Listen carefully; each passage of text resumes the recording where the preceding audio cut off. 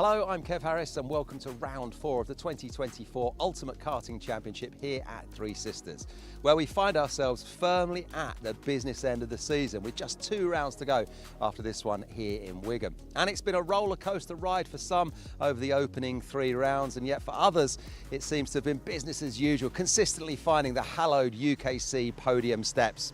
And what of that last round at Warden Law, the circuit that was voted Track of the Year in 2023? Well, for these 5 drivers, it was a great weekend.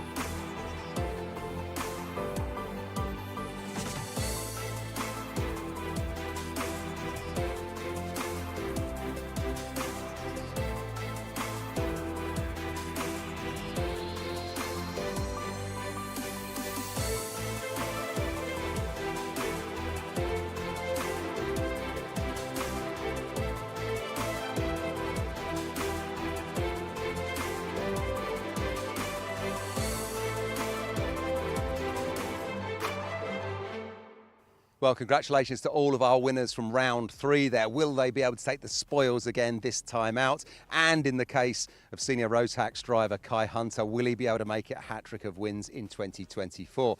Time will tell. Well, if they're going to do that, of course, this is the circuit they're going to have to do it on. Three Sisters kart track here in Wigan. It's the centrepiece of a country park that takes its name from the coal mining colliery spoil heaps that were left here after the site ceased production in 1958. And this weekend, the UKC drivers will be doing battle around what is called the Valley Circuit. It's almost 1,200 metres of fast flowing tarmac with some corners that are iconic in the world of karting. So to take a look at it, we thought we'd jump on board with a practice lap from Dan Holland racing driver Lizzie Mentier, who podiumed here in 2023. So we picked Lizzie up at the end of the Conrod Straight, passing the timing hut on the left and the start-finish line there then. Now it's a heavy braking zone at the end of that high-speed straight section and a right-hander that and leads you up into the S's of a left and then another right. Up and over the valley section from which this layout takes its name. And then you're through the Joey Dunlop at the end of what is the pit straight, the old pits there on your left, and that is the dummy grid just behind there. Then we're onto the right-hander that brings you back into the infield before another left-hander. Get your timing right here because you want to carry plenty of speed onto what is the Rogerson straight, which we can see now. And again, foot flat to the floor because you can carry all this speed through the left and then the big sweeping right-hander that is Luna. Once you've gone through Luna then, oh boy, look, we're back around already. And that is a lap of Three Sisters as you cross that start-finish line once again. Well, big thanks to Lizzie from Dan Holland Racing there for sharing one of her practice laps with us from earlier in the weekend. I'm sure she's going to be pushing hard to get back on the podium. Don't forget, last time out, she was on the 2nd step of the podium. Can she go one better this weekend? We'll find out. So that's the circuit and the ideal line to take. But now let's remind ourselves of the format of the weekend and the journey that all the drivers will have to go on if they want to make that podium come Sunday night. Let's take a look then at the road to the podium over a race weekend in 2024. It all starts on Saturday morning with timed qualifying. All drivers take part here and this will determine your starting position for the heat races. Then all drivers take part in a minimum of 2 heat races where you'll gain championship points and determine your starting position for the superheat. The superheat follows for the top 68 drivers, and not only will you gain championship points here, but you'll also decide your start position for the superfinal based on the heats and the superheat. Then it's the top 34 drivers who will compete in the superfinal and gain those all-important championship points based on their finishing position. And if you're in the top 3, well, you'll be standing on the podium come Sunday night, picking up the trophy and the prizes. So there it is then, through time qualifying, the heat races, the superheat, the super final, and then hopefully the podium. So that's what a driver is going to have to do if they want to make the podium come Sunday night. And with that in mind then, it's high time we go and join the action, kicking off with the first of 2 Junior Rotax Superheats this morning then, with your commentators Kai Bacchini and me, if I can leg it up to the commentary box fast enough.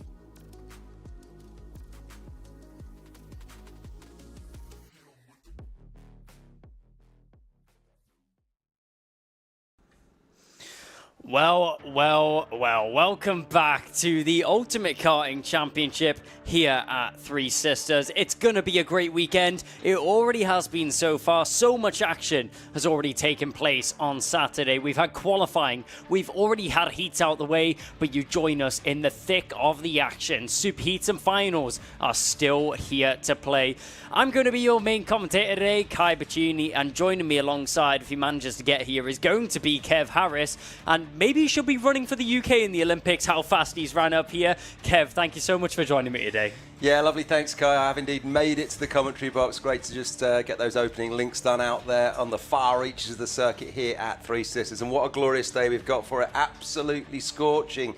Today we won't be needing the wet tyres. Yesterday we thought we might in the middle of the afternoon, but no, we didn't. Today very much slicks all the way then for some fast flowing racing around this classic track that I think in the 5 years that we've been running the UKC, we've been here probably 4 of those 5 years, I would imagine.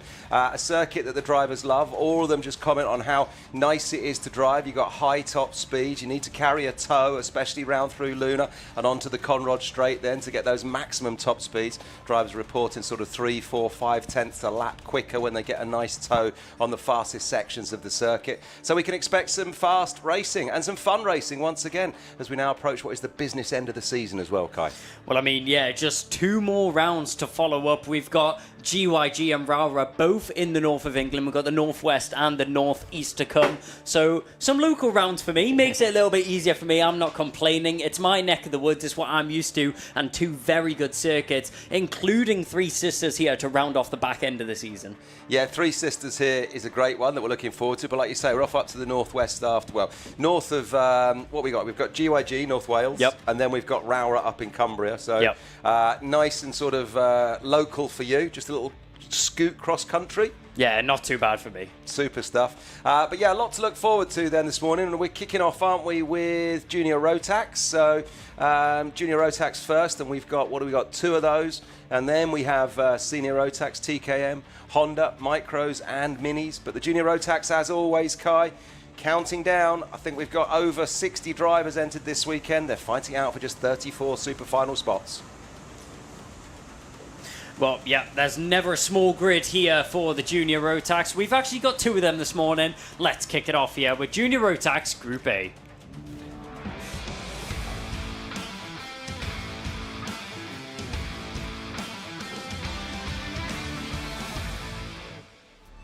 Well, drivers aplenty are going to be here on the Junior Rotax grid, and it's going to be a very competitive one indeed, with multiple drivers taking heat wins over the course of the day so far. But it means that Jack West starts on pole position, with Leon Hasty joining him alongside. Harry Bartle, our last round's winner, on the second row of the grid, with Joshua Smith alongside him. Then Ellie Badan and Jensen Pritchard round out the third row of the grid. Cameron Nelson and Kai Clark then follow up from Daniel Kilpatrick, Benjamin Baker, Addison Smith and Vlad Tomanchuk in 12th position. 13th is Jack Thompson from James Philip King, Toby and Alvarez, then Mikey Walker, and row 9 is Oakley Garthright and Daniel Whitfield.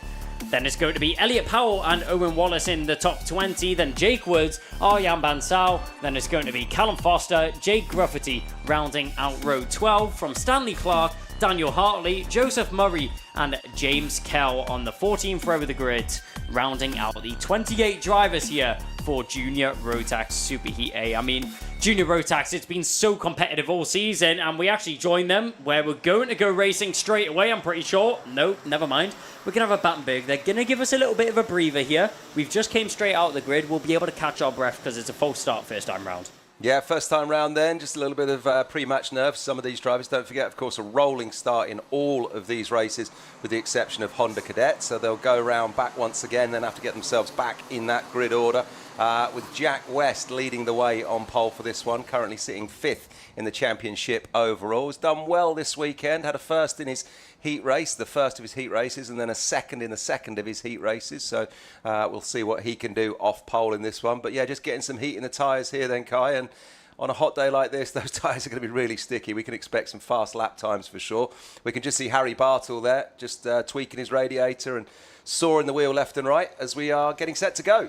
Yep, getting ready to go. We don't need much heat with the soaring temperatures that we have here today. As we go on to the back straight here, are we going to go green second time round? Yes, we will. It's a great start from the inside line there. Jack West is going to take us down to the first bend, and he's going to very easily get there. Watch out for Bartels. He tries to filter through. He's going to have to slot into third position there. There's lots of squabbling in the mid-pack. Yellow flag's already out. One driver going flying off in the background, managing to try and recover that one, though, as all the drivers now filing through. Not many overtaking zones, but they're going to take every opportunity that they can get. That was Jensen Pritchard trying to get himself on the inside line there, and you can see in the background that looks like that was Kilpatrick and Clark both going at it. Going at it from the off then, Kai, is what we've got here in the first of two junior Rotax super heats this morning then. A couple of the DHR drivers in the mix in there, can't quite pick them out, but big grids, and we are going to be fighting for this as Jack West crossed the line. Leon Hasty and Harry Bartle are your top three then. That's who we've got eyes on now. This is the front of the race. Looking at that one then, Jack West, KR Sport driver, just with the craft driver behind him, and Harry Bartle behind him. This is going to be a great one, Kai, as they get themselves in that tow, going bumper to bumper. That's what it's all about, carrying the highest speeds. As we see him move up the inside almost from Leon Hasty there, but just tucks back in behind Jack West. Yeah, you have to be patient around this circuit. It's not one of those where you can just throw a dive bomb on the inside and get yourself that overtake. It's not so simple around the Three Sisters circuit here. It's very technical in terms of having to make the overtakes because of how fast and flowing the circuit is.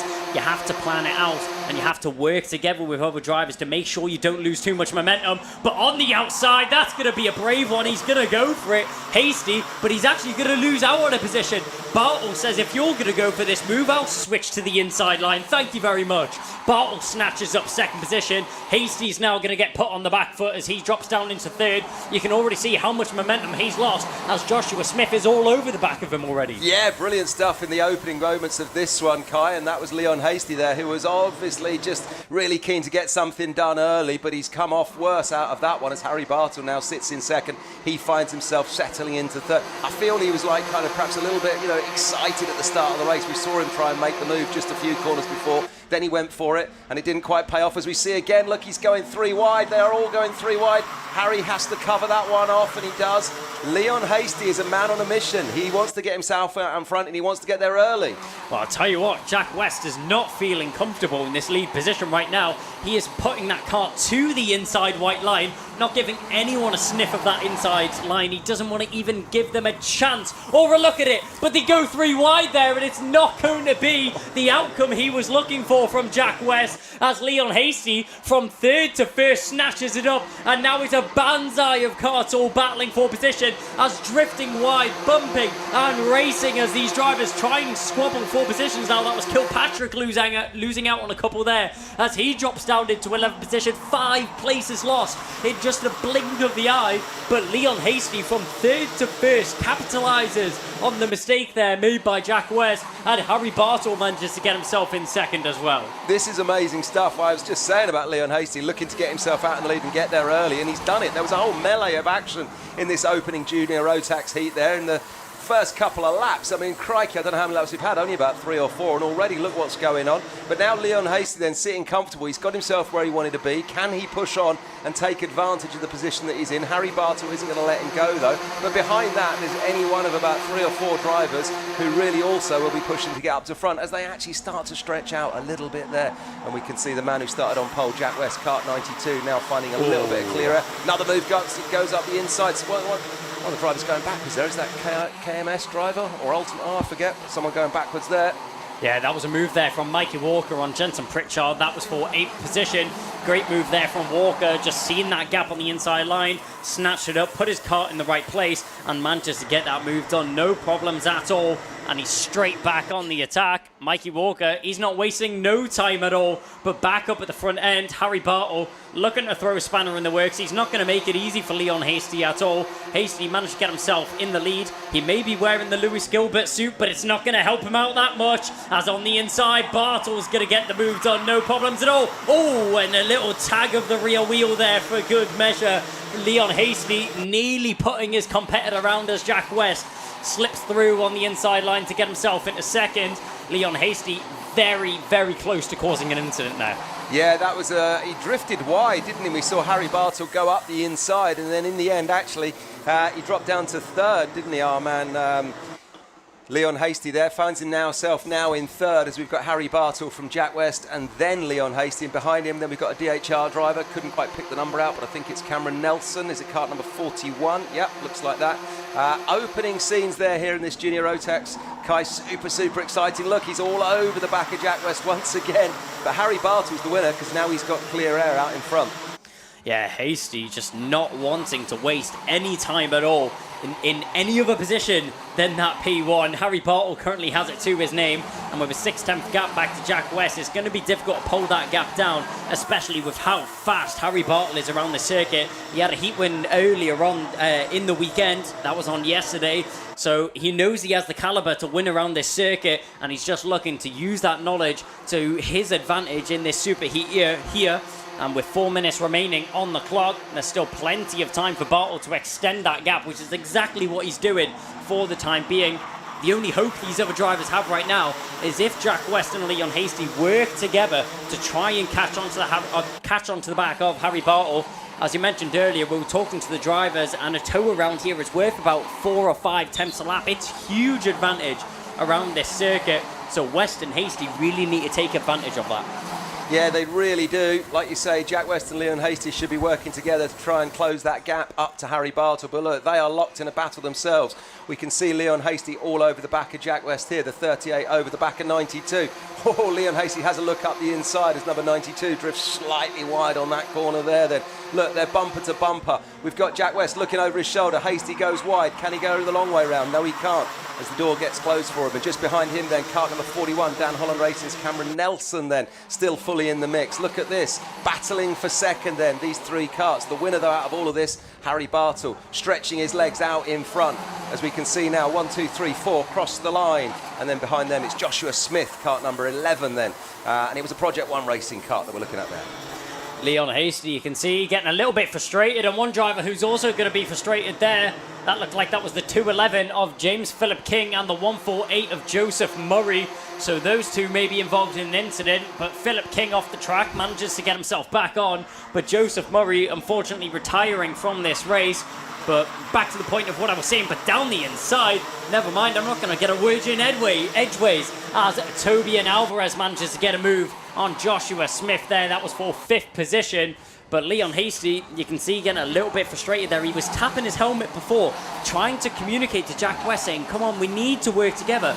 We don't need to be battling. We need to push forward and work together to catch on to the back of Harry Bartle. All this gap's just going to extend and extend, which is exactly what it's doing right now. Up to 8 tenths of a second is the gap to Harry Bartle in the lead. Yeah, Harry Bartle is winning here, isn't he? 8 tenths of a second is the gap out in front. He's got some comfortable air between him and the others. Yeah, look at that. We can see that man Leon Hasty wagging his finger as Jack West looks over his shoulder to say, get down the road. Don't worry about me. Push on, push on, push on. That's what they've got to do there. Harry Bartle then clear out in front from West, Hasty, Nelson, Alvarez and Smith. Then we've got Walker, Baden, Smith and Kilpatrick. Dan Kilpatrick doing brilliantly in Junior Rotax, learning his craft this year, but finds himself in 10th, dropping some places from a few laps previous, but well done to him as always. Jack West, currently the fastest man on the circuit. He needs to try and take advantage of that pace that he has underneath that KR Sport car and try and catch on to the back of Harry Bartle. But with the time dwindling down, 1 minute and 20 seconds remaining on the clock, you can see so frustrated right now is Leon Hasty. Jack West keeps looking over his shoulder, keeps trying to defend. One driver not defending, but making an overtake. That's Mikey Walker getting that move done on what looks like that was Eli Badan. That was Joshua Smith. That's the number 11 there. So Walker making the move on his teammate up to 6th position right now was Mikey Walker, just carving his way through the field with no problems at all. Great work there from 332 to get himself up another position. But Hasty signalling before there to Jack West, just saying they need to work together, try and catch on to the back of Harry Bartle. But it looks like it's going to be a little too late there. 40 seconds remaining on the clock, nearly a second time gap. I can't see that falling down, can you, Kev? No, I don't think so, as we got eyes on number 40 there. That's Dan Kilpatrick, Dan Holland Racing, all over the back of 155. Eli Baden, close battle there. Then we've got the Jacks Racing driver, which is 332. Mikey Walker, all over the back of Tobias Alvarez there. There's little battles going on all the way through the field in this one as they're fighting out for every place, because every place, every overtake counts. Don't forget, just 34 spots in a super final, and there are 2 super heats this morning, so these drivers know they have to be quick and they have to be up the front if they want to make the super final that's coming up after this. As we get eyes on our leader then, Harry Bartle, the O plate of Harry Bartle on his Tony kart, looking good in the sunshine there. Yeah, Harry Bartle, it's a race which you can't fault him for. He took advantage of the opportunistic moves that he was awarded, and Leon Hasty getting really, really frustrated out there on the circuit, but there's not much he can do and in these closing stages of the race. Final lap is now upon us, so Leon Hasty, the best he can try and do is second position. Jack West, though, we've seen that he has the defensive game to back it, so I would doubt that Leon Hasty is going to be able to make a move there, but we'll keep an eye on him right here. Rocking the Lewis Gilbert suit, maybe that will give him an extra couple of attempts. Gilbert, we know, is a very fast driver. Leon Hasty is also a very fast driver, so the combination of two, we'll have to see how that works over the course of this final day of racing. But around the final corner and down the home straight, we'll keep an eye on Harry Bartle. It's a checkered flag which will be flown for the O plate, and no worries at all there from Bartle. Got himself into the lead of the race and was not messing around at all. Departed from the rest of the pack. Jack West did a great defensive drive there to keep himself in second position. Hasty, not too happy with that defensive drive though. He's going to have to settle for third position, but it still sets him up very well for the super final later on today. Yeah, it really does. A great opening race for us then in Junior Rotax. We've got another one of those to come. Full credit as well, Kai, there. I was watching the screen. If you're on the live stream, full shout out to our flagman today. Yep. Brilliant checkered flag action from him. If you're on the far side of the circuit, the picture's showing us that now. Great checkered flag, flying, waving. What would you say? Always love to see a good checkered flag fly. That was a very solid, strong. At least a 9 out of 10. Strong. Very strong flag fly there. And I mean, he's got to keep up that enthusiasm all the way across the day. I mean, if that's just the way for the super heats, I can't wait to see the super finals. I want double flags. I want double checkers. We're going to see dancing on the side of the track. We should. But yeah, I mean, it was a great race and a great flag fly, as me and Kev have just noticed. But that's going to be the end of Junior Rotax Super Heat A. But don't worry, more Junior Rotax is going to follow with Super Heat B.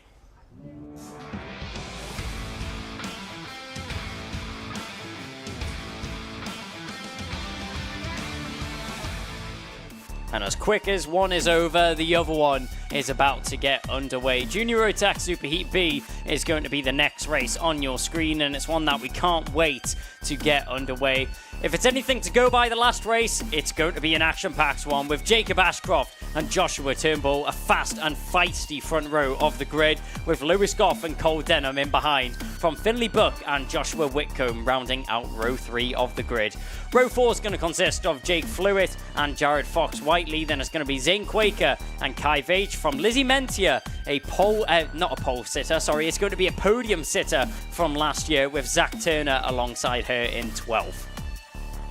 Row 7 on the grid is going to consist of Shane Shandaria, then it's going to be Eric Smith, Sebastian Lush from Charlie Wolfit, Lucas Blanford and Ben Horner in 18th position on row 9 of the grid. Row 10 is going to consist of Lloyd Palmer with Maxim Kirkwan alongside him, then Charlie Benson, Caden Higgins from Luke Sawyers and Henry Cameron in 24th position.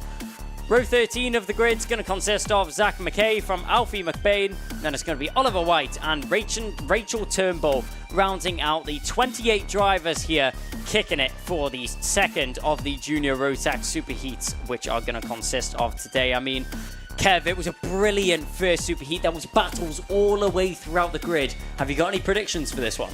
Well, I'm looking at that one, and Jacob Ashcroft has put himself on pole. You can't bet against him. And as we look at the championship table overall at the moment, Harry Bartle won the last heat that we just saw, and he's second in the championship from starting near the front of the grid. Jacob Ashcroft leading the championship at the moment, so you've got to have eyes on him. When you look at the championship table online, it's just a flood of gold all the way across by Jacob Ashcroft's name. He's been winning just about everything this season already, but then Harry looks the same, so yeah, you can't bet against Jacob Ashcroft in this one, I would say, but we will see, because to finish first you have to finish, as they say, so we'll see what happens.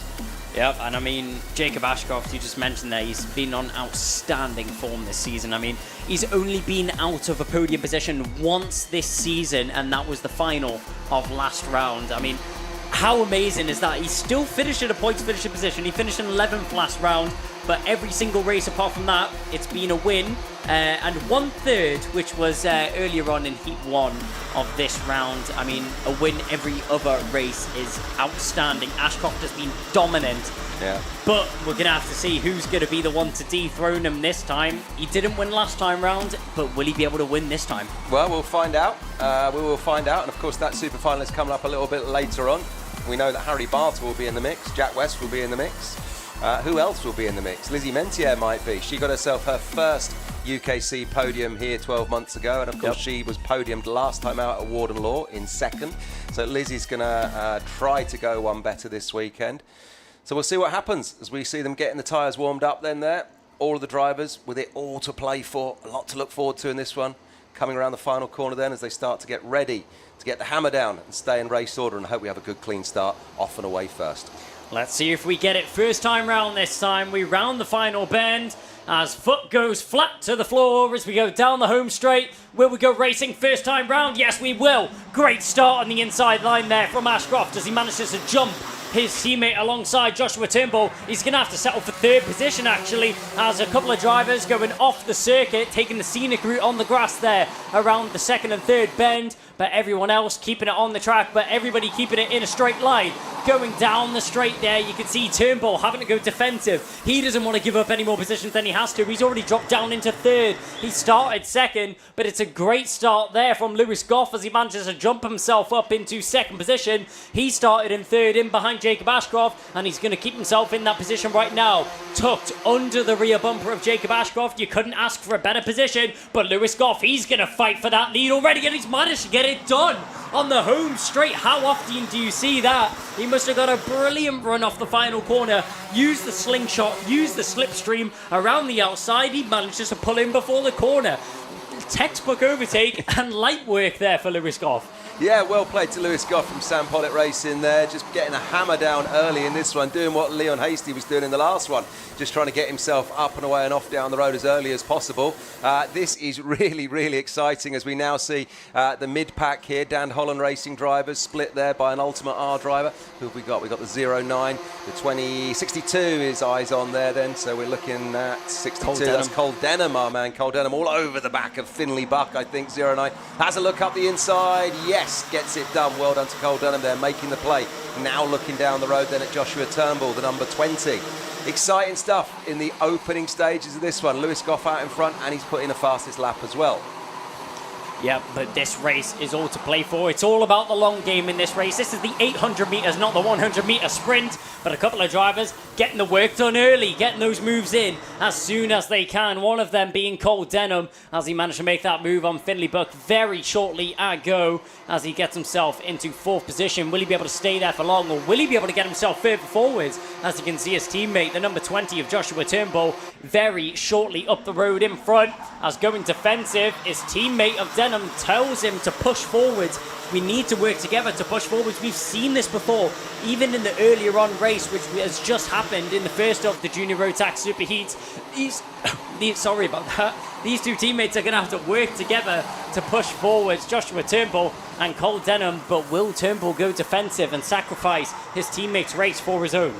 Well, who knows, but those Dan Holland Racing drivers are locked bumper to bumper at the moment, as we can see. Flashes of blue, yellow and white everywhere. He's got eyes on kart number 62, Cole Denham there. Don't forget Finley Buck is the 09 that's behind him from Ultima R. There he is, Bucky, you can see it on the back of his race overalls. Look at him wagging his finger, Cole Denham, his teammate. That's Joshua Turnbull, kart number 20 just in front of him. Then it's the 222 of Jacob Ashcroft in front of him. And then Lewis Goff, number 74, is out in front. We haven't seen much of Lewis Goff yet because he's got clear air to what's going on behind him at the moment. Yeah, look at the gap there. Back to him. What are we on? A 0.77 gap at the moment. Just over 3/4 of a second. Phenomenal stuff. Well played to Lewis Goff from Sam Pollitt Racing. Well, Goff really taking advantage of the pace that he has early on in this race, and you can't blame him for it at all, as he's managed to nearly pull himself a second gap already to Jacob Ashcroft in second position. I was not expecting to see that so early on in this race. Down the home straight we go. Keeping an eye on Finley Buck. You can just see up in front, that's Cole Denham. And once again, telling his teammate to push forwards. It looks like a game of charades, but no, it's going to be an overtake on the inside line as he manages to get that done. Maybe getting a little bit too impatient there as down the inside. That was Joshua Turnbull managing to make that move as we keep an eye on the drivers as they come down the home straight once again. Great move there from Turnbull to get that one in on Ashcroft. Ashcroft falling back behind two of his teammates as Cole Denham managed to sneak through as well. It was a moment of kind of, I think, a fraction of a second of kind of loss of concentration from Jacob Ashcroft at the end of the Conrod Straight. He flicked a little bit wide and he opened the door for two of his teammates to scoot up the inside there. Joshua Turnbull and Jacob Ashcroft, of course. Finley Buck, they're now all over the back as we see Dan Holland Racing drivers go side by side again. Look at this, the three of them are locked in a battle for second place, and then just behind them, Bucky, Finley Buck, 09 there, he's just got eyes on, waiting to scoop up the spoils. Can he nick a place or two from these Dan Holland Racing drivers? But out in front again, our camera isn't showing it. Finley Buck's out in front as our second place man, Cole Denham, has a look up the inside of Joshua Turnbull. Well, I'll tell you what, team orders have went flying out the window here in the second superheat of the day. I mean, Cole Denham just really impatient at the moment, wants to get himself into second position, wants to try and push forwards to catch onto the back of Lewis Goff. But the more that these two teammates battle, the more that these three teammates battle, the more that Lewis Goff is just able to pull away. As on the outside, that was Cole Denham trying to get the move done. We'll wait till our camera pans back round. Did he manage to get it done? Yes, I think he has. Cole Denham's managed to get himself up into second position now. So all that frustration, maybe a little bit of a cool down moment there as Denham manages to hit himself into second position, the front of this pack. And look at a pack that it is. That's a train of about 5 or 6 carts. That goes all the way down to 8th position. So 6-cart train here, all battling for second position. And Cole Denham is now the head of it. Look at that battle for second there. Then Turnbull, Denham, Ashcroft, Buck, Fluid, Whiteley and Mentier, who just puts in the fastest lap. Shout out to Lizzie Mentier there with a 42.69 on her last lap there. But out in front, Lewis Goff is the benefactor at the moment. The gap back to him, or the gap out to front rather, 2.23 seconds. In all that chaos, Lewis Goff has said, thank you very much, I'll just take this one, and he's gone. As now Josh Whitcomb flashes up at 42.68 on the fastest lap. Yeah, Lewis Goff, no pun intended, but on a Sunday drive right here with absolutely no worries in the world. 2.2 seconds, he can just take it easy. There's no need for him to worry. But one driver that really needs to be worrying right now is Cole Denham, as he's got so much pressure in behind, trying to get that move done. Jacob Ashcroft trying to sneak to that inside line. Now he's going to have to go defensive. Carts all over the place, all over the track. As around the outside, Mentier's going to get a move done. I wasn't expecting that one, but neither was she. She gets it done there on Jake Fluid. A brilliant overtake for 7th position. As all these drivers still squabbling, trying to battle it out for this second position. Denham gets himself a little bit of breathing room now, back to Joshua Turnbull. Turnbull's the one with so much pressure in behind. Ashcroft is furious. He wants to be on at least a podium position, and you can see that by him throwing his cart left and right, looking for any gap that he can find to try and get himself past his teammate. Yeah, he's doing everything he can, but we've got 7 drivers here, all battling out for seconds. We see Finley Buck just coming off the line there, all over the back of Jacob Ashcroft. Behind him, of course, we've got Jared Fox-Whiteley. Then it's Lizzie Mentier, who we saw just make up a place or two. Then we've got Jake Fluid. Lucas Blanford in the mix then. Cart number 59 sitting in 9th. And what about Josh Whitcomb back in 10th? All of these drivers then, 2, 4, 6, 7 of them locked in a battle for second place, because out in front, 2.99 seconds off and away down the road. Nearly 3-second gap out to first. Out to Lewis Goff from Sam Pollitt Racing. Great action though here from Cole Denham and Joshua Turnbull. The cart number 62 and the cart 20 though are bumper to bumper. It's a slight gap then back to, now we see, I think Ashcroft has dropped back one as the 222. No. Where are we now? Ashcroft's still just there, behind his two teammates. But I mean, it doesn't look like he's going to be able to stay there for long, as Finley Buck is all over the rear bumper of that 222 there. He wants to get that move done as soon as possible as they all congest, going down onto what used to be the home straight to the inside line, going defensive. Cole Denham, he's not going to go throw anything up in the works. He's going to cover it off as soon as possible, as the DHR drivers out in front, they all look over their shoulder, all look on that rear wheel as they can all see each other following in suit. This is a great freight train and there's no stopping them at all. Finley Buck, he's still under pressure. Fox Whiteley's on his rear bumper, the number 42. He looks over his shoulder. Can he get to the inside line? No, he can't. He's not even going to opt for the racing line either, as Lizzie Mentier's joining in behind. Everything's kicking off here in the closing stages of the Junior Rotax Superheat B. But Lewis Goff out in front, 4 seconds of a lead. It's been a dominant display here from the number 74 out in front, and you can't fault him at all. But one driver, which still has a lot of work to do in such a short period of time, Cole Denham, Joshua Turnbull, Jacob Ashcroft, Finley Buck, Fox Whiteley, and Lizzie Mentia, all going to work here and all to play for second position. All to play for, and it's a sea of blue, white and yellow Dan Holland Racing colours flashing through this one then. But full credit to Cole Denham, because he has been under the cosh for quite a few laps now. Look, and he's just fighting off his teammate there, Josh Turnbull. He's flicking his head left and right, looking over his shoulder, thinking, what's going on behind me? Well, I'll tell you, Cole, there's a lot going on behind you. So well done to you, young man, for holding it off this long. But the benefactor then is that man out in front who's now got nearly a 5-second gap out to the front. 4.74 seconds then off and away down the road is Mr. Lewis Goff from Sam Pollitt Racing, who's, I would think, going to take this one very, very easily indeed. But who's going to come home in second, Guy? Can you call it with 5 seconds left? Well, I mean, it's going to be a difficult one, but Cole Denham is making that car as wide as a bus, trying to sneak on the inside line, but it's actually going to throw not in his favour, as on the inside, 3 cars try to get past him. Ashcroft under so much pressure right now is down the inside. Buck's going to make it. Fox Whiteley can't quite get there. Ashcroft manages to slam the door shut in his face as the number 42 can't do anything to get past, but Finley Buck managed to react to that overtake, which tried to be made there by the 222 of Jacob Ashcroft. Buck managed to respond and get himself on that inside line. Fox Whiteley unlucky there to not be able to capitalise on the move as well, but it was a great job there from the number 9 to get himself up in the 3rd position. Ashcroft, he's got a couple corners to go, and I don't think it's going to work for him. Lewis Goff, he's already crossed the line. He's not worried about any of this. Cole Denham, hats off to you. What a defensive drive there from the number 62. I mean, in making that car 3 times as wide as it actually was, parking the bus on the inside apex, Cole Denham pulled out every defensive trick in the book to hold on to that second position there. Yeah, full credit to Cole Denham. Well done to you, young man. You had it all going on behind you, and it could have been any one of about 5 or 6 drivers who could have taken second, but you're the man that did it, so well done, sir. And then behind you, Josh Turnbull, Finley Buck getting that move done on Jacob Ashcroft in the closing stages, finds himself in 4th, and Jacob Ashcroft then ends up in 5th. But wow, Kai. 2 races in to the action here at Three Sisters this weekend, and we've been treated to some brilliant stuff already. And very firm but very fair racing. Yeah, I mean, I haven't seen any malicious overtakes at all, any malicious moves, which is amazing to see that all these drivers are able to race so close together and very minimal contact is even being made between them. I mean, Lewis Goff, he didn't have to worry about contact. He was 5 seconds up the road. It was just a Sunday drive for him.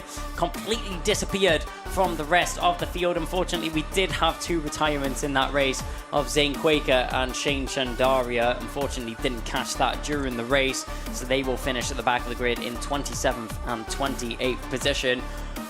But that's going to round it out there for the second of the Junior Rotax Super Heats. This class will return later on today for their super final, and I can't wait to see that one.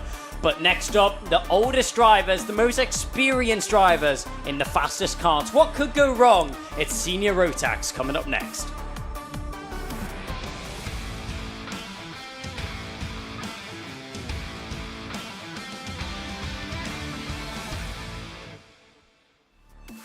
So, with the juniors out the way, let's go to their superiors in their class. It's going to be Senior Rotax Superheat making their way onto the circuit. And it's going to be one to keep an eye out for. Macaulay Bishop on top form as usual, with Gabe Fairbrother throwing a spanner in the works. Great to see him up at the front end, with Archie Buttle and Ewan Charman in behind. Alexander Cole coming off the back of an NKCO plate victory. He is with Reese Bailey alongside him.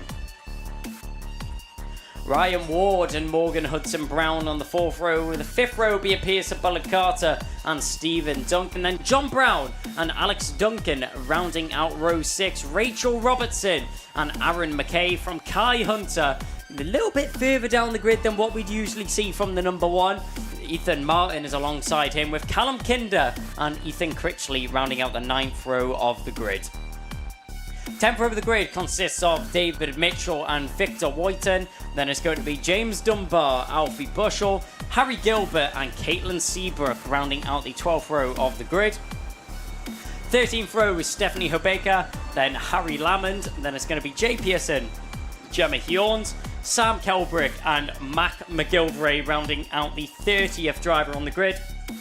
The 31st and final driver to round out the grid here for Senior Rotax Superheat is going to be Louis Muritka, who starts on the 16th row of the grid, the number 72 novice plate. Will kick it off from there, but I mean, it's going to be a great race indeed. It's going to be so close up at the front end. I mean, drivers have been squabbling all the way throughout. Kai Hunter managed to get a heat win earlier on this weekend. He won his first heat, but in second heat finished all the way down in 31st position. So maybe a retirement there for Kai Hunter, but second heat not going his way. He's got a lot to play for. There's still 2 more races to go in the weekend for him, so he has plenty of time to get his work done once again, and I'll be expecting to see him fight his way back through the field. Yeah, it's going to be interesting, Kai. I wasn't quite sure what happened to Kai in his Heat 2 yesterday, finishing in 31st place, but he's going to be starting way back in this one, so it'll be an interesting race to watch to see how many places he can make up. But out in front then, as we would expect, big names, Macaulay Bishop and Gabe Fairbrother, Archie Buttle, Ewan Charman, as you mentioned, just getting a win recently, back with us here at UKC this weekend. Big guns out in front, going to be a good race this one. Reese Bailey, Alexander Cull in the mix as well. Hudson Brown, Ward, Duncan and Bullock Carter rounding out your top 10 as they're slow crawling around then here.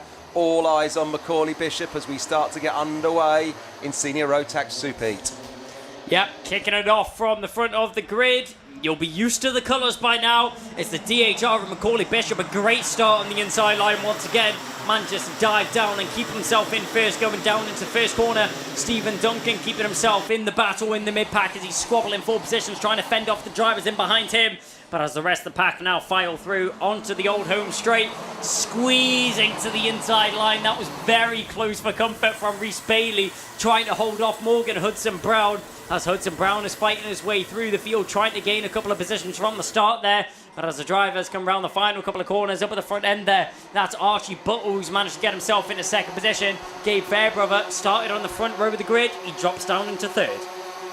Drops down into third then, as we see Macaulay Bishop out in front, Archie Buttle, Gabe Fairbrother, Ewan Charman, Alexander Cull in your top 5 then. Clean racing in the opening stages, nobody doing anything silly, as we would expect from Senior Rotax. They know how to start a race, they know how to fall into line, and then they start to work, and then they start to move. So everyone on the black stuff, which is good. Just flowing out line by line as we've got a little bit of movement in the mid-pack there. Can't quite see who that was. One of the Craft Motorsport drivers, I think, looking at the colours there of the overalls, but a little bit of an overtake in the mid-pack.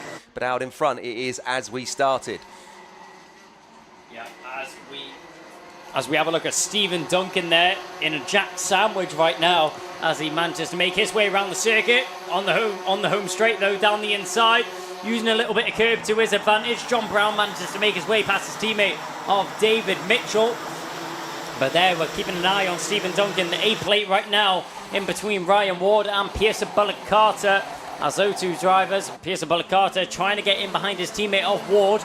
Ward has a little look over his shoulder there, down the straight. As they make their way into the bend there, nearly going sideways. Bullock Carter tried to squeeze on the inside line of Stephen Duncan.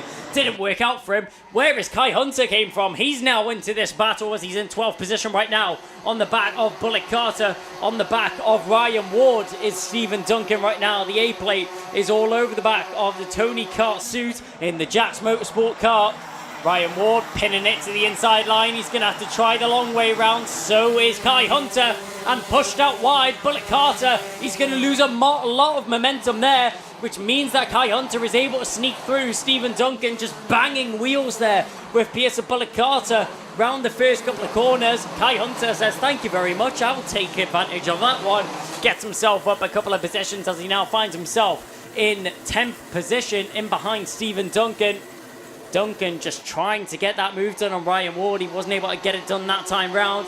We have a look up back at the front end of the field, down the inside, trying to get it done. He did it on a previous lap, wasn't able to do it again though. John Brown trying to get on the inside of Ethan Martin, as down the inside, that looks like that was the number 25 making an overtake in the background. That was Morgan Hudson Brown making a move on Reese Bailey. So Bailey now drops down into what is going to be 7th position.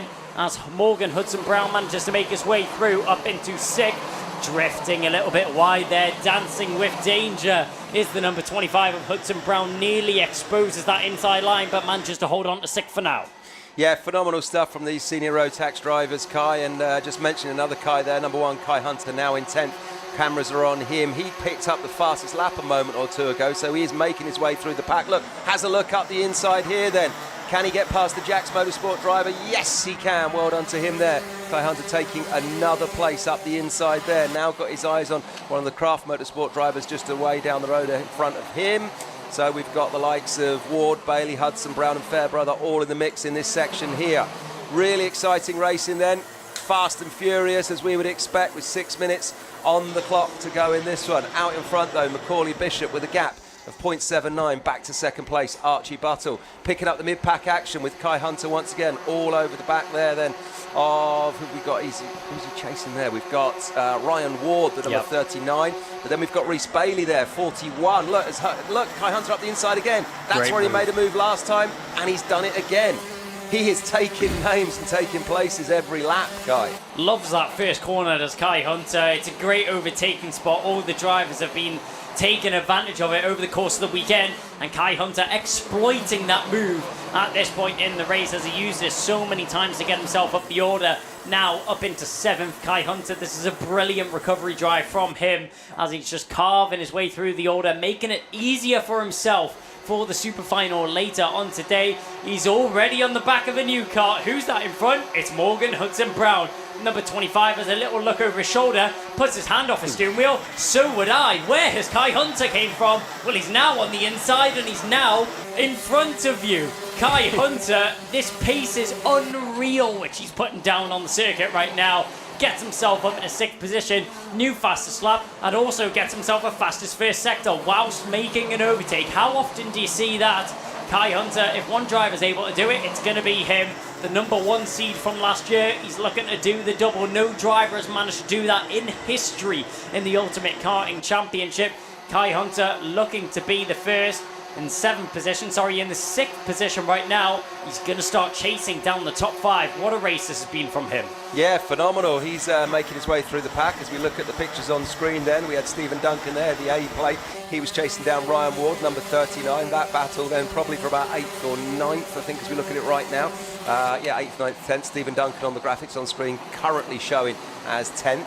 Really, really exciting stuff then in the sunshine here at Three Sisters. There we go, picking it up once again. There's Stephen Duncan there in the black race overalls with the A plate. He's chasing down then Ryan Ward, 39. Of course, the driver there from Strawberry Racing in the Tony Kart.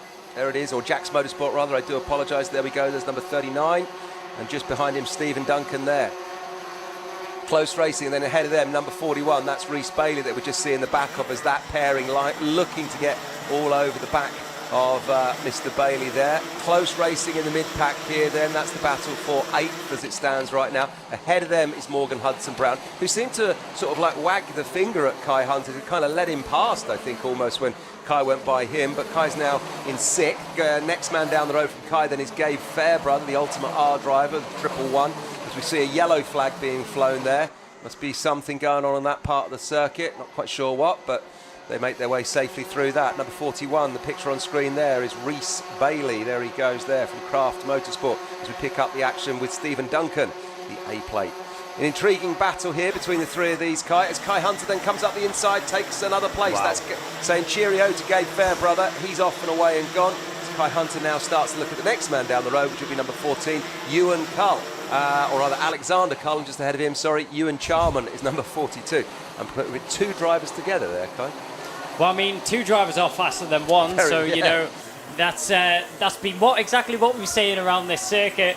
But Kai Hunter, he doesn't need 2 drivers at all. He's the only driver setting lap times in the 41, and he's already on the back of Alexander Cole. He's faster than every other driver by at least 0.3 of a second a lap. and he's taken advantage of that pace. Is it going to be the first corner? Of course it is. It's Kai Hunter. Where else would he make an overtake around this circuit as he gets himself up in a 4th position now? And I'm sure very shortly he's going to be up into 3rd as he's all over the back of Ewan Charman already, as he's got onto the back of this battle. Number 42 in the Birrell out in front. How long is he going to be able to hold off Kai Hunter for? My bet is until the first corner, as we see them going around the final couple of corners now. We'll see them when they hit the home straight. The number 42 of Ewan Charman there going a little bit wide. Hunter all over the rear bumper of Charman right now as they go down the home straight once again. Will it be into the first corner? Well, of course it will be. It's Kai Hunter. What else would you expect? Down the inside he goes once again. We should just name it the Kai Hunter corner at this point. He's done it every lap. He has done it every lap, Kai. Kai sat next to me and Kai out on track, both doing a great job this weekend. But Kai Hunter has taken a place every time he's come to the end of that Conrod Straight. Every lap. He's now sitting in 3rd then with Archie Butler and Macaulay Bishop just ahead of him. This is a brilliant drive from the young man, or rather not the young man, the man who won the championship last year. His class is showing. Where did he start on the grid in this one? I think he started about 12th, didn't he, or 13th? And he's now up to 3rd. Brilliant driving from him. Yeah, started down in 15th did Kai Hunter. I mean, already up into a podium position, and it doesn't look like he's going to stop here either, with only 6 attempts to catch onto the back of Archie Buttle. He does only have a minute remaining on the clock, so it's going to have his work cut out for him, but I'm sure he will be up for the challenge, will Kai Hunter. We're keeping an eye here on what is Ryan Ward as he's trying to fend off Rhys Bailey and the pack following in behind. Bailey has a little look to the left. Ward covers that inside line, just sticks his car in the middle of the circuit, covering off the inside line and the outside as well, to not give up a switchback. A tap on the helmet there from Hudson Brown to work together as going defensive on the inside line once again. That was actually a move on the inside there, which we missed. That was Rhys Bailey making the move on Stephen Duncan, as it's all kicking off here in the background. All these drivers going left and right. Stephen Duncan trying to get that position back on Rhys Bailey. He's not able to do so right now. As you can see, Morgan Hudson Brown, he's made that move on Gabe Fairbrother as well. As it's all kicking off in this pack here, they're all squabbling for what is going to be an 8th position. Yeah, and in the mix of that as well, I saw the 03 of Pearson Bullock Carter getting an overtake done as he now just drifts wide, and I think he may have just lost a place there as well. It's happening so fast and moving so quickly, it is really hard to track the mid-pack of this action here then. And of course, we're talking about what is the battle for about 7th place at the moment, there or thereabouts. So Morgan Hudson Brown just going past Gabe Fairbrother. Now look at this though, Kai Hunter all over the back of Archie Buttle then. He's going to try and get up to 2nd place. Look at this, what a brilliant drive from this man here then. Hunter Motorsport, here we are, look, the number 1 plate then chasing down the 22 of Archie Buttle. Of course, Macaulay Bishop is not in shock because he's 2 seconds off and away down the road, or 1.95 seconds. But this is great. There he is, that man on the final lap. Macaulay Bishop, we've hardly mentioned him because we've hardly seen him, Kai. Well, I mean, it's just been a great drive there from Bishop. He didn't have the first corner to his advantage this time, which means that Archie Buttle was able to fend off Kai Hunter to the line. Macaulay Bishop, amazing pace all the way throughout the race. Slow and steady wins the race. Well, not slow in the case of Macaulay Bishop, but very much bided his time out in front. Departed from the rest of the pack. Didn't want to get involved in any battles as he manages to take home a great victory to set himself up nicely for the super final later on today. Macaulay Bishop will take that victory under his belt, with Archie Buttle managing to fend off Kai Hunter to the line in 2nd and 3rd position. Hunter takes away 3rd.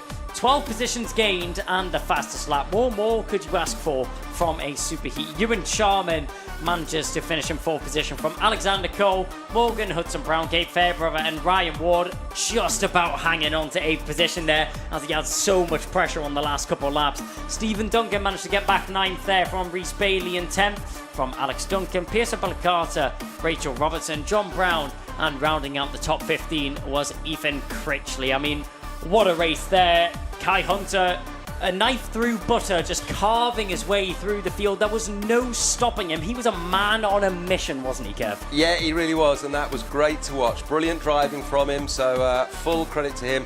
Full credit, though, to Macaulay Bishop for keeping his head and bringing it home in first, giving himself the best possible chance going to the super final. Archie Buttle will be running at the front of that one. Good to see Ewan Charman back in the UKC as well, in the mix up there in fourth. And excitingly, I'm just looking, there was 31 of them in that, of course, super heat there. It means they'll actually all make it to the super final because there's 34 spots available. So the great thing is, we're going to see all that again a little bit later on.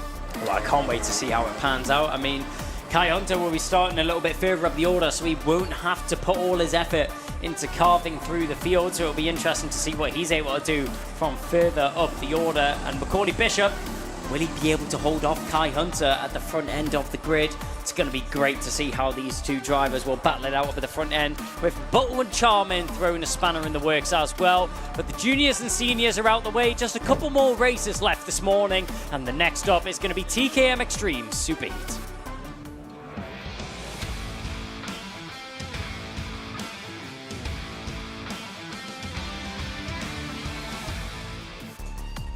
TKM Extreme, the oldest class of karts which are competing here in the Ultimate Karting Championship. New for this season, and one that I really do hope stays, as it provides brilliant action round after round. And what a grid that we have here with us this weekend. Once again, always amazing to see these drivers come out in fours, as it may be one of the smaller grids, but there's always great action from them out on the circuit. Our fourth race, which we're going to have go out onto the circuit. Just to follow in behind is going to be Honda, Micromax and Mini Inters, which will finish us out before the lunch break at approximately 12:25, as we're looking pretty on schedule at the moment. Chris Whitten will start us away from pole position though, and Jehan Kalichern alongside him from Leo Robinson, Jack Stewart, and last round's victor, Kian Bennett, will start on the third row of the grid in fifth position from Spencer Lane in sixth. Fourth row of the grid consists of Adam Sparrow, Jessica Fitch-Hall and Harrison Morrow. Only 9 drivers, but 9 drivers which are all so closely knit that you wouldn't even notice that it's a small grid, as there's so much action which will go down in this race. There has been over the course of the weekend so far. I mean, a couple different victors which we've already had. Chris Whitten taking advantage of his early pace in the weekend with 2 heat wins. The only driver in any class to do that so far. I mean, great racing from him to be able to take away 2 heat victories. Let's see if he's able to keep up that form in the super heats, or will somebody be able to overthrow him? Well, if that person to overthrow him is going to be anyone, my money's on Jehan Kalichern, who's got himself a second and a second in both of the heats that we've seen this weekend, so eyes will be on him. But what about Leo Robinson? He got himself a third in Heat 2 there, so it could be him. Adam Sparrow, well, he got a third in Heat 1, so another name worth a look there, of course. And Kian Bennett, well, he's not been quite on form like we saw at the last round at round 3. Got himself a 4th in Heat 1 and an 8th in Heat 2. After, of course, in that last round, let's not forget Kian Bennett won everything. First through the heats, the super heat and the super final. Here we go, though, Kai. Just check in there, radiators. One arm on the wheel, one arm, or rather not the radiator, just tweaking engines, because there's no radiator on a TKM, is there? Well, there's still plenty of time for anyone to switch up the order as we go down the home straight. Green flag has flown, which means that start of action. On the inside, the first driver from the outside line to be able to hold on to second position. Jehan Kalichern keeps himself in second as he fends off Leo Robinson down to the first corner. Chris Whitten out in front though, a great start from him, already pulls himself a little bit of breathing room over the rest of the pack.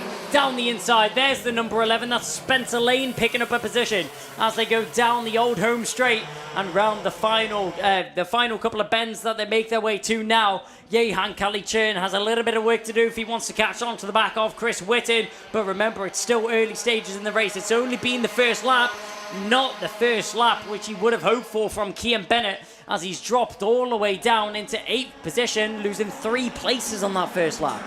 Yeah, losing 3 places on the first lap, but out in front and not worrying about any of that is number 33, Chris Whitten. And then just behind him, Jehan Kalichern with the E plate. on his kart there then, and then we've got Leo Robinson in third, so they're slotting in nicely, getting themselves comfortable for this one. Just the 2, 4, 6, 8, 9 drivers competing this weekend here in TKM. And I was chatting to one of the drivers earlier, and he said to me that I think TKM don't normally race here at Three Sisters, so unfamiliar to some of them. We normally see a few more TKM drivers, but some of them choosing not to come this weekend, but I'm sure they'll all be back in force for GYG and Rowra. But 9 drivers fighting out this weekend nonetheless. Chris Whitten ducking his head down. Ooh. Ian Calichurn having a look up the inside. Chris, get your head up, because he's coming up the inside. And he gets the move done. Look at that, Chris Whitten loses 2 places in one corner. The Kai Hunter overtake corner. But that's why you don't take your eyes off the circuit. Anything can change in the blink of an eye, or the duck of a head in the case of Chris Whitten there, as Calichurn and Robinson managed to make that move on the inside line. Kai Hunter corner, as me and Kevin are now calling it for the rest of the weekend, as we go round the midsection of the circuit, the most technical part of the circuit, hardest to make an overtake round, but very easy to lose a lot of momentum through there. Johan Calichurn, the E-plate out in front right now. Leo Robinson, we know he's not one to hang around, and I'm sure he will be very quickly trying to challenge for that first position.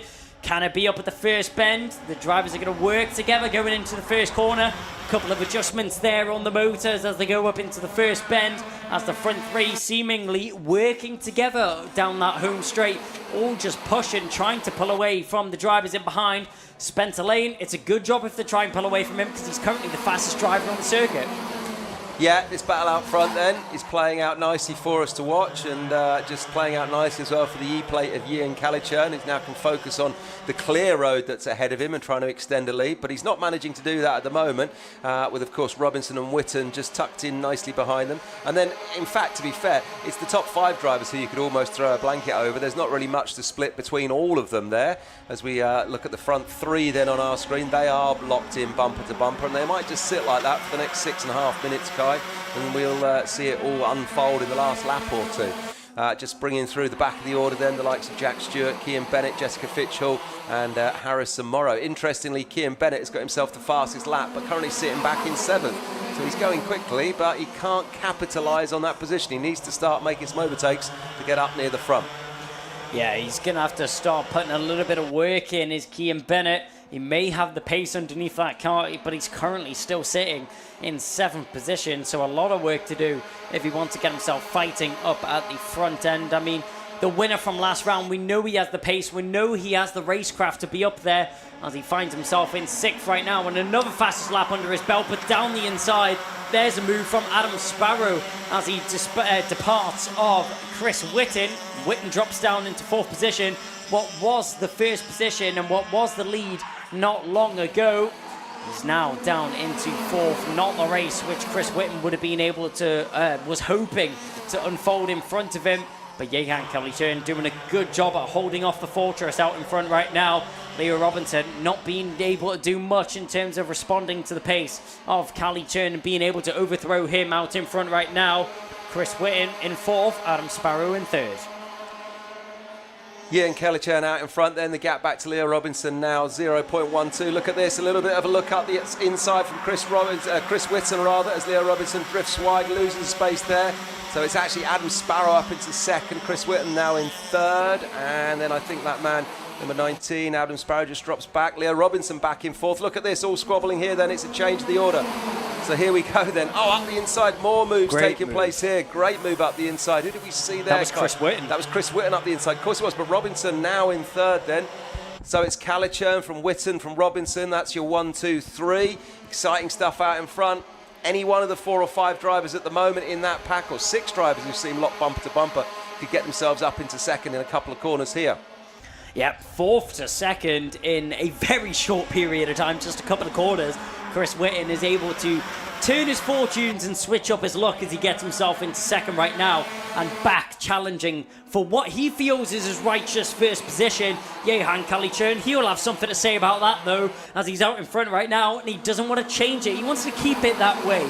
Chris Whitten though, all over the rear bumper of the E-plate right now. Leo Robinson just sat in behind, waiting for something to unfold, waiting for a mistake to be made and capitalise on any opportunity which arises in front of him as the drivers are going through the final bend right now and onto the home straight we go. Will he duck his head this time? Chris Whitten, maybe he's a little bit too afraid of an overtake being made. If he does, nope, he keeps his head straight this time as he's all over the rear bumper of Cadet. You cannot lose your focus for a moment here or everything will start to go wrong. But Chris Whitten, everything's going right now. He's still got 3 minutes and 40 seconds to get himself into the lead. Yeah, he has 3 minutes and 40 seconds then on the clock, and we can see Chris Whitten all over the back of the bumper there of Ian Cadet. Leo Robinson sitting in third. There's a little group of them out in front, isn't there? It's 6 drivers. There's Cian Bennett now sitting on that fastest lap, still a 44.64. Currently running in 6th at the moment is Cian Bennett there. Action out front though, look at this, no changes. It is, of course, the E-plate, the 33, then the 36, then the 19, the 11 and the 5 that are your top 6 at the moment. Cadet, Whitten and Robinson lock bumper to bumper then as they make their way through the corners of this one. Looking like that's how it's going to stay at the moment. Nobody looking like they want to make a move. Just behind them, of course, we've got Stewart, Fitchhall and Morrow. Jack Stewart, Jessica Fitchhall and Harrison Morrow making up the 9 drivers in this TKM race that's proving quite intriguing but very cagey at the same time. Nobody looking to do anything drastic just yet. Still a long way to run. 2.5 minutes there or thereabouts, 2 minutes 40 seconds on the clock. Look, very close though, Kai. Look, you could throw a blanket over the first 3 easily. But you can't bet against Ian Cadet unless he makes a mistake in the closing stages, I would say. No, all the drivers up at the front end currently tied together, but down the inside, he's going to go for it now, and he's going to get it done. Light work there from Chris Whitten, but it's not going to work out for him. As down the inside, Leo Robinson, that's a great move to be able to get 2 in 1. What more could you ask for? He manages to follow through Chris Whitten to make his way past Jehan Cadet, and then as soon as Whitten moved off that inside line, it was down the inside. Leo Robinson says, bye-bye, I'll take both of your positions, and gets himself into the lead of the race right now. A great move there from the 36 to capitalise on that opportunity that he had. But following in behind, Chris Whitten, all that work, it was for nothing as he's now in 2nd position still, and he will be looking to get that move done once again on Leo Robinson. Let's hope this time he doesn't give it up to Adam Sparrow. Yeah, absolutely. And oh, look at this as we see a move going around the outside. Somebody trying to go the long way round. That's Adam Sparrow just getting himself past Chris Whitten. Look, the 19 passes the 33. 33 looks up the inside. Chris Whitten having a go, trying to get it back straight away, but can't. So out in front, Leo Robinson from Adam Sparrow, from Chris Whitten. Chris has a look left and right all over the track. Sparrow closing the door, making his car as wide as he can. And behind them, of course, we've got Spencer Lane and then Ian Cadet, who was leading in this one. And I must apologise to him because I said it looks like he's going to stay there unless something drastic happens, and it did, and he now finds himself down in 5th. Cian Bennett though back in 6th rather, still clocking the fastest lap, so well done to him. But out front then now, Leo Robinson. Look, having a look up the inside though, this is Adam Sparrow from Chris Whitten. Having a look, no, not getting it done, so Leo Robinson stays out in front. From Sparrow, from Whitten, from Lane then, that's your top 4. Cadet stuck in 5th at the moment with just, well, inside the last 60 seconds of this one, Kai. Yeah, closing stages of the race right now. Leo Robinson currently has the upper hand and finds himself in the lead of this race so far. Adam Sparrow, though, looking to try and throw an upset. He's trying to get himself into the lead of this race. Very shortly ago, he was only in 3rd. Now he's in 2nd. Chris Whitten has dropped down into 3rd as the time is now ticking down. The clock will very shortly strike 0, but we will get 2 more laps in this race. Looking over his shoulder, Leo Robinson, all he can see is the front bumper of Adam Sparrow. Chris Whitten currently in 3rd right now with Spencer Lane tucked in behind. He looks the wrong way, does Leo Robinson, as trying to arrive on the inside. Adam Sparrow, he had a look, not able to get that one done this time.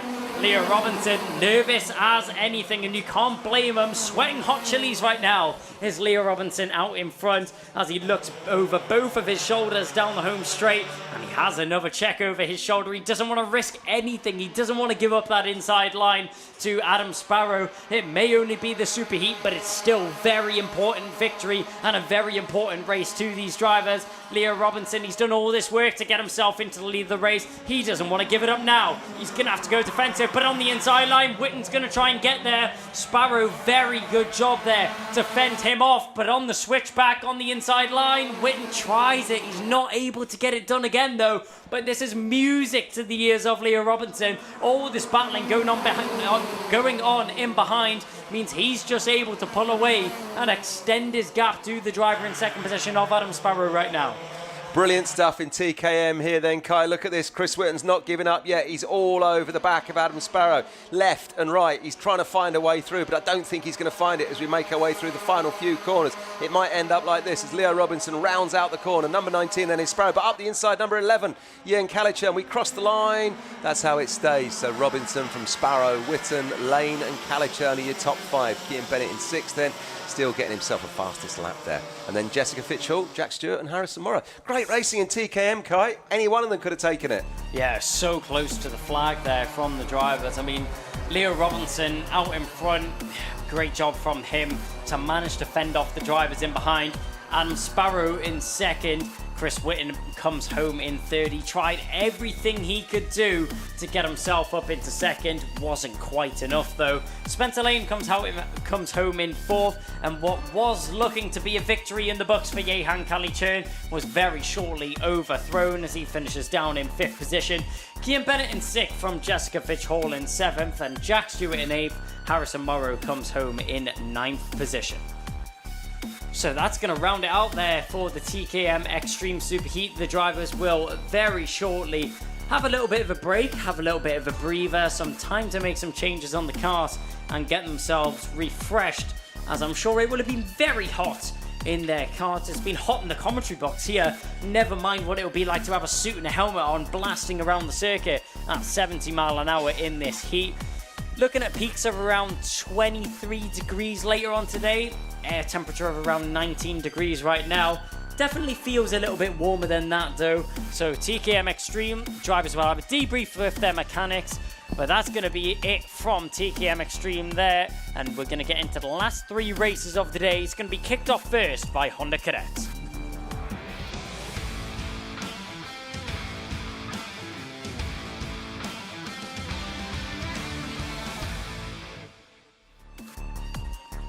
Well, Honda Cadet, the youngest drivers which are going to be competing this weekend, will very shortly make their way onto the circuit. Riley Blakemore is going to start from pole position with Ryan White alongside him. From Ralphie Branscombe, Marjoris Kovacic, then Ashton Horsepool from Theo Hamilton rounding out the third row of the grid.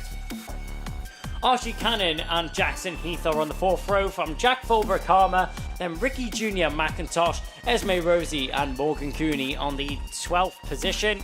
That's going to finish out the 6th row of the grid. The 7th row is then going to consist of Toby Turner, Shea Hilton, Harry Pennington, Jayan Parakash, and the 9th row of the grid. The final driver on the grid is going to be Adam Batt in 17th. And if you're new to the Honda Cadet class, all these drivers will not be taking a rolling start, which you'll be used to seeing here in the Ultimate Karting Championship. It's actually a standing start here for the Honda Cadets. How about you tell us a little bit about that, Kev? Yeah, so it's the only class, of course, that has the standing start there. We'll see them line up. And interestingly as well, 17 races in this one. I think it's the biggest Honda Cadet grid that we've seen this year, this season so far. So 17 races. So thanks to everyone who's come along and joined us for this round here at Three Sisters. It's going to be quite exciting. Getting a good start is absolutely key in Honda Cadet. They've got to keep their eyes on the start timing gantry there. When the lights go green for them, that is when they have to go. And if you get a poor start, if you don't time it right, it's very tricky to get these Honda Cadets up and running quickly, and you can drop back. We've seen it before with the likes of Ralphie Branscombe. I think in the last round didn't have the best of starts. Still went on though to get himself where he wanted to be at the top step of the podium, so well done to him. But yeah, getting a good start, really, really important. For the first time today then, we're going to see them line up from the standing start, Kai. All eyes on the start gantry, waiting for the signal to go. Well, it's all about reaction times here at the start of the Honda Cadet race. And these drivers, they may be young, but they are very used to this formation. At this point, all eyes will be focused on the starting gantry here from the Honda Cadets as they sit patiently on the grid, waiting for the lights to go on. You'll very shortly hear the revs rise from these Honda Cadets, and they will now go racing. It's a great start from the outside line there, as Ryan White using his experience to try and fend off and fight into the first corner. He's not able to do so though, as Riley Blakemore No worries at all as he manages to get himself into the first corner first and into the lead of the race. Look at Ralphie Branscombe. He's already managed to get himself up in a third position as the bright pink helmet is now circulating in third. Yeah, a really good start there from kart number 68, Riley Blakemore, joining us for the first time this season in the UKC. Or rather, I lied. No, he was with us, wasn't he, at round 2. But he's had a great weekend so far. He got himself first place in Heat 1 and a second place in Heat 2. Great to see Ryan White winning Heat 2 yesterday as well. So, of course, last year's champion. He is currently up to, where is he now? Ryan White, I think he's sitting in second at the moment. So lots to play for in this one then. Honda Cadet Super Heat this morning. Looking out in front, here we go then. So I can see, yeah, out in front it's Blakemore from White, from Branscombe then. That's your top 3 as it stands right now. Yeah, as the drivers are now circulating once again, we're having a look as they come through this race right now. Riley Branscombe doing a good job out in front to manage to hold on to that first position as they are now touring the circuit. Ryan White in second right now, trying to get himself into the lead of this race. He still has a lot of pressure in behind, though, from Ralphie Branscombe. Branscombe, the O-plate, he has a lot of experience in this class, and he's trying to get himself into one of those top 2 positions. Keep an eye on the number 15 of Marjoris Kovacic, as he's got a lot of pace underneath that car right now, trying to get involved in this battle. Fastest lap goes away of Ashton Horspool. Mistake out in front as riding the curb does Riley Blakemore, and that's really going to throw a spanner in the works as he looks like he's dropped down into second position. Yes, he has. Ryan White able to take advantage of the mistake that was made in front of him as he now gets himself into the lead of the race, does Ryan White, using the experience to his advantage as Riley Blakemore, a short-lived pace in the lead there, and just one mistake just shows how much of a difference it can make. Really throws a spanner in the works. Such a shame there for the 68. Yeah, 68, Riley Blakemore is the young man that just made the mistake and opened the door for Ryan White. Of course, last year's champion, Ryan White, and we've seen him leading many, many laps in Honda Cadet, and he's leading another one here then this year in 2024. Great to see him back out in front. He's a great young man and a great young driver, but it's all going on behind him, so he's going to have to work hard if he wants to stay there.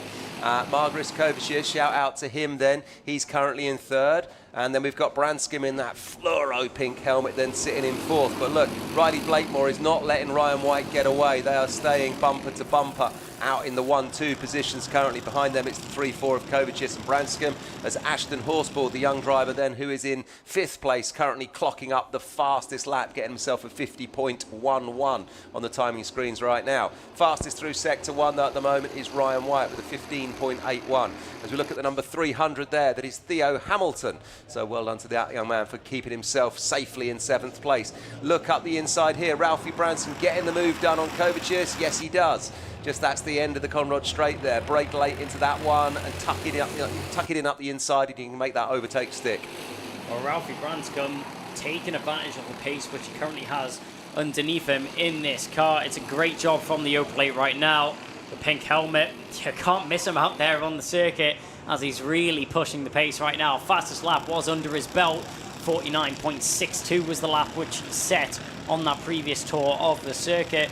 Just a couple of thousandths faster there, couple of hundredths faster than Ryan White out in front. So Branscombe has the pace to be fighting up the front end, but let's see if he's able to carry that on and manage to gain up a couple of positions in this race. He manages to get himself into third past Kovacic, as we're having a look at the number 300 of Theo Hamilton right now, who's all over the back of Ricky Jr. McIntosh.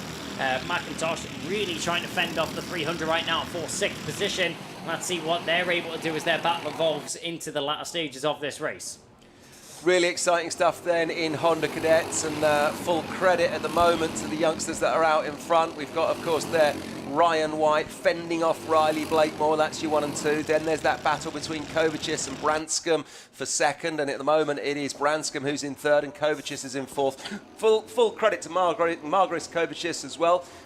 He's a novice racer, only started karting I think the back end of last year. It's his first full season in the championship, joining us for UKC in 2024, and he's currently sitting third in the championship overall.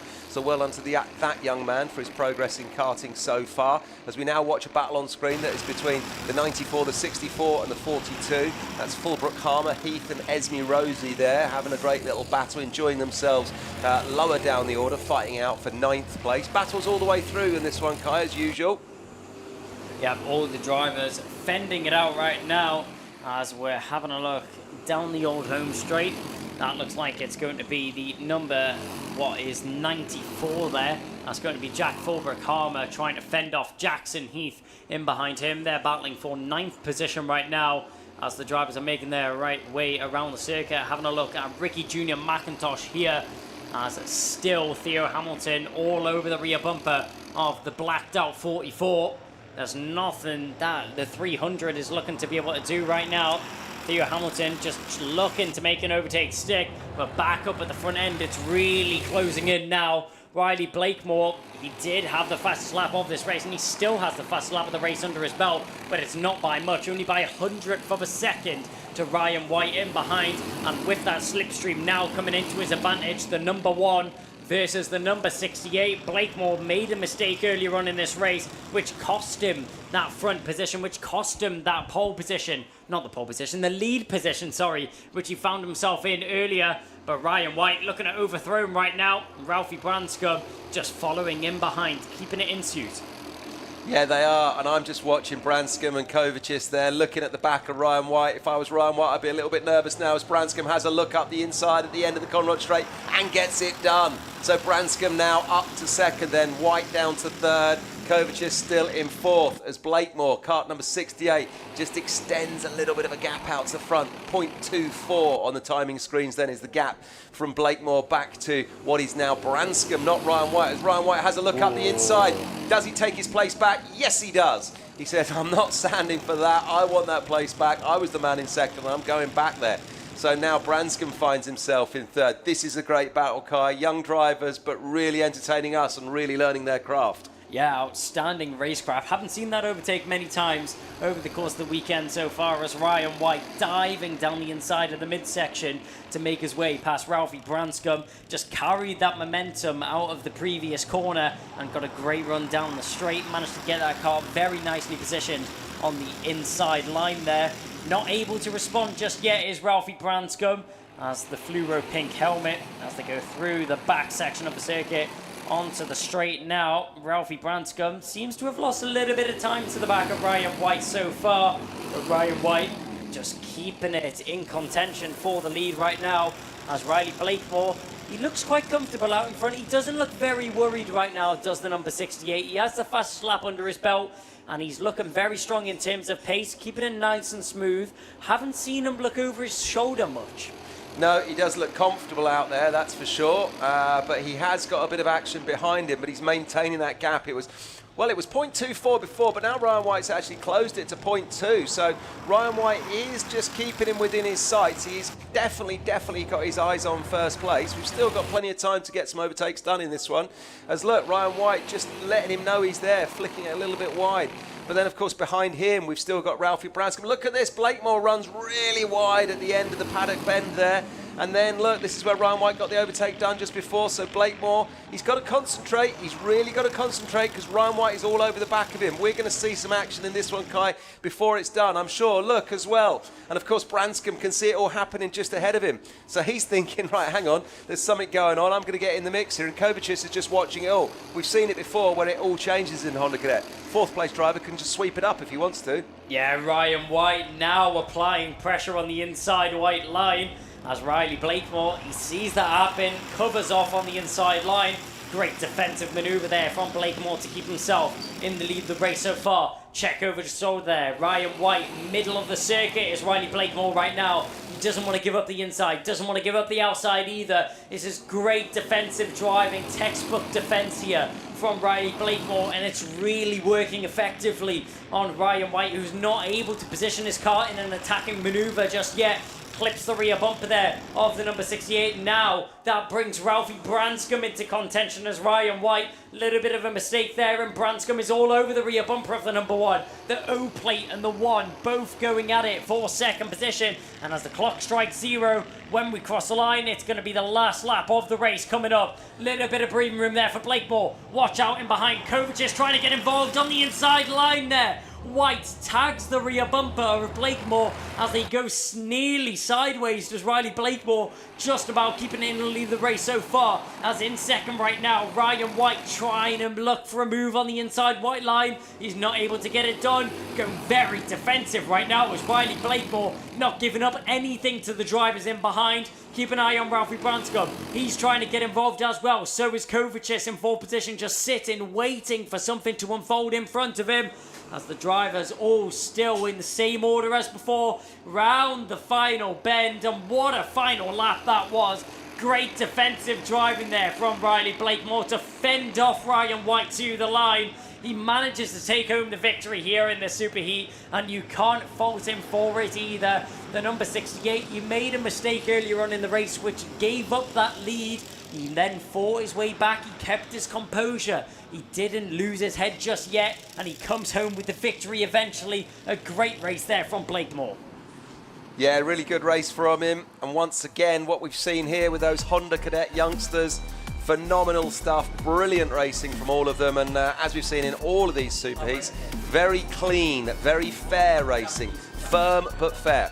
Graphics on screen then, Riley Blakemore taking the win, the number 68. In second place, Ryan White is first, so well done to him. Ralphie Branscombe brings it home in third on the O plate. Margaris Kovacis there, look, just 0.55 seconds behind in fourth. Theo Hamilton, the 300, gets himself fifth. Then we've got Ricky Jr. McIntosh, Archie Cannon, Ashton Horspool, Jack Fulbrook Harmer, Jackson Heath, Esme Rosie, Shay Hilton, Toby Turner, and Jayan Prakash rounding out the end of that one. 14 drivers finished. Well done to all of them. Yep, all the drivers finishing there on the grid. Great driving from all of them as well. Top 17 all finishing that race. That's what you love to see, to finish first. First you have to finish, as Kev mentioned just earlier on, and all the drivers crossing the finish line there, which will move on to the super final later on this evening and later on in this race. We're going to very swiftly take our attention off of the Honda Cadet GX200 and then move on to the next race, which is going to be up next, which is going to be Micromax Superheat.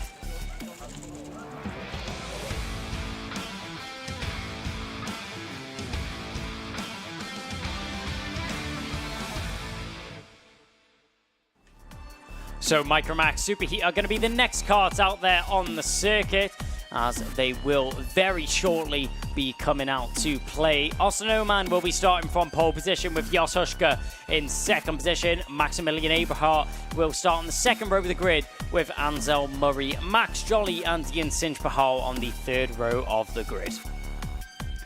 Fourth row is going to consist of Harry Radcliffe from Maria Roberto, then Alfie Garrett, Sebastian Crawford, Logan Stanley Jones and Harris Barber in 12th position.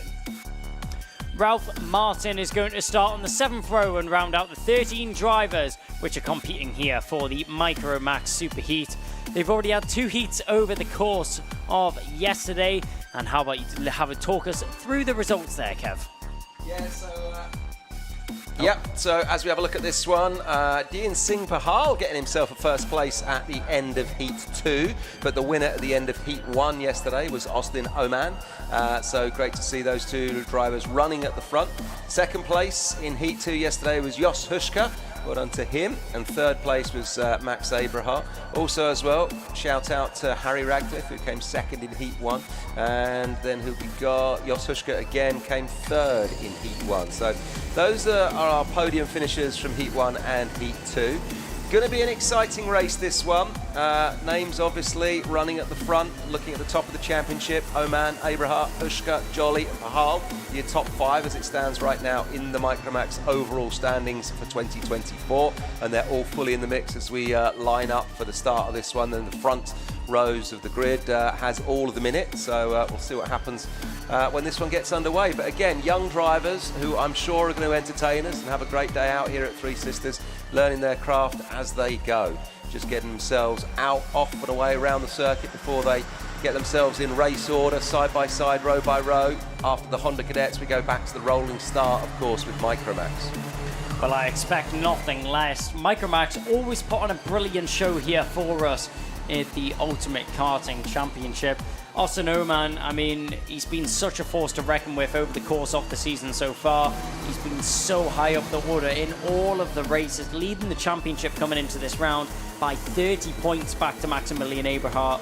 So a little bit of breathing room, a little bit of a gap, which Austin Oman has to fall back on if he has to. I'm sure he'll be looking to extend that lead if necessary, and in his favour as well, as the number 11 will round the final couple of corners. Great to see the camaraderie there between the drivers around the final corner. Little bit of a salute there to say, come on, let's have a good race there between the two drivers on the front row. It's going to be Oman and Hushka, which take it away from the front row of the grid. We go down the home straight. Do we go racing first time round? Yes, we do. A great start there from the inside line. Not so much from the outside, as Jos Hushka's going to have to go when one driver going round and back up. That car is going to be very much beach there on the gravel. That's Harry Radcliffe. Not the start he would have been hoping for at all. But Austin Oman, a great start from him, that outside line. Jos Hushka, he's going to have to fall back into third. Not what he would have been hoping for. No, not at all. It's the 61 of Max Eberhardt who now finds himself in second place. Then Jos Hushka was just looking across at his teammate Austin Oman as they went round the start process. So they gave themselves a little look at each other, a little wag of the finger to say, okay, let's go, let's get this done. But then I think Hushka was a little bit sleepy getting the hammer down as the lights went out on this one. And in the end, he finds himself in third. So it's Eberhardt then in second. Max Jolly, relatively new to karting, who we see on screen now, then number 14, putting himself into fourth place. In fact, I lie, he's gone straight into third. That was fourth to third. So Max Jolly with the early overtake, now sitting in third there. Look at he is on that Carlos Sainz chassis there from Hunter Motorsport. Well done to him. Sam Pollitt Racing's number 55. Jos Hushka then just behind him there, now finds himself in fourth. Look, tries to take the place back straight away and does. So well done to him. Back up to third then. Max Jolly's going to think, hang on, what happened there? I was there, that was my place. He's now going to have to do it all over again. Yep, great move there from Hushka to get that position back and get himself into fighting contention back past the number 14 of Max Jolly. So Hushka regains that third position. Keep an eye on Ansel Murray as he's following in behind. 96 on the helmet, 99 on the cars. Interesting one there. Wasn't expecting to see that, but down the inside, wasn't expecting to see this so early either. Maximilian Eberhardt on the inside, first and second in the championship. But Maximilian Eberhardt may be second in the championship, but he's first on the road right now. Austin Oman will drop down into second momentarily. I wouldn't be surprised if we see these two drivers battling it out throughout the whole of this race and switching positions between the two of them. Austin Oman doing a great job in second right now to fend off Jos Hushka. Hushka really pushing the rear bumper of the 11 right now as he looks over his shoulder. He sees he has a little bit of breathing room back to Max Jolly in fourth position in behind him. They round the final corner and down the home straight. Will anybody make a move into the first corner there? As we expected in this one, Kai, then it's all of the front runners from the championship as Oman looks up the inside of Eberhardt and he's taking Hushka with him. Wow, how about that? Two Sam Pollitt racers overtaking the RCE in one move. The Sam Pollitt Racing machine then doing the business as Oman wags his finger now, just sending him down the road. Hushka locks onto the rear bumper of him there. But Eberhardt, of course, he is now just going to be looking at those two and thinking, okay, I'm not going to let you go. I've made a little error, but I'm not letting you go, and I'm hanging on. And then behind him, of course, we've got the number 99 of Ansel Murray and then Max Jolly. And what I was going to say before all of that, Kai, was it's great to see the front runners in the championship are also the front runners in the race, as we would expect. Yeah, it's been great racing up at the front end. Austin Oman switching positions back again with Jos Hushka. Hushka actually losing out on two positions. It was up at the front end. It was Maximilian Eberhardt losing out on two positions, but he's looking to get one of them back already. Down the inside, will he be able to get it done? No, he can't. Great defense there from Jos Hushka as he slams the door shut in his face as Jos Hushka is not giving Maximilian Eberhardt the light of day on the inside line. Tries it again, cheeky there from Eberhardt. He's not wasting any time at all in third position. He wants to get straight back into that second position, which he feels is rightfully his. But great job there from Hushka to manage to keep himself in second right now. Austin Oman, I'm sure he'll be sat there in first position saying, You guys get on with it. You guys start battling. I just want to drive away. I don't want any worries or any involvement in your battling, which is going on out in front. He's got his eyes locked firmly on the road ahead of him. And, of course, don't forget that man, the number 11 kart, Sam Pollitt Racing, Austin Oman, won last time out at the last round. But look at this, up the inside. Wow, what's gone on? From what? From 4th to 1st for Max Abrahart, kart 61, getting it done. Wow, wow, wow. There we are, just giving credit to the drivers that are out in front, and suddenly it's all changed. It's number 11. Oman gets it back. Oh, boy, this is good. Well, I can tell you, Austin Oman doesn't like being in any other position other than P1. Austin Oman straight back on that inside line, gets the move done on Maximilian Abrahart once again. Abrahart trying to fight up at the front end, trying to keep in contention. Maybe he's going to have to wait until a little bit later when there's less time on the clock to get himself in the lead of the race. Keep an eye on Dian Sinch-Pahal, though. He finds himself in 3rd right now as he managed to get past Jos Hushka. He also has the fastest lap under his belt. So let's keep an eye on Dian Sinch-Pahal to see what he's able to do. One driver which is going to do something. 2 drivers which are going to do something. On the inside line, Abrahart and Singh-Pahal are going to get that move done on Austin Oman out in front. Dian Singh-Pahal, great job from him. He doesn't have the fastest lap anymore, but he finds himself in 2nd position. Dian Singh-Pahal, hats off to you, fighting his way through the order and not giving up at all. No, well done to him. And of course, don't forget, we saw him on the podium at the last round at Warden Law in 2nd place. So he started to find form in the second half of this UKC season. So well done, young man. That's the kart number 23. Of course, the RCE driver. Out in front of him, though, is his teammate. That's Max Abrahart there, the 61. And behind them, it's the number 11 of Austin Oman, our winner from last time, of course, Sam Pollitt Racing driver. So it is all going on. And then it's the number 99 on kart, 96 on helmet. That is Ansel Murray, who's currently in 4th place then. Jos Hushka and Max Jolly just rounding out. Oh, as Hushka clips the curb and finds himself backwards on the road. It all went wrong for him in the flash of an eye there, Kai.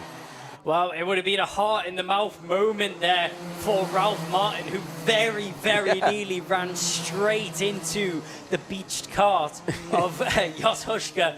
Very close for comfort there between those drivers. Luckily, doesn't collect anyone after going round there on the curb. That's so unlucky there from Jos Hushka. Just clipped the curb, didn't he? Yeah, just beached that rear wheel on the curb and rotates the car. Nothing he could have done about that one.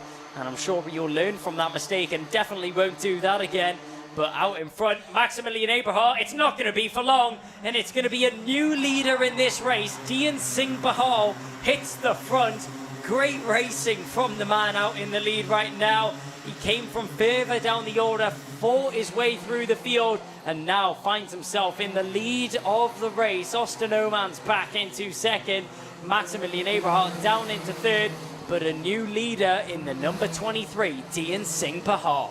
Full credit to that young man. Brilliant to see him pushing at the front and brilliant to see out in front. Commentating number 23 then. Dian Singh-Pahal, there he is, leading the race, getting some clear air to the man that's behind him. That's Austin Oman there, number 11 from Sam Pollitt Racing. And then behind him, of course, Max Abrahart, number 61. And then there's the 99 of Ansel Murray. So our front 4 are really entertaining us this morning here at Three Sisters.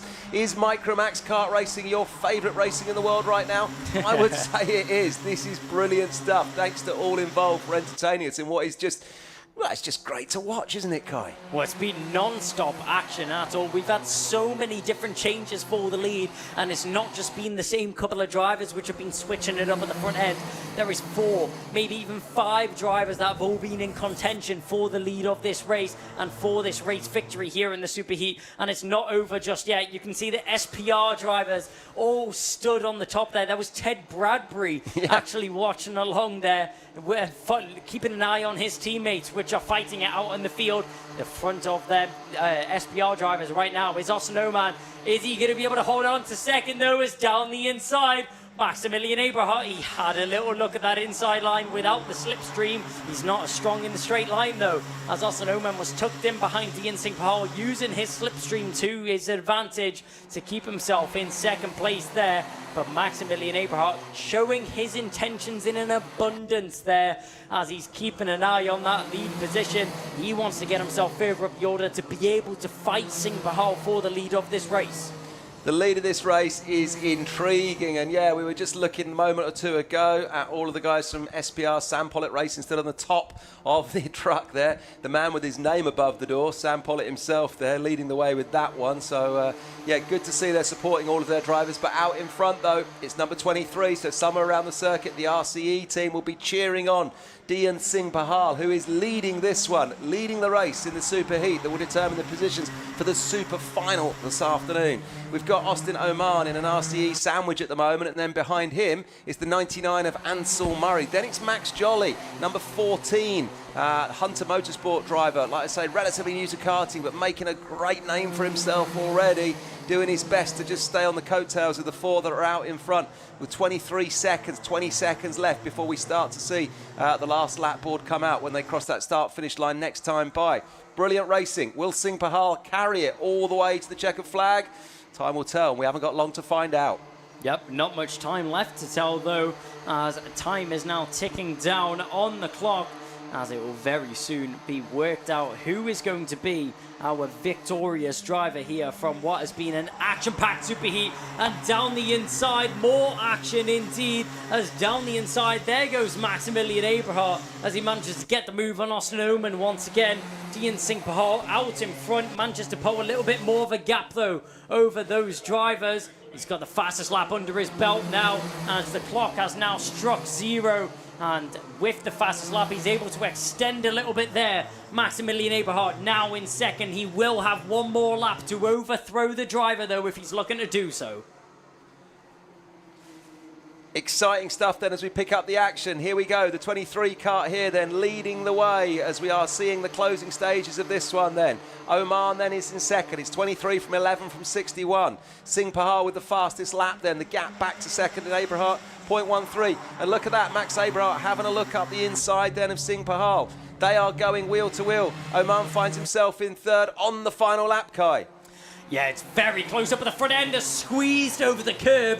Very lucky to keep it in a straight line there is Maximilian Eberhardt as he looks left, looks right, darting to the inside line. There goes Oman. He's going to go on the attack now as he's going to look for second position. They go side by side through the midsection. Great racing here between the two of them as they are going wheel to wheel, quite literally on the inside line. Maximilian Eberhardt, he's going to have to go defensive on the long way round. It's going to switch to the inside line. Austin Oman, is he going to get there? Yes, he is. Trying to follow through. Ansel Murray, there's going to go be a photo finish between these two. Who's going to get it? It's going to be Eberhardt by just going to be 0.03 of a second, which separates the two drivers to the line.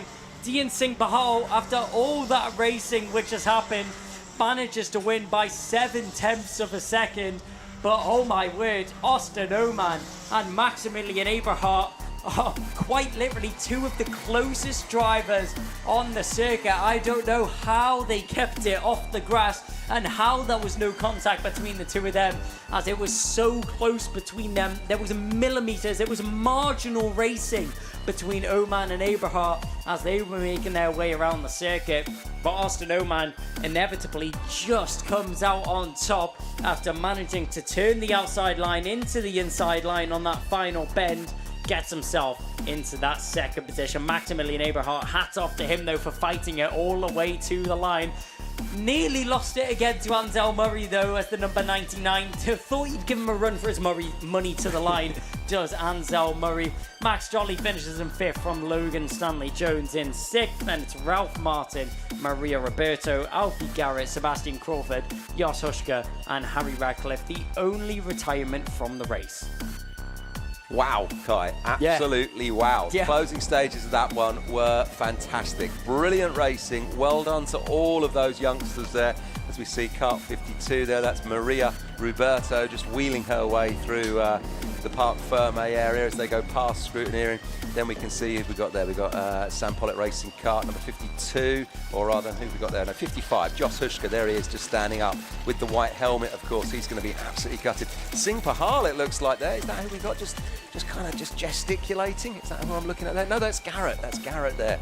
Of course, Alfie Garrett just shrugging his shoulders as these youngsters see their dads and their mechanics and try and get their head back in the game, working out what's going on. Look at that. Brilliant to see. Brilliant to see. They've learned a lot.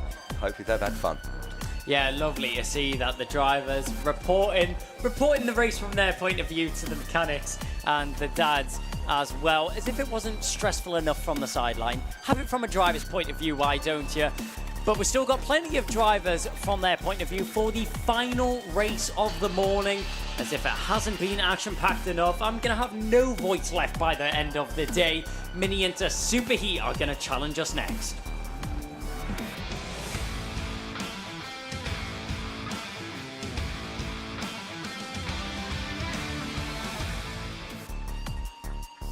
Mini Inter are going to be the next class to go out onto the circuit and put on display their trials and tribulations. Hasan Khan is going to start from pole position with Miles Burton alongside him from Emerson McAndrew-Urin, Alex Goodson, Louis Radcliffe and Joshua Griffin alongside him in 6th. 4th row of the grid is going to be Zach Starbuck and JJ Lowe from Ollie Thompson, Daniel Minto, Riley Muro and Thomas Potter in 12th. 7th row of the grid consists of Blair Smith from Thomas Jackson, Drew Davidson, Zach Jennings, Loman Wilcox and Charlie Stapleton in 18th. 10th row of the grid is going to be David Hiorns, then Hakeem Bat and Mohammed Hassan Munir, rounding out the 11th row of the grid in 21st. 21 drivers are going to go to battle here on the Three Sisters circuit, just a stone throw away from Manchester. It's very easy to access this location, and that's why it provides such brilliant action. Yeah, it absolutely does. If you look at the 07 there, is that 07 we're looking at there? Yeah, Hunter Motorsport, Hasan Khan, there he is.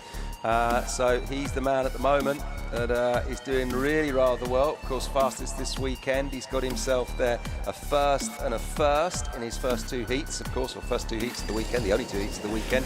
So all eyes are on him. I was chatting to him yesterday, and that Hunter Motorsport team doing a great job for him.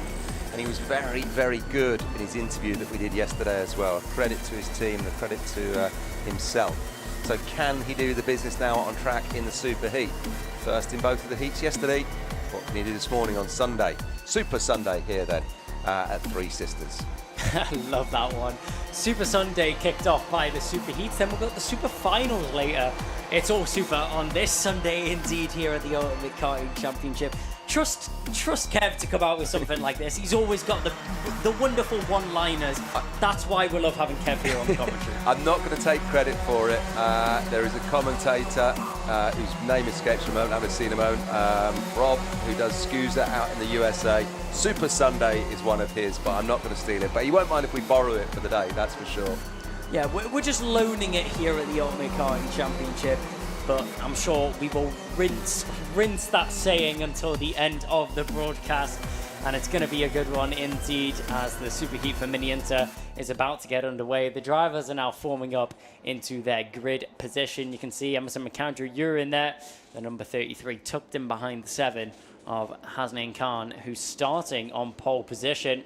Hasan Khan looks half asleep in the kart there. I'm sure he's just resting himself as he'll have a very stressful 10 minutes ahead of him as he rounds the final corner. He's about to go down the home straight. Who's going to get the better jump? Will it be the inside? Will it be the outside line?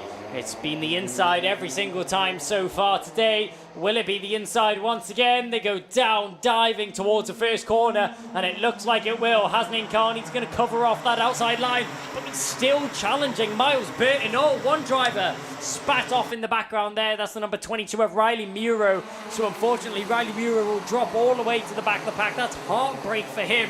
But a great start from that outside line means that it's still in contention. Is Miles Burton. He initially got the best jump across the line, but he's going to have to settle for second position for the time being, as he's going to have to challenge Hasan Khan out in front. Yeah, he is. Really exciting stuff in the opening stages of this one there. Mini Inter is what we're talking about. Got a really clean race suit as Hasan Khan. By the end of this one, though, I'm sure he's going to have worked hard in it, whether it will stay flashing and white as it is right now. Miles Burton's going to really put the pressure on him, though, as we can see here, number 43. And then behind him, Emerson McAndrew-Urin, of course, their Dan Holland racing driver at this point in time, leading the championship. With 418 points to Riley Muro's 375. Anyway, Khan, Burton, McAndrew, and then Alex Goodson in 4th and Louis Radcliffe in 5th. as we are into the opening stages of what will be an intriguing super heat here then. Final one before we have the lunch break, and then the super finals this afternoon. And I'll be leaving you, Kai, at that point to call it on your own, because I'll just nip off to the winners' enclosure at scrutineering. Hopefully grab a word with the youngsters that come home in the 1, 2, 3. As we look at number 5 there, here we got Josh Griffin all over the back of what looks like Louis Radcliffe, is it? Bit of action going on here in the mid-pack, soaring the wheel left and right between the 82, the 5 and the 28 here, or the 26.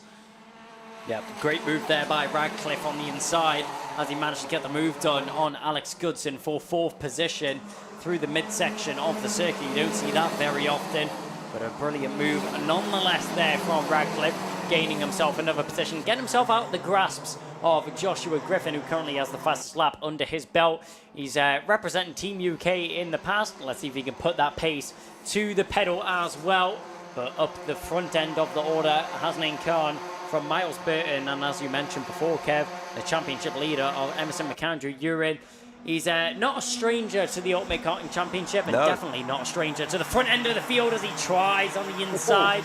Tap the rear bumper there of Miles Burton. They both got a little bit sideways there, both losing quite a bit of momentum there, meaning that Hasnain Khan is able to extend his gap and get a lot more breathing room, a bit of a cushion to fall back on.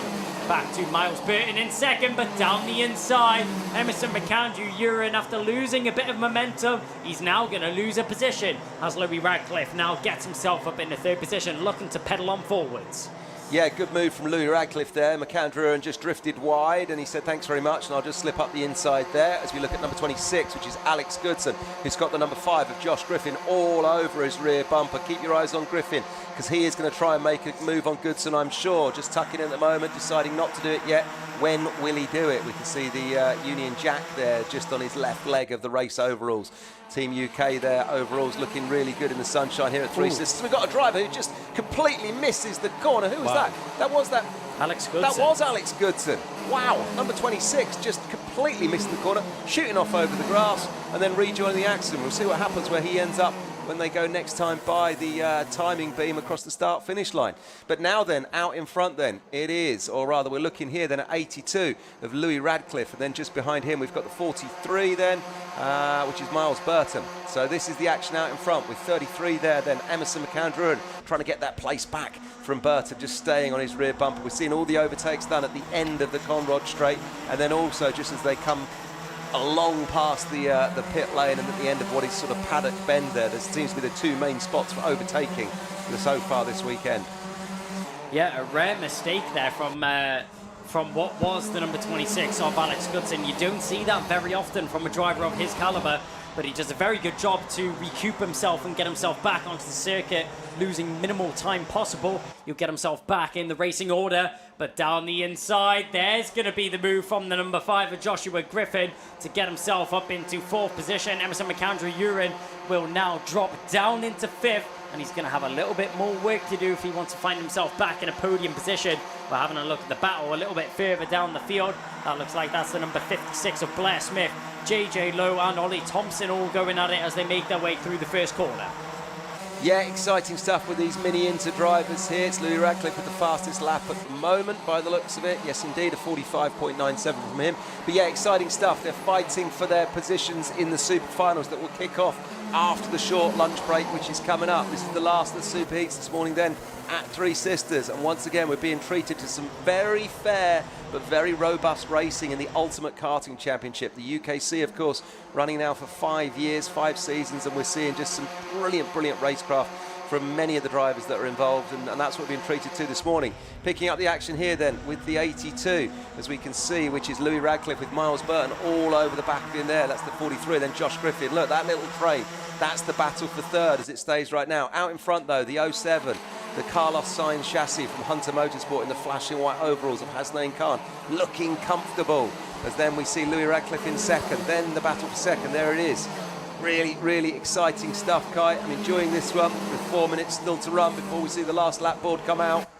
Yep, still just under half of this race remaining and plenty of action to still unfold on this circuit as we're keeping an eye there on the number 82 of Louis Radcliffe as he's just trying to fend off that 2nd position. He has a lot of pressure behind. One driver that has even more pressure is the number 5 Joshua Griffin. He's going to have to go defensive, sorry, is Miles Burton, as Griffin's on the inside, not able to get it done that time round. He got himself on that inside line, just wasn't able to carry enough momentum to get himself past the number 43 of Miles Burton there. Louis Radcliffe now able to extend a bit of breathing room into the midsection, dives to the inside. Last of the late breakers there was Joshua Griffin, as he now finds himself in a podium position of this superheat and gets himself into third, does Joshua Griffin. Yeah, well played to Josh Griffin there. He was lining up an overtake from a few corners back, and it's, of course, Miles Burton who's come off worse out of that one, as we pick up the action on screen there with a nice shot of number 33 of Emerson McAndrew-Uren, who now finds himself in 5th, staying in 5th. Fastest lap also to Josh Griffin, so he's obviously got the hammer down. His eyes now firmly fixed on Louis Radcliffe, that's the number 82, who is in 2nd place at the moment. And then the gap further ahead and off and away down the road to the man in first. He's over half a second. Hasnain Khan is leading, 0.7 in the lead then at the moment. As we pick up the action mid-pack, look, 2, 4, 6 drivers scrapping out here, then passing the paddock bend, or the paddock straight, going into the paddock bend. Who have we got in this one? Moving so fast I can't quite see him, but at the back of that group it's number 22. I did just see that. That's Riley Muro. So he's at the back of that chase group there with the zip cart leading. It's the number 188 of Zach Starbuck. So great to see him in the mix of this one. Yeah, the top 10 only separated by 6.3 seconds. But Joshua Griffin, fastest man out there on the circuit right now. He's currently in 3rd position. We've been keeping an eye on him carving his way through the field, as he's now arrived onto the back of 2nd place sitter of Louis Radcliffe. They go down the old home straight. A little bit wide there from one driver in the background. He did it a couple of laps ago and he'll do it again. A bit of an unorthodox place forward overtake, but he's loving it, is Joshua Griffin, as he gets on the inside line once again to get himself in a 2nd position now. And Hasnain Khan, he may have been feeling safe out in the front as the time was now dwindling down and he had a little bit of breathing room, but was the fastest man on the circuit now into 2nd place. I wouldn't count your chickens just yet. That was a brilliant move from Josh Griffin, because he got the overtake done, then he positioned himself just in front of Louis Radcliffe. So Radcliffe really couldn't, make a counter move into the next corner. So well played to Josh Griffin, getting the overtake done, then positioning the car, and then just kind of holding his line. And he must have been gripping that steering wheel so firmly and thinking, I've made that overtake stick and you're not coming back at me. So now Radcliffe then is looking at the back of Josh Griffin. He's got that place to make up, the Sam Pollitt Racing driver. As we're picking up the action here with this lead group, then Zach Starbuck, the 188 of Zipcart, leading the likes of JJ Lowe, Blair Smith, Drew Davidson and Ollie Thompson. And they're all fighting it out for what is 9th place at the moment. Look at the battle for 9th, Kai. This is phenomenal. Yeah, I mean, battles all the way through the field right now as we're keeping an eye on the 48. JJ Lowe in the middle of this one. It's all kicking off. That was the 22 trying to go for a move in the background, just in behind them as they go down the home straight once again. Into the first corner on the inside. Tries to get it done, does the number 56. Blair Smith tried to make that move on JJ Lowe. JJ Lowe was having none of it. None of it, but well done to Blair Smith of Lenny Messenger Motorsport, LMM, treating their drivers well and teaching them how to do it. As a young man who's really coming through the ranks, and he's loving his day out, as we've got another driver behind Blair running wide and losing places. I didn't quite see who that was, Kai, I'm not sure, but he's really, really exciting in this mid-pack action. Yeah, one driver got a little bit of a tap in behind there from the 22 of Riley Muro. I think it may have been Ollie Thompson, unfortunately. Yeah. Looks like the number 18 just drifting wide after a little bit of a tap there on the rear bumper from Riley Muro. Ollie Thompson, yeah, drifting down in behind the 22. Drew Davidson now down in 14th. 13th is now the place of Ollie Thompson. As we go down the back straight into the rib cruncher section, down the hill we go. We're keeping an eye on this battle. Never mind what's going on at the front end, because it's all kicking off in the mid-pack. Who needs the front drivers when we've got all of these lot? As JJ Lowe once again still in the middle of this sandwich. Zach Starbuck out in front of this pack, currently in 9th position, doing a great job at fending off all these drivers in behind him. But the Thule Motorsport car of the number 48, JJ Lowe, just looking for an opportunity which arises.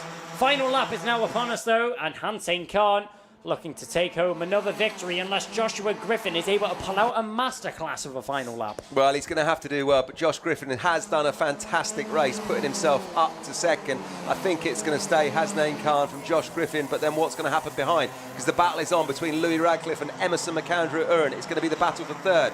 Here we are, look, the 82 with the 33 all over the rear bumper. Sam Pollitt Racing fending off Dan Holland Racing.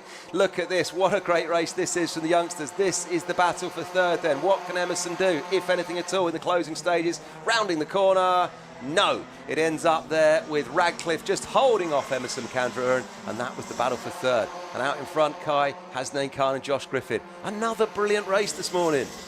Yeah, no races have disappointed so far. It's been action-packed all morning, and this is just a taster of what we have later on. Hasnain Khan will come home with the victory, though. He took it from pole position, and he'll take home the victory as well in the superheat. Sets him up nicely for later on this afternoon. Joshua Griffin comes home in second position from Louis Radcliffe, Emerson McAndrew-Uren, Daniel Minto, Miles Burton, Alex Goodson, Thomas Potter, JJ Lowe, Riley Muro, Zach Starbuck in 11th position.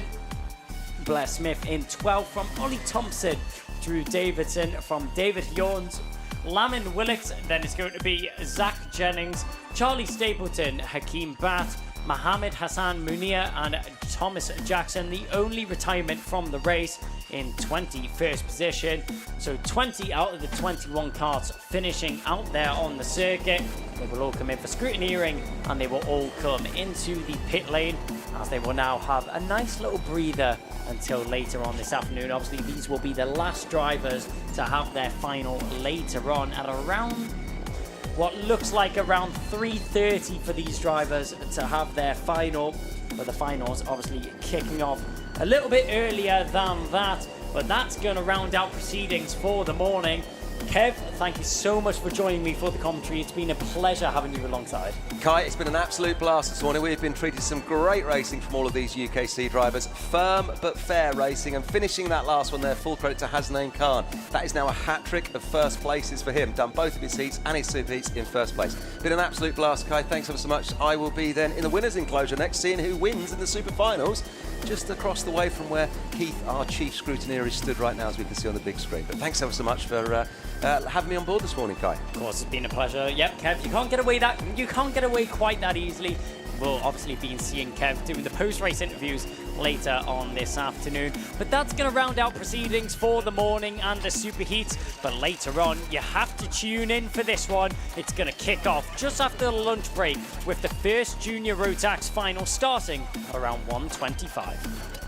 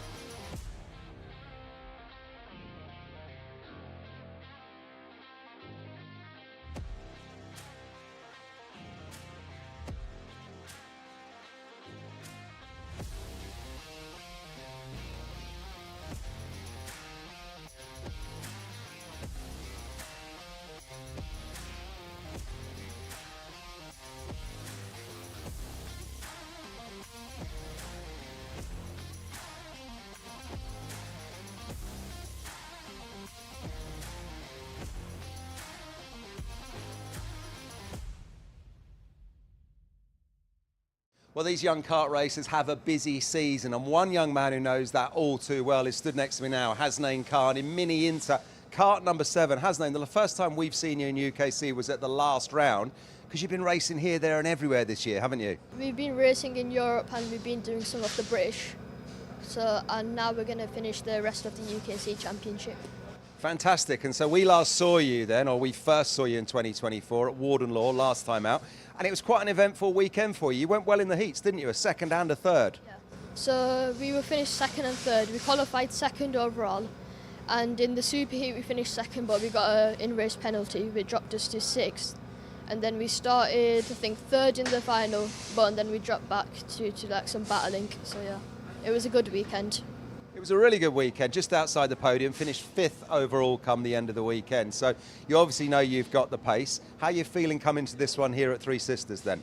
Really confident, as we've been first in every practice yesterday, so we're really good with our pace, yeah. And is this a circuit that you know well? Have you raced here much before? Yeah, it's not really open that often, so, but I live like an hour away, so it's one of my local tracks, so yeah. So you could call this your home circuit. You might have home advantage? Yeah. And just talk to me a little about the team as well. We're under the Hunter Motorsport awning, and you've been with these guys for a little while now? Yeah, it's been over a year now, and it's really good, as I got Kai and Reese, as they help me with the driving, as they used to drive, but Kai still drives. He's racing today as well, so yeah. So you've got Kai and Reese looking after you. What are some of the bits of advice maybe that they would give you? What sort of things do they say to you as a young driver? Just keep calm and just be smooth. Keep calm and be smooth, I like it. And if you do that this weekend, what are you hoping to achieve come Sunday night? What are you aiming for? Win and get a podium. Hasnain, very best of luck and thanks for talking to us. Okay.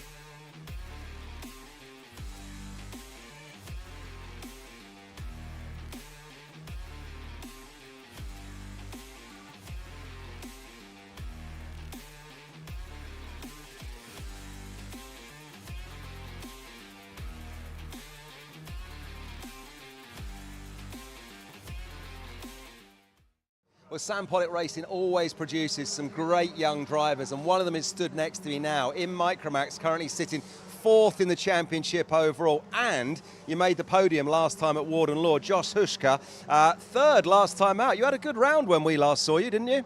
I mean, yeah, should have been second. Didn't really know it was last lap, so a few mistakes there.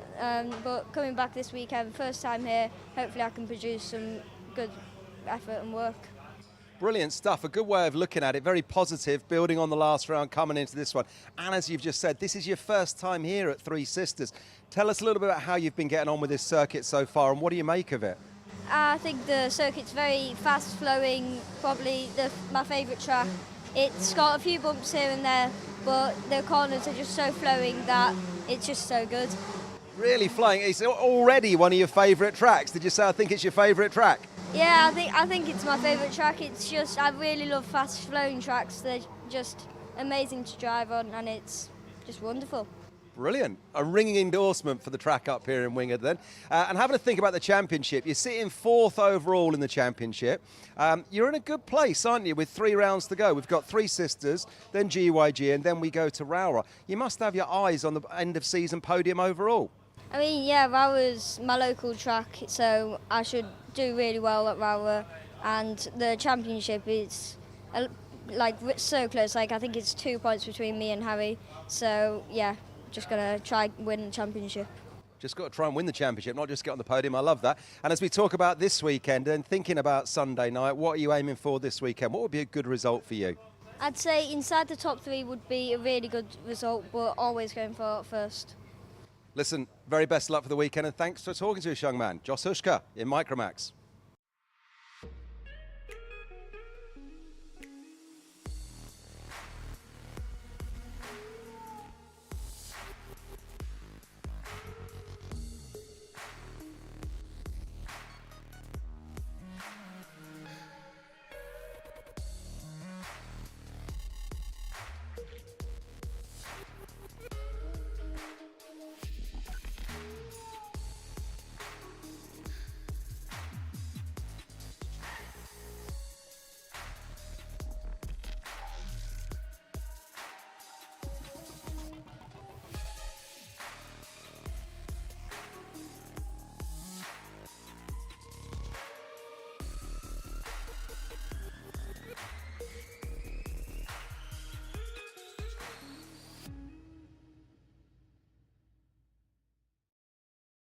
Well, one of the most hotly contested classes is junior Rotax. Often the grids in this one are in excess of 70 drivers. But one man that did really well last time out, qualifying on pole, Zane Quecker. Zane, you had a great round, didn't you, last time when we were at Warden Law? Yeah, managed to get the best of it on that track. We were struggling for the past few years. But on that one, we just went out on our own and just managed to put it on pole overall. Yeah, really well done, and I understand that some of that success is to do with the awning that you're now under. You've been part of the Ultimate R team for the last 4 months, and it's going well, is it? Yeah, it's going good. They've helped me out with the setup and everything, so that's made me gone quicker overall. So there's quite a difference when you come from being like a younger driver on your own to then joining a team. You notice the difference almost straight away, do you? Yeah, a lot, because they just go quicker as you like go further into the team a lot more. So. Why do you think that is? What's happening under the team awning that perhaps doesn't happen when you're, a one-man band? So we go into the awning and then you get given data, helping you out helping out in the lines that you need to improve on, and yeah, it just needs to get better and better, and yeah. And I guess I imagine under a team awning, like you say, the data, there's lots of drivers all trying lots of different setups, so you haven't got to spend lots of time on your own trying different setups. Yeah, everyone tries different things, and the best one out of all of them just goes with that. So. Looking ahead to this weekend then, we're here at Three Sisters, and you know this track well. Yeah, it's my local track, like 20 minutes away from here, but we know the lines a lot. I'm probably mainly I might be quick around here. Hopefully I can put it on the top step. Yeah, well, best of luck for that. You get a lot of support as well, don't you, with your karting? It wouldn't be possible without sponsors. I think you know all too well just how important sponsors are. Yeah, so O'Grady Electrical helps us out, gave us a sticker kit for free, helped us out, motivated me a lot, and they're going to be here this weekend, so I'm hoping to get good results for them. Brilliant. Well, hopefully you will get some good results. Come Sunday night, what are you aiming for? What is going to be a good result for you this weekend? I'm hoping on Sunday a top 10. Top 10. Top 10. Listen, Zane, very best of luck. Thanks for talking to us and go well. Yeah, thank you.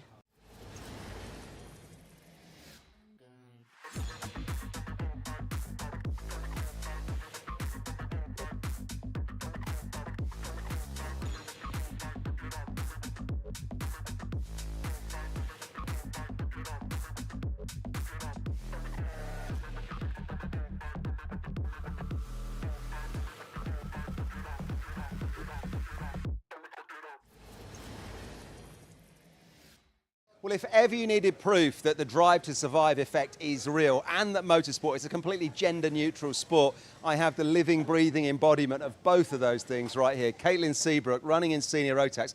Caitlin, thanks for taking time to chat to us today. Just tell us about your story and how you got into motorsport. Why are you in karting? So I started watching Drive to Survive on Netflix, and it was watching that really got me into motorsport. And I said to my dad, who's not no one in my family has raced, so it's totally new to us.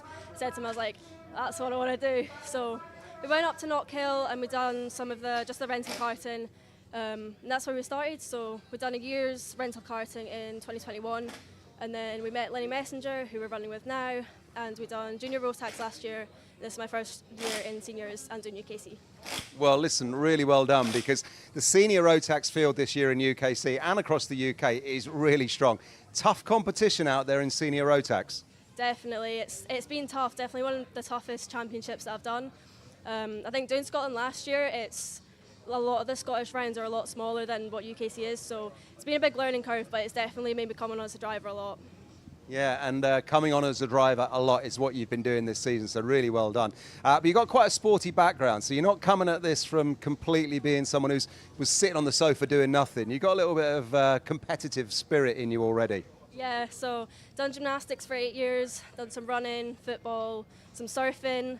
No, but I've always been very sporty, and I think definitely from gymnastics it's given you that kind of agility and kind of just niche strength that you need for the sport. My sponsor is Synergy Group Fitness. They've been with me along the way. They trained me when I was a gymnast, and now they're training me as a racing driver, so a massive thank you to them, because I think strength is such a big part in motorsport and it's definitely something you need. Yeah, it really is. People don't realise that when you're out in those heats and those superfinals, they're 14 minutes long, some of those races. You come in absolutely broken, don't you? There's a lot going on when you're in the car. But also as well, you've been learning, your dad's been learning as well, hasn't he? Because he's had to get on the spanners and understand how to make one of these things tick.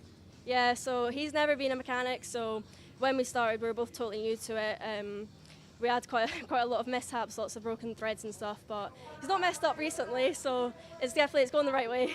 You're under a good awning though. Lenny Messenger's looking after you, isn't he? Yeah, it's been really good with Lenny Mestre, and he lives 15 minutes away from us, so it's really handy just to take the car over to him and get everything checked, and he's been a big help in our journey. Listen, really well done. What is going to be a good result for you come the end of the weekend? What are you aiming for this weekend? I'd really like a top 10. So I was 11th in the practice before, so that's given me hope for a top 10. I've not finished a final here just because it's just been unlucky and unfortunate, but I think finishing would be a good start, but top 10 would really top it off. Caitlin, best luck for the weekend and thanks for talking to us. Thank you.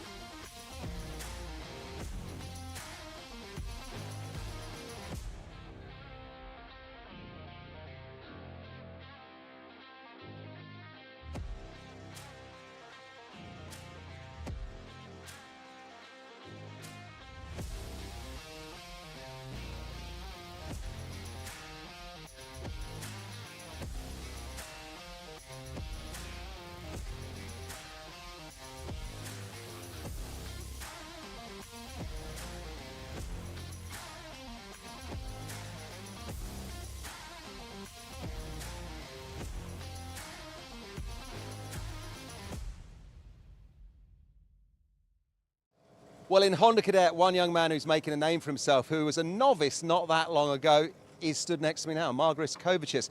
Third in the championship overall in UKC, fourth in the British Championship overall, and you are relatively new to all this karting, aren't you? Yeah, it's only been, my first season and it's getting along pretty good, so. I'd say you're getting on really well, young man. Talk to me about the last round with us at the UKC. We were at Warden Law and the heats were going well. You finished, I think, second, and a second in the super heat, but what happened in the final? Didn't really go our way, bit of a bump and then just messed with the car a bit and then obviously dropped down a few positions and then, flipped it. Just flipped it, he says casually. Actually, because people who don't understand karting wouldn't think these things go over, but sometimes they do go fully over. Yeah. And what happened? What's it like when that happens when you're a racer and you know that's going to happen? When you're upside down, you're just wondering what's going on. Is my kart okay? Is my kit okay? More importantly, were you okay? Yeah, I was fine. Good stuff. Now listen, here we are then at Three Sisters. It's round 4 of our championship. You're in a good position, third in the championship overall. How is it going so far this weekend? I'd say this weekend is going pretty well. I've improved my PB sometimes. We're just testing new things out, new setups and all that. And you got your dad on the spanners as usual. How's he getting on? I'd say he's getting on pretty well. Brilliant. What's the key to doing well around Three Sisters, do you think? What have you learned already from the couple of practice sessions that you've had? I think the main thing about Three Sisters is trying to keep your speed up, just trying to be as quick as you can because it's a really top speed track here. All the corners are really fast paced, so you just got to go as quick as you can really. Yeah. Brilliant. And you need to get a toe. A lot of the other drivers are saying on that long back straight, you need to tuck in behind somebody. Yeah, when you tuck in behind somebody, we've been talking and you can gain like 3 to 5 tenths. It's absolutely crazy around here. Listen, Margaret, it's been great talking to you. Very best of luck for the weekend. Just quickly tell me, come Sunday night when we're doing the podiums and I announce the winners, what do you hope will be? What's going to be a good result for you this weekend? Hopefully a win, but top 3 would be very nice for the championship. Very best of luck. Go well this weekend and thanks for talking to us. Thank you.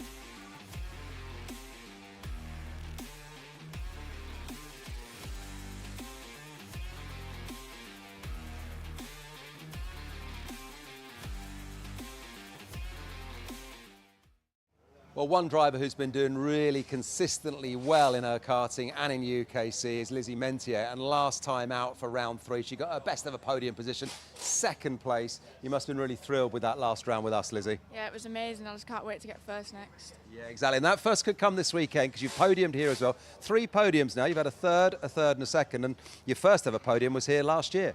Yeah, it was tough. We managed to slip on the podium though, so hoping I can do the same this year. And Junior Rotax is a really tough class. Doesn't matter who you are or where you've come from, you have to fight for every win, every position, don't you? Yeah, it's one of the toughest grids I've raced. So. And alongside your UKC results, things are going well for you within motorsport generally. Tell us about the logo that's on your T-shirt right now. It's the Alpine Racer programme. It's basically the Alpine have a programme for girls on the other side of the Formula One. And they've been looking for girls for the past year and a bit now that they can see potential in to get as far as possible. And they support me and back me all the way in when I'm trying to get to F1. And they're just pushing me, and the amount of support they're putting is unreal. It's great to be in, and I love every bit of it. And it's also getting my name out there for obviously people knowing me more.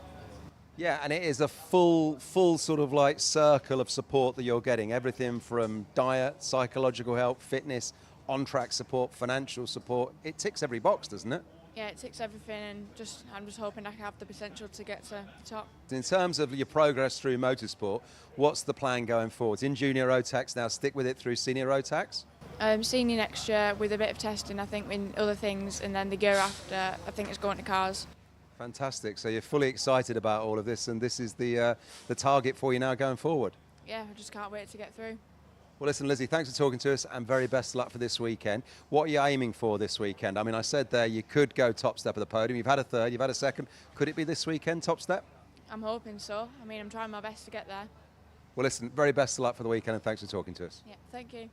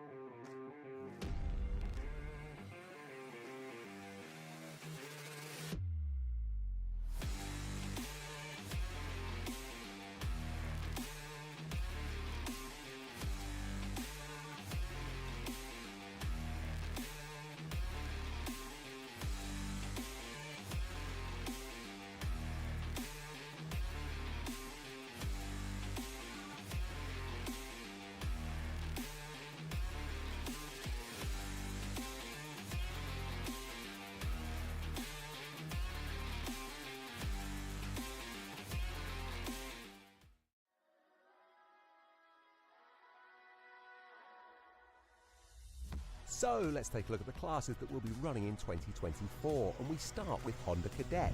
Now these drivers are just 8 to 13 years of age, and they're running that Honda GX200 engine on a 900 or 950mm chassis. Vega supply the rubber that will keep them on the tarmac, and they have a choice of the Cadet Slick or the WM1 for when it's wet. Next up, it's Micromax, also younger drivers here, aged 8 to 12 years, but now running that 125cc Micromax Evo engine on a 950mm chassis. Vega supplying the rubber once again, and it's the Cadet Slicks or the WM1 wets. Then we move up to Mini Inter, and now the drivers are 10 to 13 years of age, running a 125cc Minimax Evo engine on a 950mm chassis. But Mojo now supply the rubber, C2 in the dry and CW in the wet. Junior Rotax are next, and now things start to get a little bit serious. 12 to 16-year-olds here running that 125cc Junior Max Evo engine. Mojo supplying the rubber D2 and W5, and we're expecting a huge number of entries in this class, and it's going to be really competitive. Following on from Junior Rotax, and we have Senior Rotax, open to drivers over the age of 15, running that full 125cc Senior Max Evo engine with Mojo supplying the rubber. Win a championship in Senior Rotax and you're well on your way, climbing the ladder of professional motorsport. And new to UKC for 2024 are TKM Extreme, open to drivers over the age of 15, and they'll be running that tag TKM BT82 Extreme engine. 115ccs at their disposal, and they'll be laying down the power onto the tarmac through Maxxis rubber.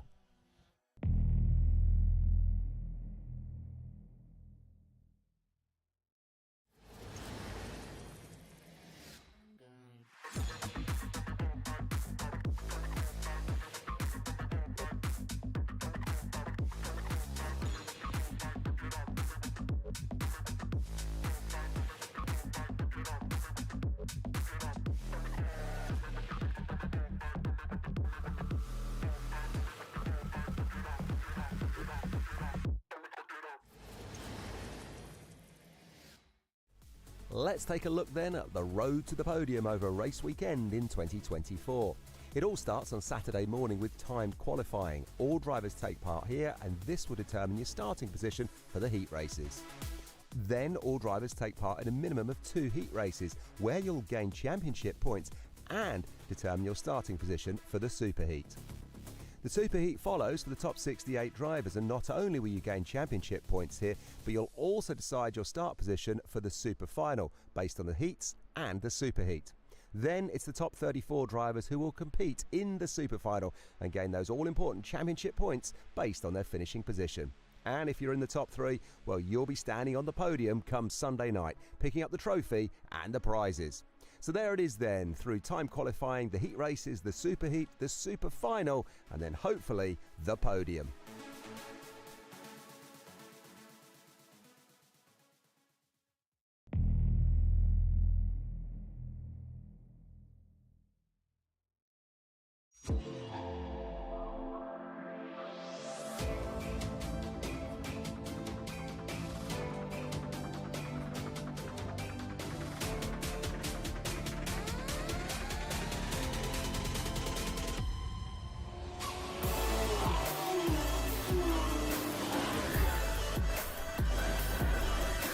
Side by side, who's going to be the bigger man? Oh, big off! Straight in the gravel trap, both cars out. Is it going to work for Sean? He slides up the inside, it's getting very close, he's not made it. Have you ever seen a championship decided like that?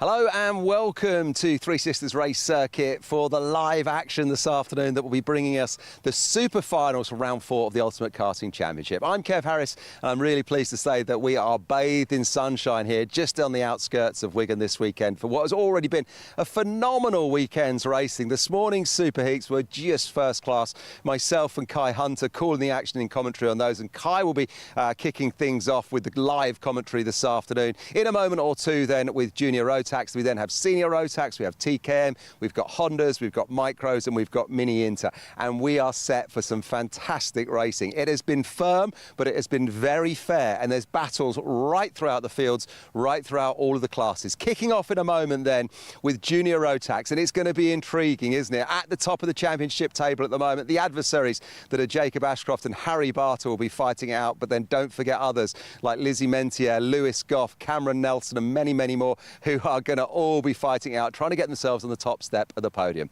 There's lots to drive for, lots to play for, and it's going to be great. So let's get underway.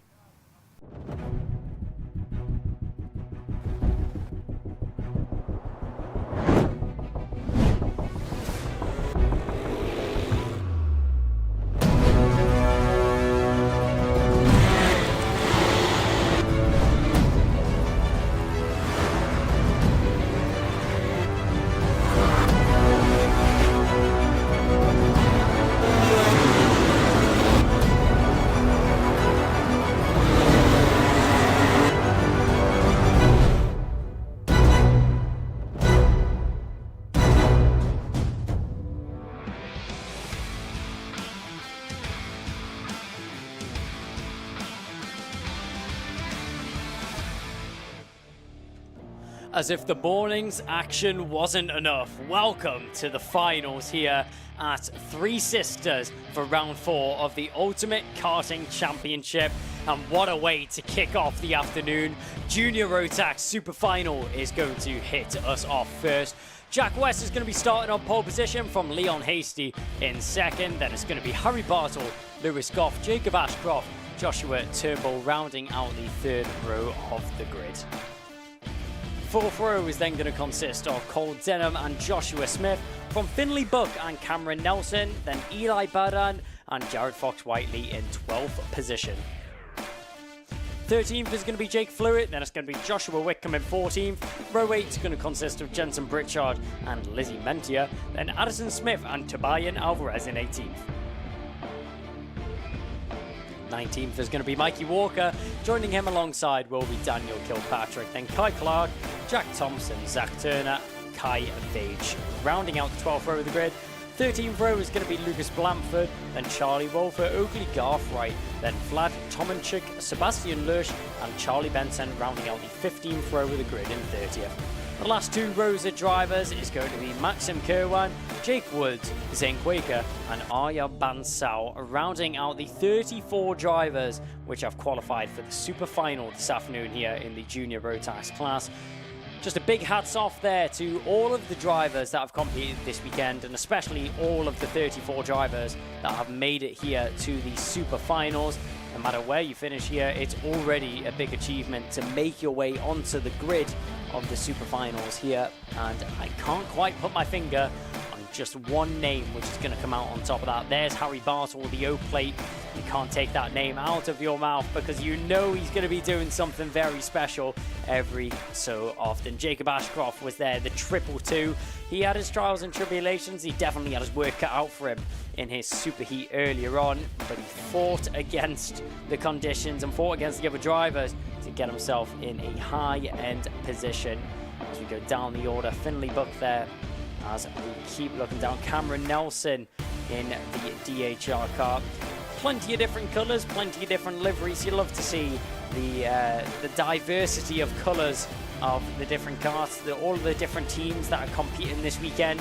It's great to see all the drivers lining up, representing their teams and representing themselves with their custom painted lids. Love that one there from JB. Beautiful, beautiful helmet there. But as we go down the order, just seen before there, Lizzie Mentier. She managed to get herself a podium last year here at this circuit, so she's very acquainted to being up at the front end of this three-sister circuit. Managed to finish second on the podium.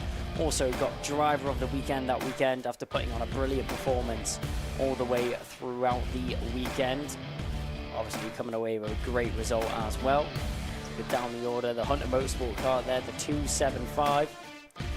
We walk down the order. Very, very big grid here, just meaning there's more action for us and more for the drivers to do out there on the circuit. It's not going to be easy for drivers like Charlie Wolfett, which are starting a little bit further down the order. They're going to have a lot of work to do if they want to carve their way through the field and get themselves some positions. Tomaschek there, sitting on the grid. All the drivers here looking very focused and prepared, ready for the start of action to get underway. If you're watching along at home, make sure to put in the YouTube chat which drivers you are supporting and who you're cheering on this weekend, who you want to see do well in these races. A little bit of rubber on the bodywork, never hurt anyone there out there on the grid. It's great to see all the drivers out in Force Junior Rotax, probably one of the most competitive classes that we have here this weekend, alongside the Senior Rotax as well. They always put on a show. It's always brilliant action from this class, Junior Rotax. Probably the highlight of the weekend for some of the people watching along. And wow, do we have a big crowd there sat on the South Bank. You can even see in the background Louis Westover, a quite awarded driver himself, working for the DHR team this weekend. He'll be watching along on the bank and they're cheering on his teammates. But as all the mechanics now clear off the grid, that can mean only one thing, that we are getting ever so closer for the racing and action to get underway. The drivers will start their engines and they will start their formation laps, as already starting to weave down the straight, trying to get as much heat in these tyres as possible. As sitting on the grid there, although it may be high air temperature around 19 degrees, the drivers, all their tyres will have been sat cooling down on the surface. So a lot of work for them to do here on the formation lap to warm up their tyres and get their tyres up to temperature. As they make their way around the circuit now towards the home straight once again. They'll cross the line for the first time and they will have one more lap to warm up their tyres. One driver going straight on as if he's going into the pit lane. Not quite sure who that was in the background. As we tour the circuit for the final time. Hopefully we go green first time round. We have a formation lap. If we have a Battenberg, if we have a false start, obviously we would have one more formation lap, which gives the drivers a little bit more time to get themselves prepared for the race start. But we are looking very, very prepared up at the front end here, as Jack West has very quickly got the drivers into formation. He's formed up very early, which from my perspective makes it seem like we are going to go racing this first time round. No intentions of a false start, but it is intentions of a victory. Jack West is going to lead us away from pole position down towards the first bend. Let's see what happens here on the inside. Bartle's going to get there. What a start there from third position as Bartle goes flying up the inside. Jack West went to the middle of the circuit to cover off Leon Hasty and sliding through on the inside line. You don't see that very often. Harry Bartle into the lead from third position, as on the inside going defensive now is Jack West. Watch out for Hasty. Hasty's trying to get himself up into second position already, as we're keeping an eye on Jacob Ashcroft as well in behind. He's got Joshua Turnbull and Cole Denham in behind him. Cole Denham, the two teammates, going a little bit wide there, does West.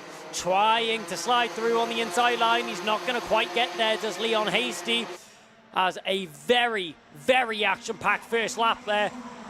Harry Bartle, what a start from him. From third to first on the opening corner, down the inside.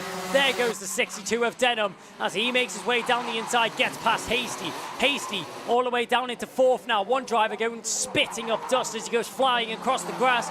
Signals from the mechanics as they go down the back straight into the midsection of the circuit now. It's all going to calm down a little bit before it all kicks off again once we get to the first corner. There goes Cole Denham. We're keeping an eye on him. Leon Hasty tucked in behind that DHR cart. All the drivers just keeping their order for the time being, Keep an eye on the number 11 there, Joshua Smith. He was getting himself involved in the battle, but Harry Bartle, an outstanding start. I can't express that enough. 1.5 seconds of the gap he's already accumulated for himself. But the fact he was able to jump into first position is beyond me. Bartle with half of the job already done. Half the job he still has to do. All he has to do is keep that car in that lead position. It's a lot easier said than done though. One small mistake there from Bartle and West will be all over the rear bumper of that Birillard kart. Bartle crosses the line, momentarily gets the fast slap, but that's snatched away there by Leon Hasty. Well, it was Leon Hasty. Now it's dropped down to Lizzie Mentia, who's down in 17th position. One driver going off in the background. Couldn't quite catch who that was from our picture. A little bit further down in the order, one driver going flying off in the grass, what looks like to have been turn 2.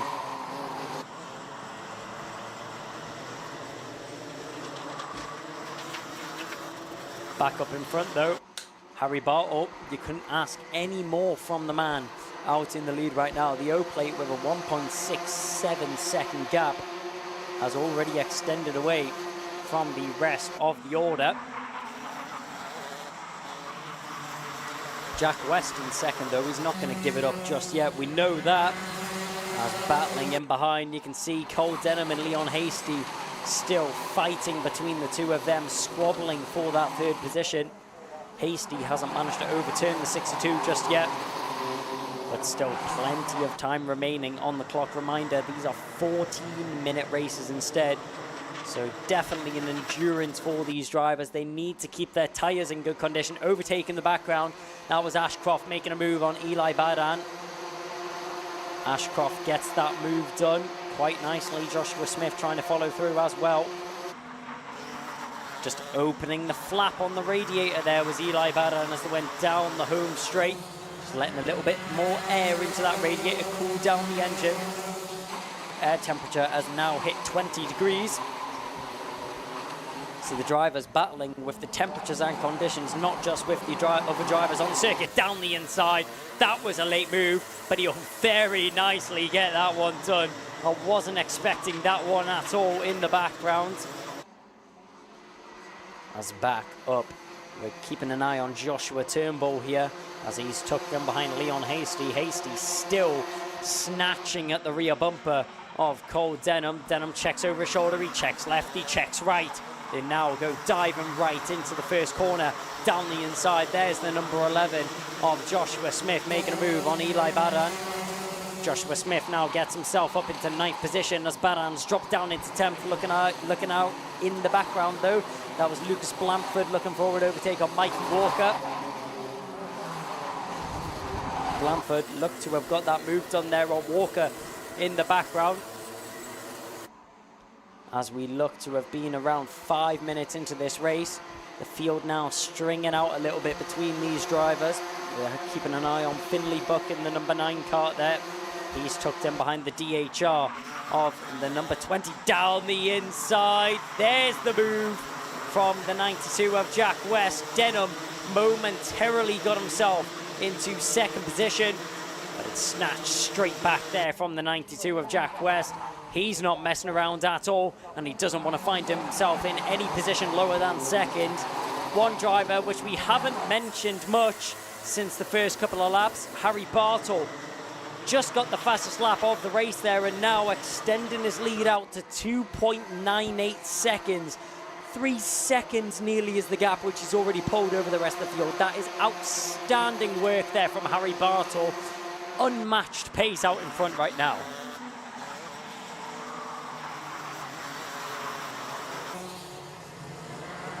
Harry Bartle is the fastest driver out there on the circuit by 0.4 of a second on that previous tour of the circuit. The only driver to be setting lap times in the 42 so far. As we go through the midsection, keep an eye on Leon Hasty as he's still trying to attack the rear bumper of Cole Denham. A long look over the shoulder there from Cole Denham as he's just making sure that Hasty isn't within attacking distance as they made their way into the final corner. Onto the home straight, pointing out in front. Alvarez just letting Alvarez just letting Fluid know that they need to work together to catch on to the back of Eli Baran to be in competition for a top 10 position. Down the hill and onto the back straight once again. Very wide there from the 54, and what looks like to be a loose rear bumper. I'm sure that will be very quickly picked up and maybe even translated into a mechanical flag, unfortunately for Jack Fluid.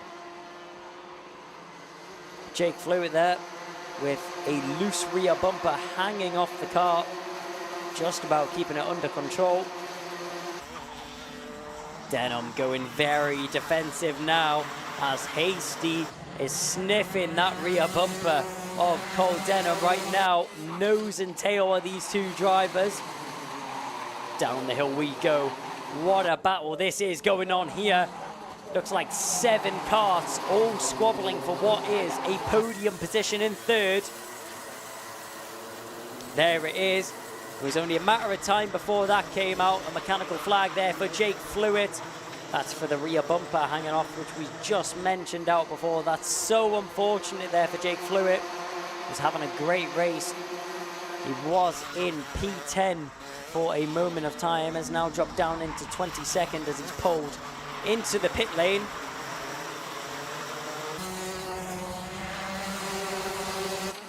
As the drivers now make their way down the hill once again. Having a look there at the 41 of Cameron Nelson, followed in behind by Jacob Ashcroft, the two teammates. Trying to hold on to it, actually. I thought that was an attempt of a move around the outside. No, it wasn't. That was Leon Hasty getting himself into second position.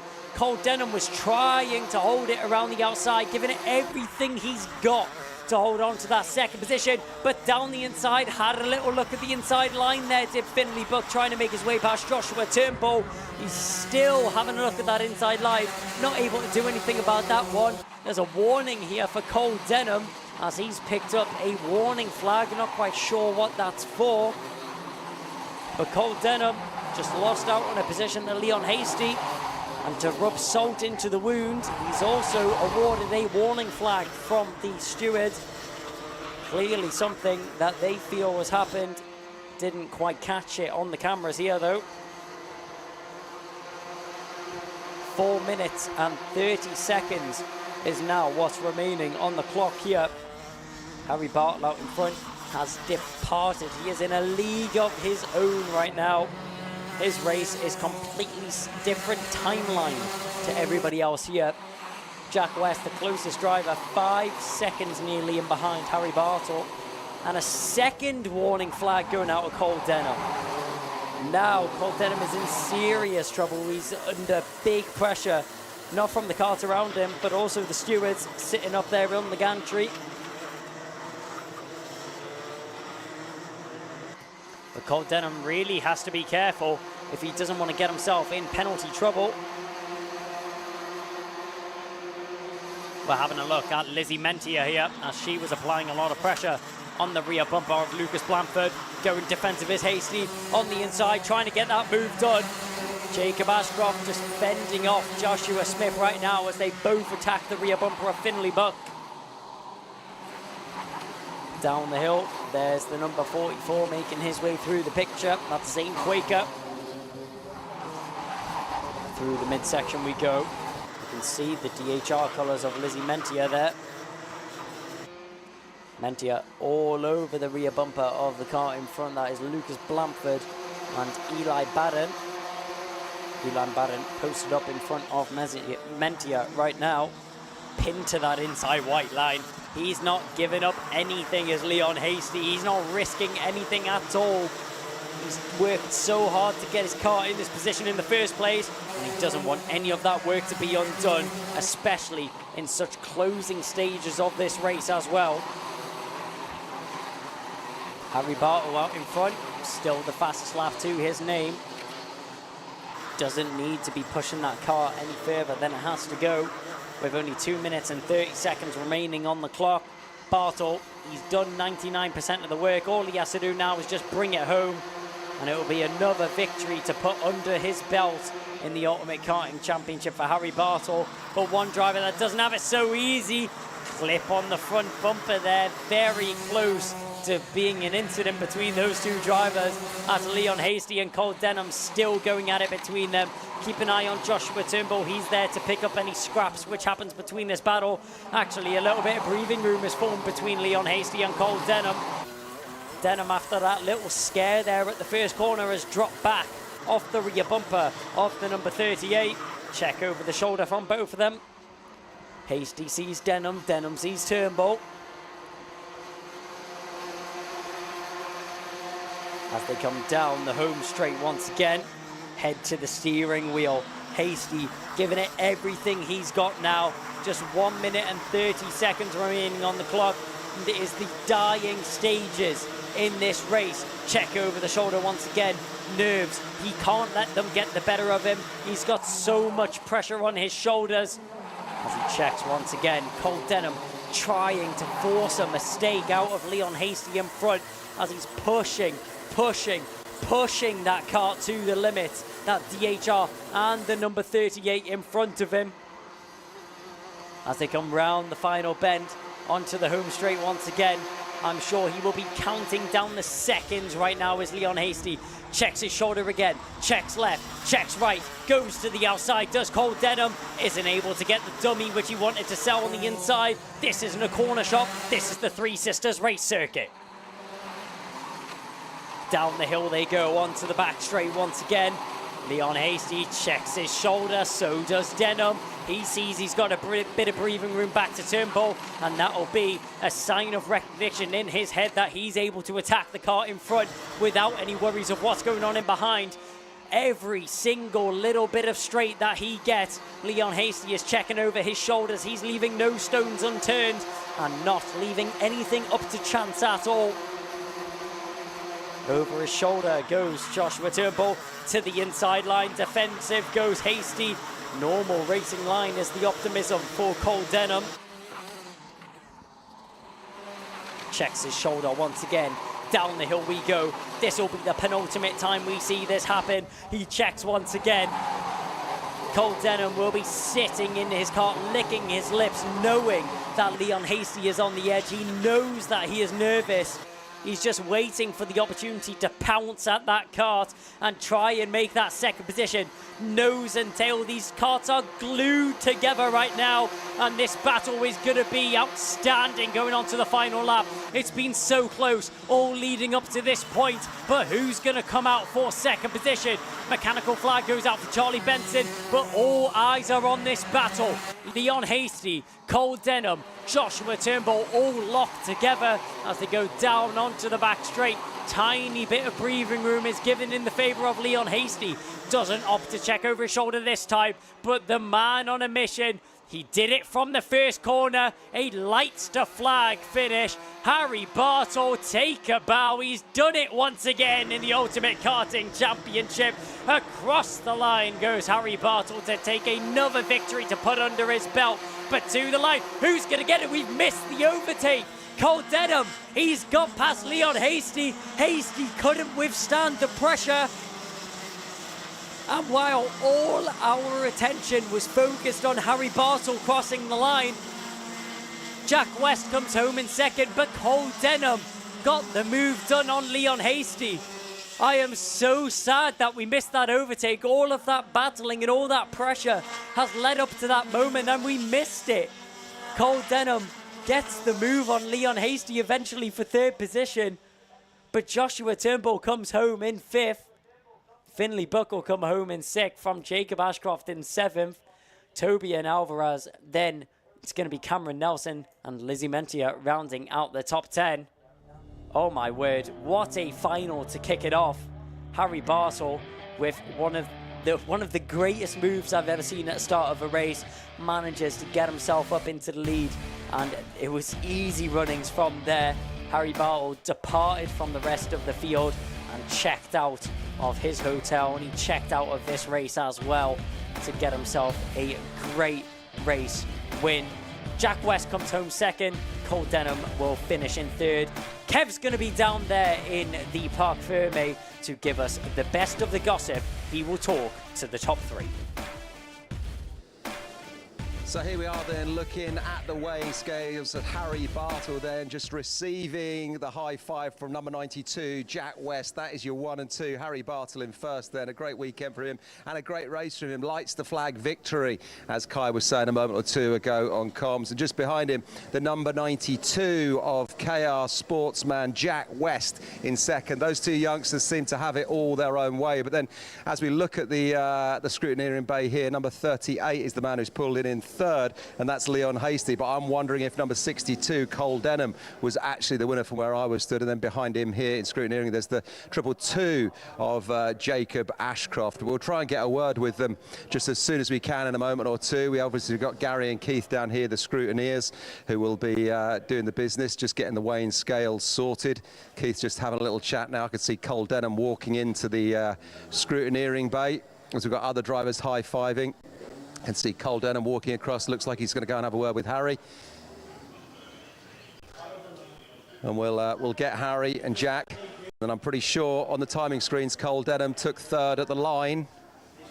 I'll have to double check that one, but that's what I was seeing. So yeah, that's the scene down here. Jack West just wheeling his car out there. And then we're looking at number 38, but we'll get a word with them. We're going to need the 1, 2, 3. We're going to need the 1, 2, 3 back to do the winners' interviews in a moment or two. It looks like it's Harry Bartle from Jack West from Cole Denham. I'm going to welcome up as soon as... in fact, I'll welcome up Cole Denham straight away. Let's get a word with Carl onto the spot.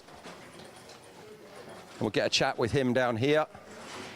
So, Cole, just looking at that one, quite a battle that you were having in the closing stages of that, but it looked like you took third place when it was all said and done, come the checkered flag. Yeah, I'm very delighted with that, as it's my first podium in junior, so I'm quite happy to say that now I can finish on the podium, so yeah, I'm delighted. Quite a battle you were having with Leon Hasty in the closing stages. You had your eyes on him for lap after lap after lap, and then you got it done. You were obviously feeling like you could make that overtake.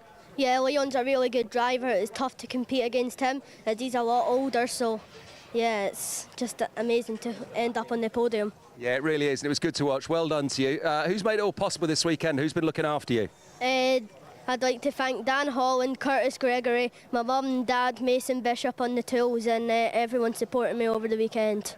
Listen, Cole, well done. Are we going to see you at the next round at GYG, hopefully? Yeah, hopefully. Brilliant. Go and high-five your team. Go and finish up your scrutiny, and thanks for talking to us. Thank you. There goes Cole Denham, the man that finished in second. I'll try and get a word with Jack West next. Let's get Jack straight on the spot. Jack is just here. Here he is. So, Jack, quite a battle going on behind you, but yourself and Harry out in front seem to be pretty much plain sailing for a lot of that race. Yeah, I mean, at the start I made an error and I kind of let him through. And then, like, for the first, 5 laps, I had Cole and Hasty on me. But I managed to back them up into each other. So then, from there, the gap got bigger and bigger as they battled behind. We often see that in karting, don't we? Once you sort of get yourself out in front, what's going on behind you can have a huge difference and you find some clear air. But no chance of you getting up to Harry in that one, don't you think? Nah, because by the time I actually got my own air, he was probably about 5 seconds down the road. Around here, it's not one of those tracks where you can just catch up to someone. It's very even times. Who's made it all possible this weekend? Who's been looking after you? Obviously, my dad, he's done everything for me. My mechanic, Aidan Lee, he's done a lot this weekend to get the car. Obviously, KR Sport Engine, Louis and Connor, they've done a lot for the engine. Ash, KR, they've done a lot for me. And Martin Smithers on the TM. Brilliant, well done. And hopefully we're going to see you at the next couple of rounds. We've got GYG and Rowra coming up. Are you going to join us for those? Definitely, because I think I've moved up to third after this round, so I definitely just want to go for it now. Brilliant, really exciting stuff. And thanks for talking to us, well done. Yeah, thank you. And then we'll get a quick word with Harry, the man who came home in first. So let's welcome up Harry and get some congratulations from him. Strawberry Racing man. Put it on... took the checkered flag, rather, sorry. Took the checkered flag in the super heat, and now you've done it in the super final. Must be really thrilled, Harry. Yeah, obviously the pace has been outrageous all weekend. We had a bit of a off-in the second heat, which I couldn't do anything about, but I still put it back in 7th, so it set me up for the super heat, which I won. And then third in the final was a good starting position. I got into the lead and controlled it from there. Yeah, really good. And once you got yourself out into these, you were controlling it from there. And as Jack was just saying just before you, once you get out into it, it's difficult for people to catch you unless they're on a bit of a tow and got a bit of a chain behind you. Yeah, obviously I can get into a rhythm and just keep putting the laps in, and that's what I did, and obviously it worked. Brilliant, well done. And it's done your championship chances no harm at all taking that win. No, obviously main championship rivals down a bit, so some points clawed back, so good.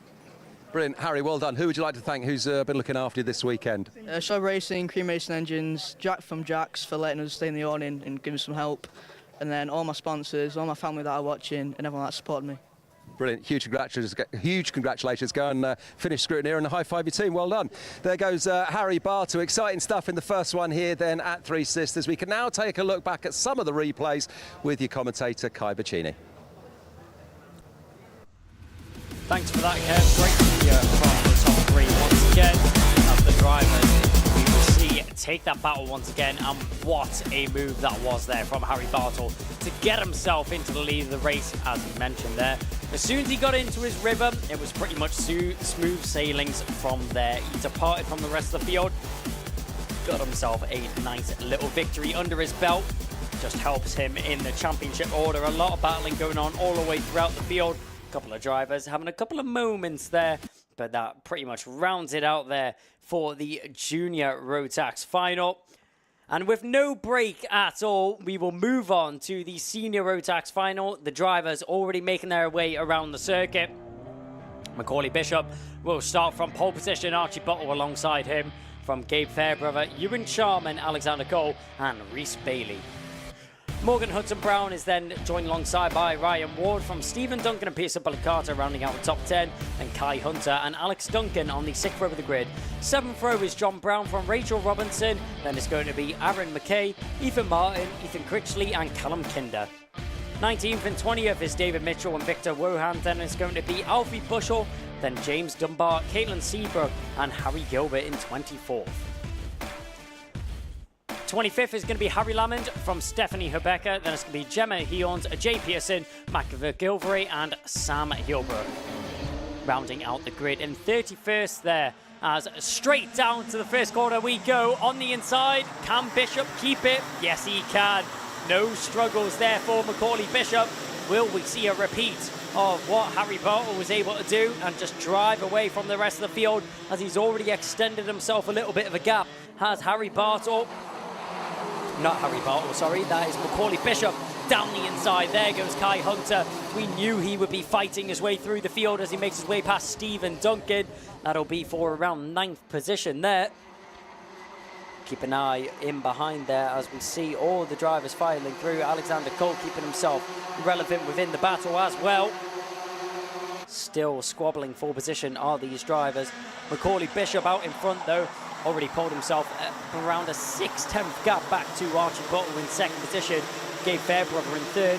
He's done a great job, has the triple one, to keep himself up at the front end of the field as going side by side. That's the number 16 in the background going for an overtake. Number 16 of Gemma Heons making an overtake in the background. There goes Kai Hunter making another beautiful move in the mid-pack as he makes his way now up into 5th position, I think. Tucked in behind Ewan Sharman, it looks like. The number 42 just in front of him. As we go down the home straight now. Down the inside. There was the move we were waiting for as he manages to get that done very nicely. As not Macaulay Bishop, sorry, that's Kai Hunter. Carving his way through the field past Ewan Sharman. The driver that was in 3rd position now dropped down into 4th. The next driver that will be at odds and falling into the clutches of Kai Hunter is going to be Archie Buttle in 2nd position. And then after that, the two titans may clash of Macaulay Bishop and Kai Hunter. Macaulay Bishop coming off the back of a great weekend out in Le Mans for the Rotax Max International Trophy. A great top 5 finish for him. As around the first corner we go, overtaking the background. That looks like that was Reese Bailey getting involved. Kai Hunter set the fastest lap of the race. Oh, and 2 drivers off in the background there. Yellow flags down at turn 1 and 2 drivers going off onto the grass. Unfortunately, it looks like the carts were on top of each other, so that may be 2 retirements. Not quite sure who that was involved in the incident back there. But as we see, keeping an eye on Kai Hunter now, has already arrived onto the back of Archie Buttle. Fastest lap goes to Macaulay Bishop. That's snatched away there by Kai Hunter, going defensive on the inside there. Archie Buttle, he's learned to defend at the Kai Hunter corner, which we're now calling it. But it doesn't matter. Oh, up and over. There goes Kai Hunter. Tried to go down the inside. Buttle tried to close the door. And Kai Hunter now squabbling, trying to recover himself any time, which he's able to pull back.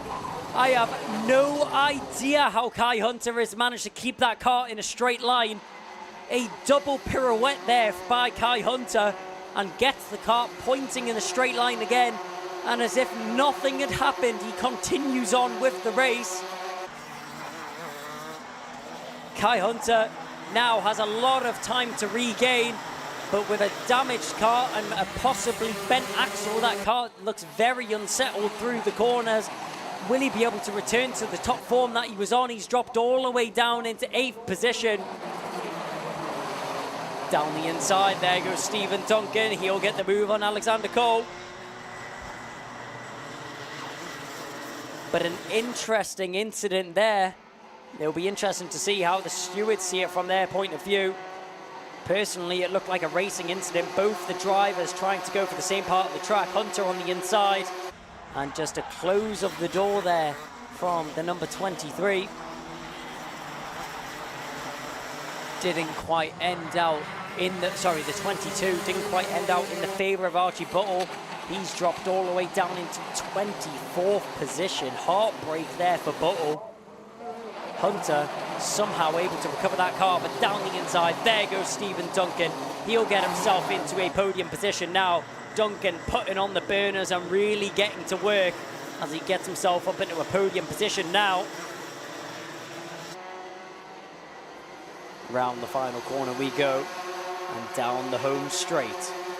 Checking over his shoulder there is Stephen Duncan after he's made that move on Gabe Fairbrother. Down the inside, Kai Hunter, unfazed by the incident which has just taken place.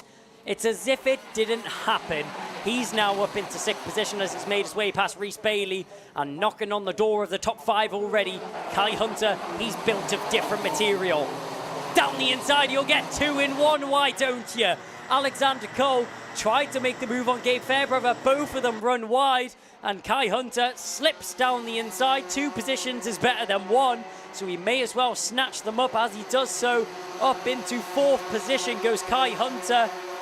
And that big setback which he had before has now been closed down already as he's looking for a podium position down the inside. There goes the 41 of Rhys Bailey. He'll get the move done on Gabe Fairbrother for 6th position. So much going on here in the Senior Rotax final, and we're only 6 minutes into the race.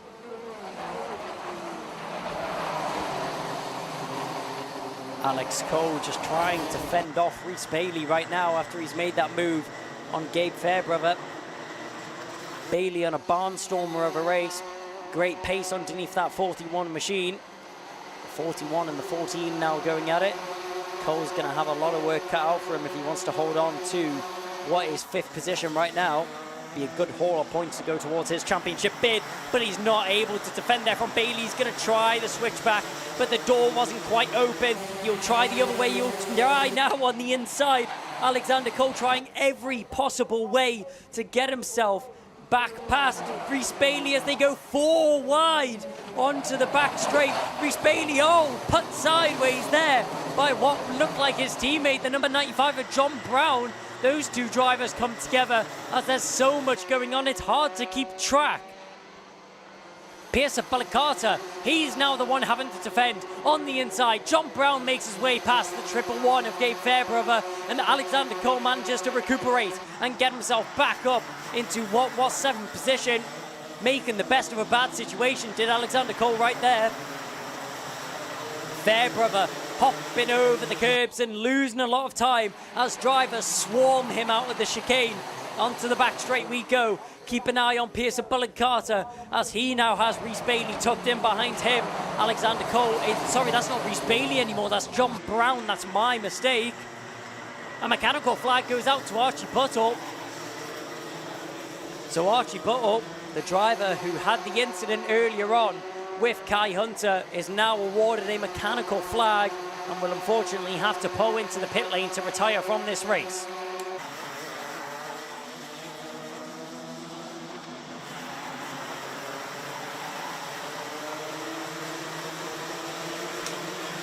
Down through the final midsection we go now. Just shy of 6 minutes remaining on this clock. On the inside, Cole goes over the rear bumper. John Brown tries to keep it on the circuit, but Cole was riding him through the corner. And onto the back of Ewan Charman. Kai Hunter has already disposed of Stephen Duncan. He's already in a podium position. Into Kai Hunter corner, down the inside. He'll do it once again. Hunter gets himself into second position. He loves making an overtake around that bend, does Kai Hunter. Obviously, for anyone watching at home, that is not actually called Kai Hunter corner.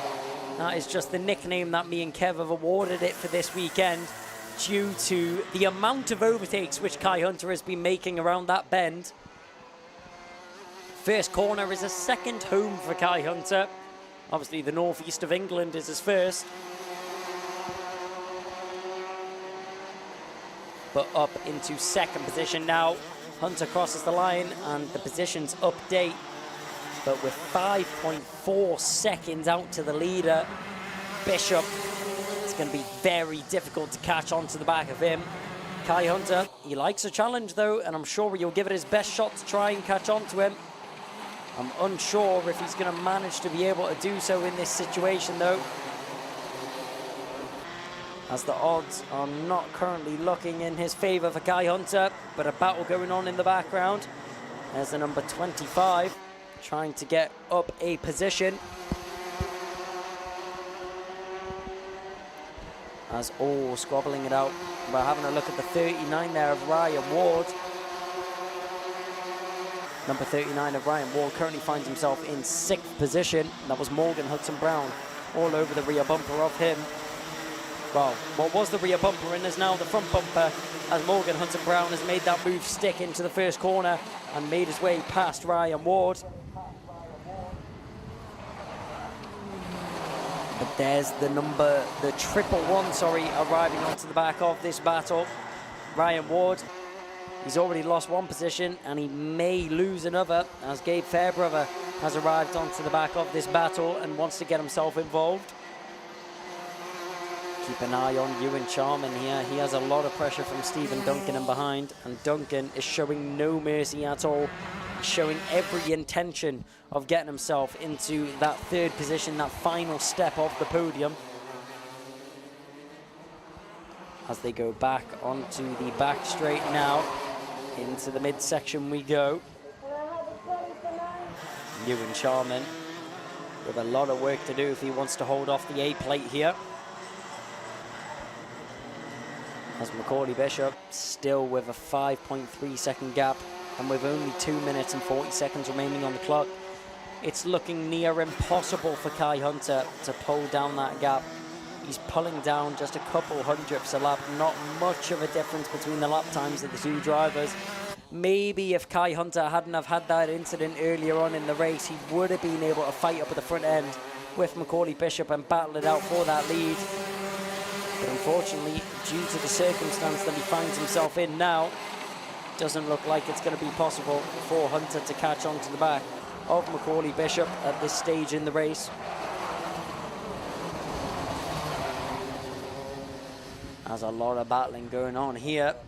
Keep an eye on this one. That was the number 62, just trying to fend his position.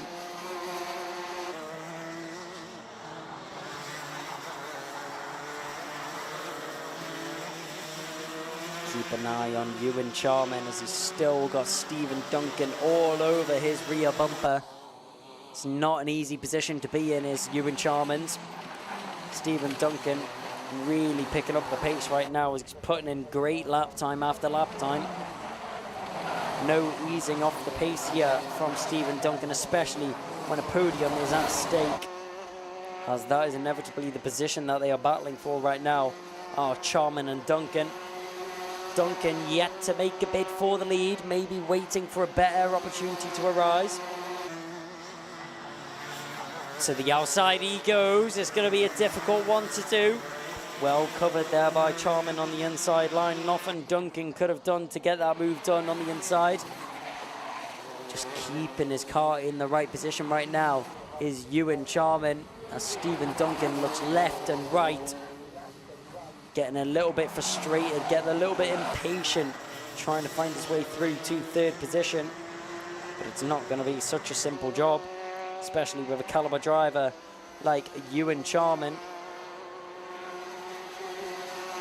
30 seconds left on the clock. 4.8 seconds is the lead that Macaulay Bishop has. The race win is pretty much sorted. Charman on the inside line gets a little bit sideways, a small mistake from him. Stephen Duncan will be loving this. Charman under a world of pressure right now, to the inside line, tries to sell the dummy as if he was going to the outside line. Duncan weaving left and right, waiting for a gap to emerge, waiting for an opportunity to make his way past Ewan Charman. Charman no stranger to these situations. Down the home straight, final lap. Bishop has pretty much got the victory under his belt. Side by side, down the home straight we go. Into the first bend, around the outside. What a move. Stephen Duncan gets himself up into third. Ewan Charman, can he undo the overtake now? He's got a few corners left.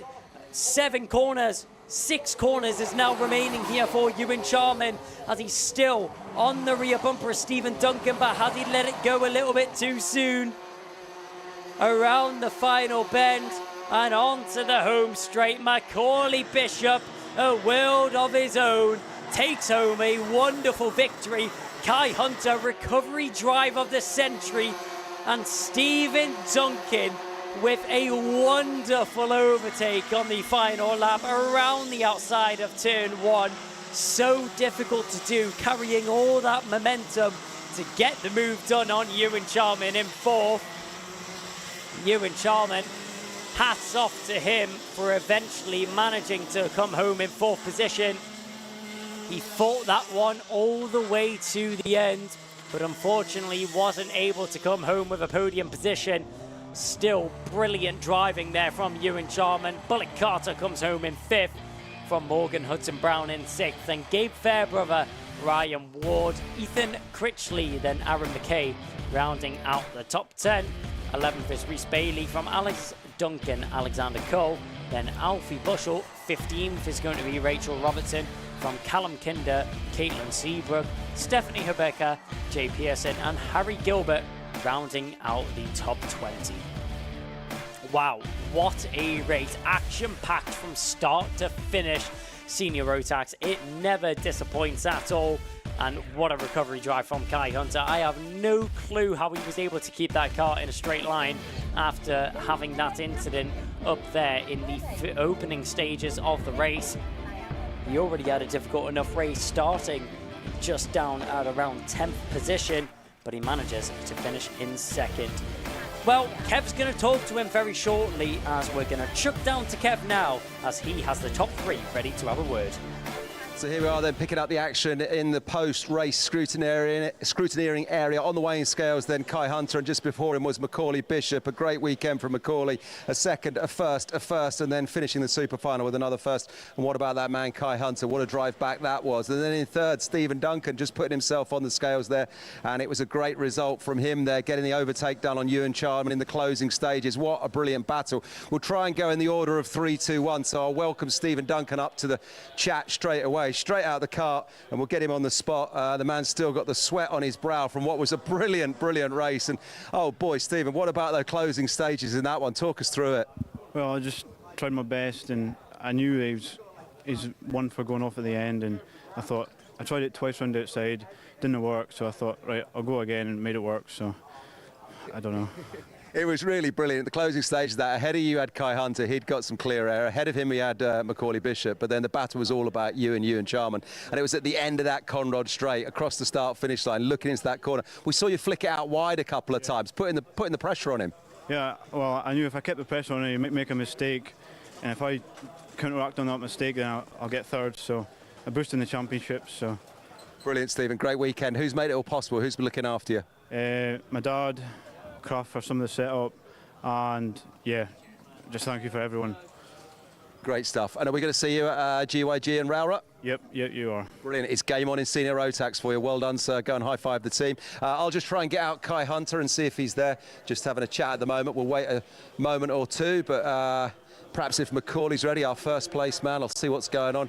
It's a bit chaotic down here in Scrutineer at the moment. We've got Gary, the steward, Chief Scrutineer, working with Keith and the team. I'll see if I can get Kai up for a chat. Yeah, I can. Kai's ready for us now. Oh boy, where do we start with this weekend with you, Kai? I mean, well, first of all, take us back to Heat 2. That wasn't a great result for you, so you had to fight back in the Super Heat this morning. Yeah, Super Heat went quite well after yesterday's mechanical issue. I blame the engine man, me, for that. So I think the comeback in the Super Heat was good from 15th to 3rd. Probably could have had second if I was a bit more patient, didn't overheat the tyres as much, and then that last one there, the final, had an unreal start, then went in down the hill, and the two people together in a small space created a crash. So I was already committed, so I couldn't back out of it at that point. I was absolutely unreal fast, so I think if I got into second at that point, I probably could have caught Macaulay, but obviously he drove a flawless racer himself, so yeah, you can't do anything more than you've got on the plate, so yeah, it is what it is. Mate, it was brilliant to watch you all weekend long, and at the end of that start-finish straight, the Conrod straight, our commentator Kai Bacchini and myself this morning, we were calling that the Kai Hunter corner. You were taking a place every time you came into that corner at the end of that back straight. Yeah, the waft up the straight was pretty good this week. Coming onto the straight, I could pass anyone I want anywhere. So yeah, it was just perfect opportunity there. I feel like it was the safest part to overtake on as well. It was definitely when you're coming from 15th, it's hard to overtake around here. So yeah, that's all I could have done. Brilliant, excellent to watch, Kai. Really great driving, a masterclass, and especially like saying that last one, you had the incident, you went off, you've clawed it back to second. Who would you like to thank, as always? Who's made it possible? Hunter Motorsport, Venator Racing Engines, Alfie, my mechanic, and everyone else. Area 21 Design for doing all the social media stuff that helps us get a load of stuff out there. So all good, yeah. And it's game on then now for the last two rounds as we look towards the end of the season. And this was a season where I think you told me at the end of last season you might not be coming back. Yeah, I feel like it was game on no matter when. I feel like you've got some really good contenders in this class, so no matter what happens, obviously Macaulay's had a few bad rounds, now I have, so yeah, it's all to play for, and yeah, getting stuck in is the best part. Brilliant, well done, mate. Go and recover and relax, and we'll see you for the next one. Thank you very much. Right, let's welcome up Macaulay Bishop. Let's get him on the spot here, because here's a man who's had a good weekend. He had a second, a first, and then you finished the weekend with the first, Macaulay, and that's why the smile is on your face. What about that super final there then? You had some clear air. It was plain sailing, wasn't it? Yeah, obviously I started on pole. First corner, got a nice little start. Got a big gap, and then yeah, didn't really see anyone for the rest of the race. Just cruised round, and yeah, it's a pretty fun race to be honest. Yeah, you were leading out in front there nicely and chatting to a lot of the drivers this weekend. If you're not in a group, if you're not getting a tow, it's very difficult to claw back time, isn't it? Yeah, definitely. I think obviously once you broke the slipstream, I think there's not really any advantage unless you're pushing with someone else. I think the leader's always just going to break away and just stay that way. Brilliant. Well done, Macaulay. Who would you like to thank? Who's made it all possible? All of DHR, Dad on the spanners, Dan Holland for setting out the car, and then all my family and friends for supporting me. Well done. Go and give them all a high five. Congratulations and thanks for talking to us. Thank you. So there goes Macaulay Bishop, and we're going to move quickly now straight back to Kai Bacchini, because there's another super final coming up right after this. If my memory serves me correct, where are we going, Kai? Honda Cadets? TKM.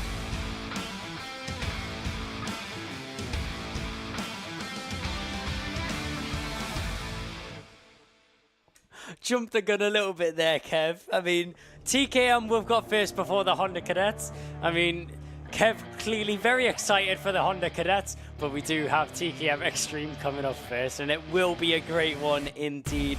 Chris Whitten starting from pole position with Leo Robinson alongside him. Jehan Kalichern and Adam Sparrow on the second row of the grid from Spencer Lane and Jack Stewart.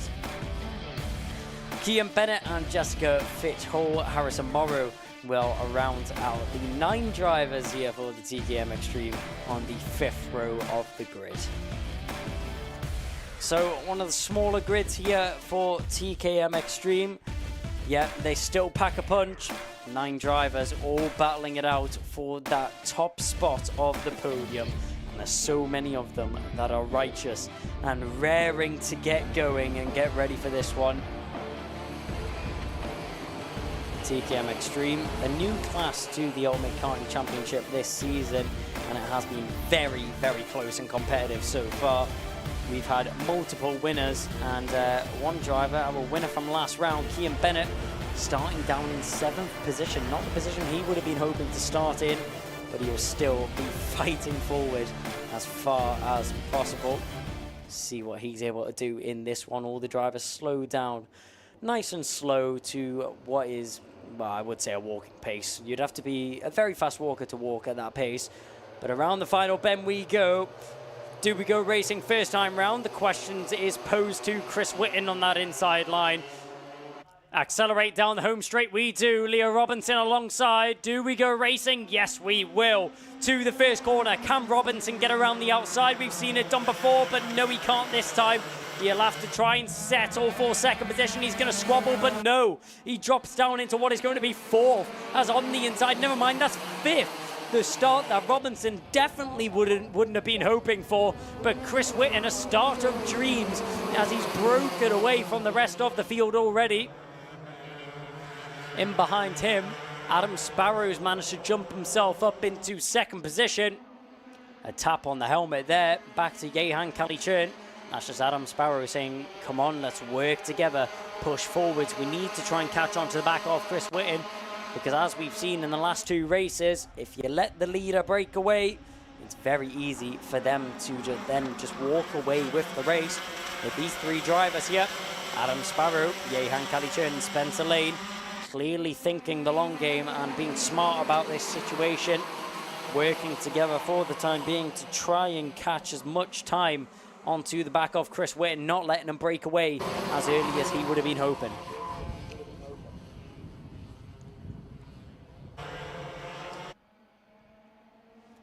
Out in front, Chris Whitten still has a little bit of breathing room back to Adam Sparrow in second position. Chris Whitten, a past winner here in the Ultimate Karting Championship.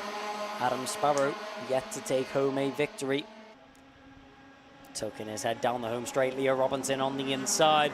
We've seen it time and time again. And they get that one done. Easy move there for Leo Robinson. Trying to gain back some of the time that he lost earlier on, as he now gets himself up into 4th position. Spencer Lane is dropped down into 5th. Out in front, Chris Whitten, what was nearly a second of a gap, has very quickly been chopped down by the drivers behind him, working together. Very smart of them to work together to catch on to the back of Chris Whitten.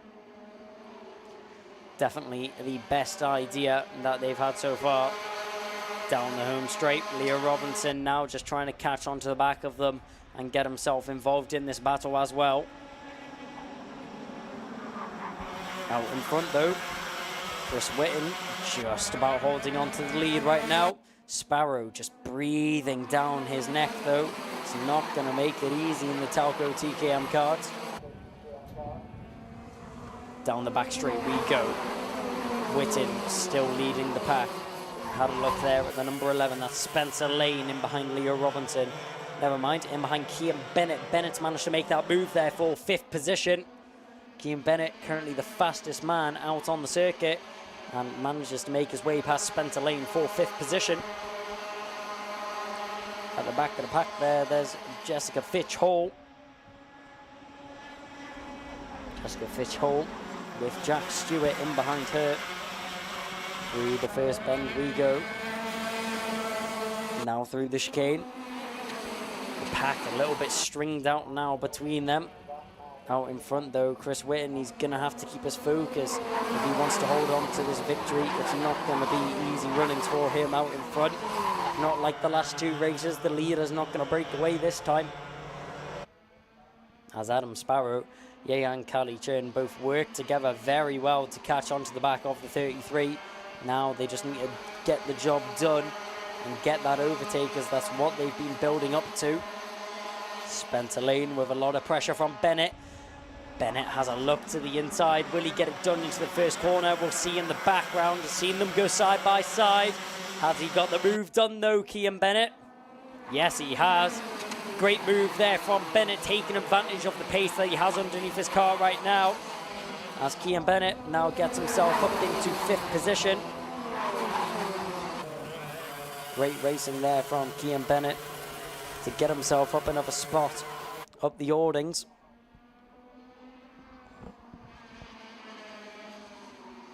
As we're keeping an eye on this pack out in front. Nothing changing just yet.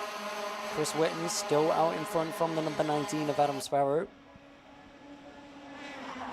Adam Sparrow not yet to make a bid for the lead, not even showing his intentions just yet. Biding his time, waiting for Whitten to make a mistake maybe. Piling on the pressure onto the back of the 33. Waiting for a better opportunity to arise.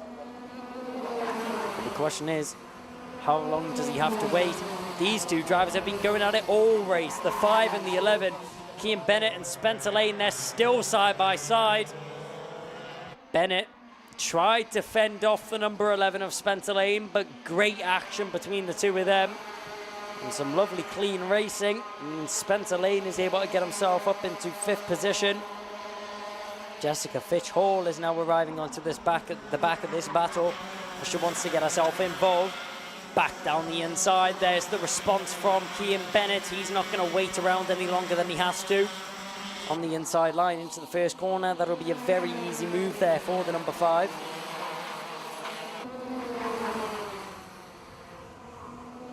Down the back straight we go into the mid-section of the circuit. We'll have to see what is able to happen here with Kian Bennett under a lot of pressure still from Spencer Lane and Jessica Fitch all in behind, but out in front, Chris Whitten with absolutely no gap back to Adam Sparrow anymore. 0.08 of a second is what separates Chris Whitten and Adam Sparrow. Less than 100th. These 4 cars are glued nose to tail. Nothing separates these 4. Chris Whitten out in front though with Adam Sparrow in behind. Now I do wonder if Adam Sparrow is going to try and work together with Chris Whitten to try and break away from Yehan Kali-Churn and Leo Robinson in behind. But then again, if Yehan Kali-Churn and Leo Robinson both work together to keep on the back of those 2 drivers, then nothing is going to change between these 4. You can see a little bit of a gap starting to form there between Kali-Churn and Adam Sparrow. Down the inside, Robinson's going to be the first one to make a move. And actually doesn't lose any momentum or time at all, as he's still all over the back of Adam Sparrow. Great move there from Leo Robinson to time it so that he doesn't lose any time when making the move. And is able to take full advantage of the overtake as well, gaining himself a position to get onto that final step of the podium. 6 minutes and 35 seconds remaining on the clock right now, as time is still ticking down. Over half the race has now been completed. 14-minute race, nearly 8 minutes has been completed. Head down on the steering wheel. Chris Whitten still leading these 3. Yehan Kali-Churn starting to drop off the back of this pack a little bit now.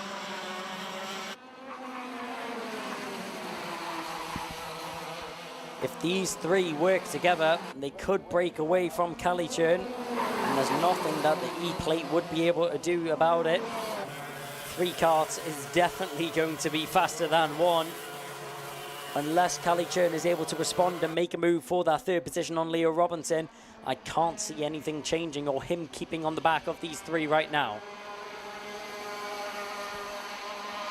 That being said, all that Kalichurn needs is for one of these 3 drivers to make a move, and it will all kick off. Start a domino effect between these 3. They're currently all just sat very smart, all very well behaved. Pushing and working together right now are these 3 drivers. Chris Whitten, Adam Sparrow, and Leo Robinson. The fastest driver on the grid, though, is currently in 5th position.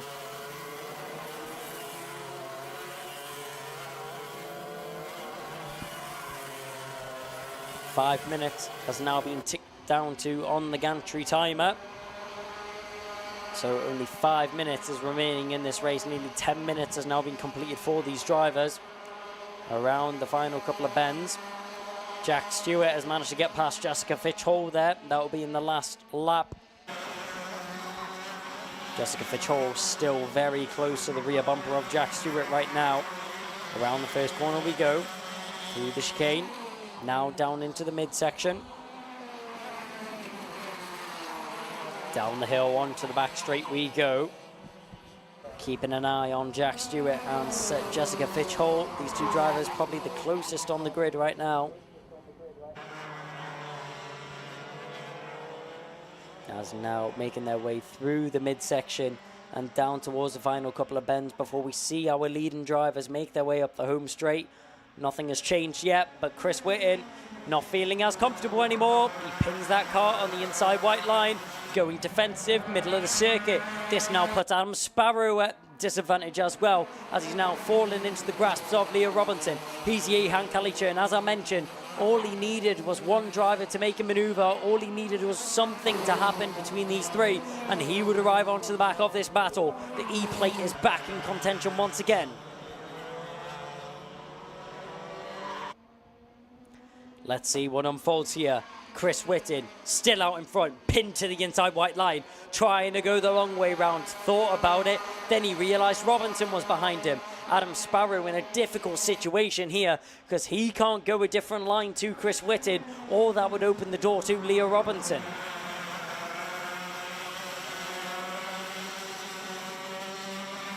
Pinned in between 2 carts right now is Adam Sparrow. A little pull to the inside line. Feels that the racing line is actually going to be optimal as Chris Whitten. Sparrow tries to respond, he looks to the inside. Chris Whitten very quickly responds and covers off that inside line.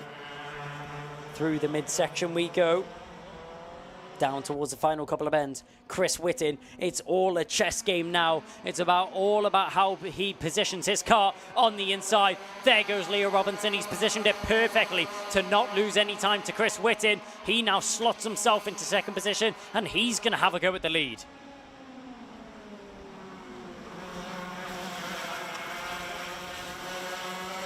Chris Whitten out in front. Surely starting to feel the pressure now from Leo Robinson in behind. He's had to deal with it for 90% of the race so far.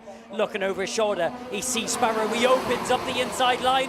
Robinson tries to bite at the bait. Chris Whitten holds on to it. That opens the door for Sparrow. Sparrow gets up into 2nd position. Beautiful move there from Adam Sparrow to respond to the gap opening up. Here comes Kian Bennett on the inside of Jehan Kalichurn to take 4th position. Where has Kian Bennett came from, as he's now arrived onto the back of this battle in 4th position right now. He's just going to sit here waiting for any cookies to crumble, waiting for anything to happen of the drivers in front, and he will pick up the scraps. Sparrow had a think about the move there on Chris Whitten. Whitten dealing with this pressure beautifully. He is not falling for any of the traps from the drivers in behind, and keeping himself very nicely positioned out in front indeed. But Adam Sparrow in behind, trying to get into 2nd. Leo Robinson has a little dance on the inside line, shows his nose cone, just lets Adam Sparrow know that he's still here and fighting for 2nd. Whitten, he opens the inside door, oh, and going round, clipped round there by Leo Robinson into the tyre wall. I'm sure the stewards will have a look at that one, as sent pirouetting round. Leo Robinson clips the rear bumper of Adam Sparrow, sends him flying off into the tyre wall. That definitely wasn't the intentions of Leo Robinson there, but unfortunate circumstances sends Adam Sparrow barreling off into the tyre barrier. But with that being said, all focus is now put on the lead two. It's Leo Robinson and Chris Whitten will duel it out all the way to the end. Don't count out Kian Bennett. He's still in third position. To the inside, Robinson's going to try it. He doesn't quite have the slingshot which he would have needed to make the move into the first corner. On the inside, has another look. Robinson just letting his presence be known. Trying, looking left and right. Whitten, the pressure he is withstanding is unbelievable. Diamonds are made from pressure, but in this case, it's made Chris Whitten. As he makes his way round the final couple of corners to mark the final lap of the race. He'll round the final bend. He just has one more lap to go.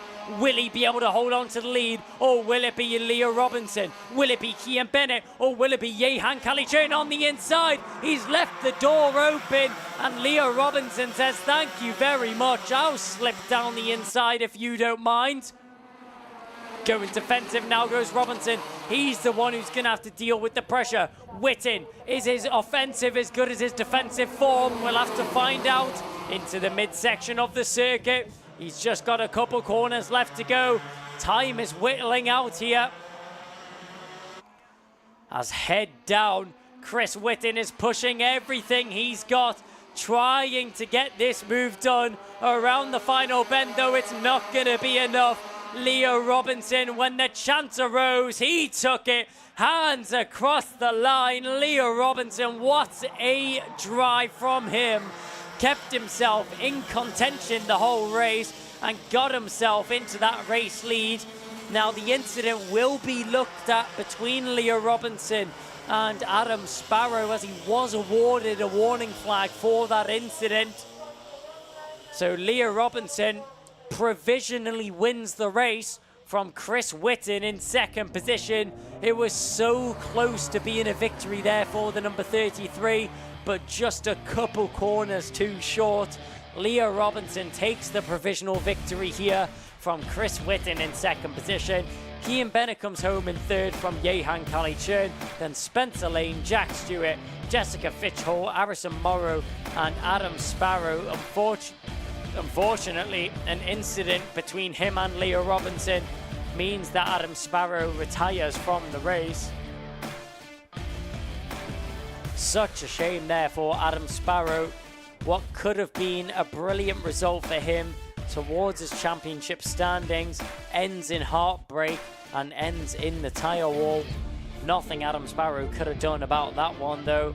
But Leo Robinson, Chris Whitten and Kian Bennett are our top three, and they will very shortly be talking to Kev down in Parc Ferme.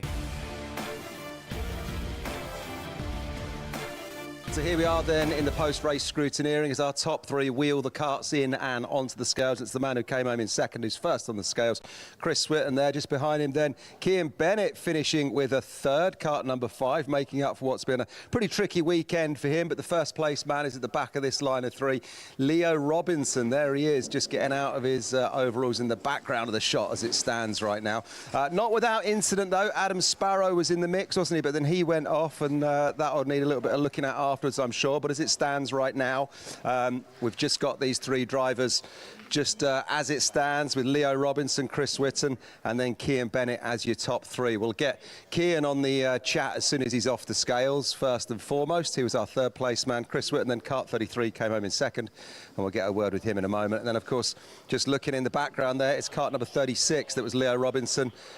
We'll go and have a chat to him. But Kian Bennett, helmet still on, just legging it, just asking for his sponsor's cap, I think, off his mum. Ever the professional. So, yeah, looking good there, but well done to him.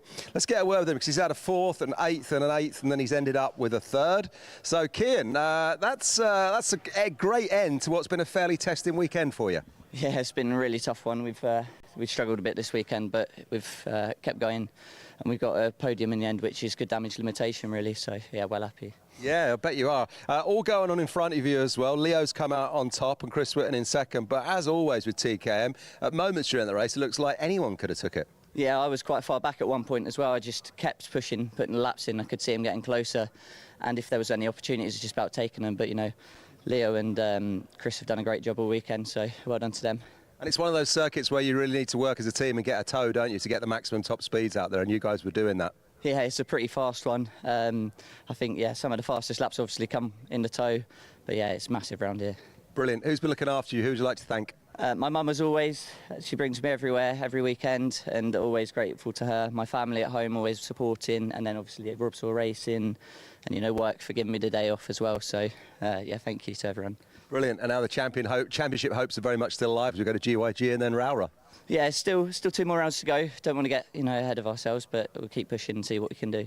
Brilliant. Well done, Kian. Thanks for talking to us as always. Go and high-five the team. Let's get a word now, if we can, with Chris Whitten. Let's just bring him up onto the spot, if we can, because he's been in the mix all weekend long. A first, a third, and now a second. So charging hard all weekend there, Chris, but just couldn't get it across the line first in the finish.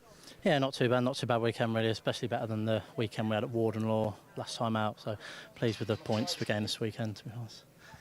Just talk us through that one there. Leo Robinson obviously comes out in first. He had a bit of an incident with Adam Sparrow there. Did you see what happened that one at all? No, no.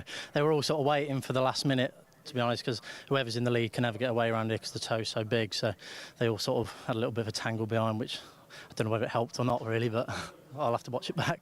Yeah, obviously a circuit you like, though. Like I said, good set of results. Won both your heats, third earlier on this morning in the Super Heat, and then second in the Super Final. You feel quite at home around here? Yeah, it's a good track, to be fair. It suits the way I drive, suits the car really well, so yeah, it's been good. Brilliant. Who would you like to thank? Who's made it all possible? Thank my mum and dad for everything they do, my mechanic Craig and Alan and Joe and Mark from Talco. Brilliant. And we're going to see you again, final 2 rounds, GYG and Rowra? Yeah, definitely. Excellent, good stuff. There goes Chris Whitten. Congratulations to him. Kart number 33, taking second place on the end. In the background of the action down here at Scrutineering, we'll try and get a word with Leo if we can. Let's just welcome up Leo to the spot. And here he comes now, Leo Robinson. Let's get him on the spot. We'll have a chat, see what he's saying. So, Leo, congratulations, mate. First place. Were you expecting that one? No. Halfway through the race, I was down in fourth and wasn't really expecting it, with Chris doing some brilliant job defending, but I just managed to get past the final lap and take the win.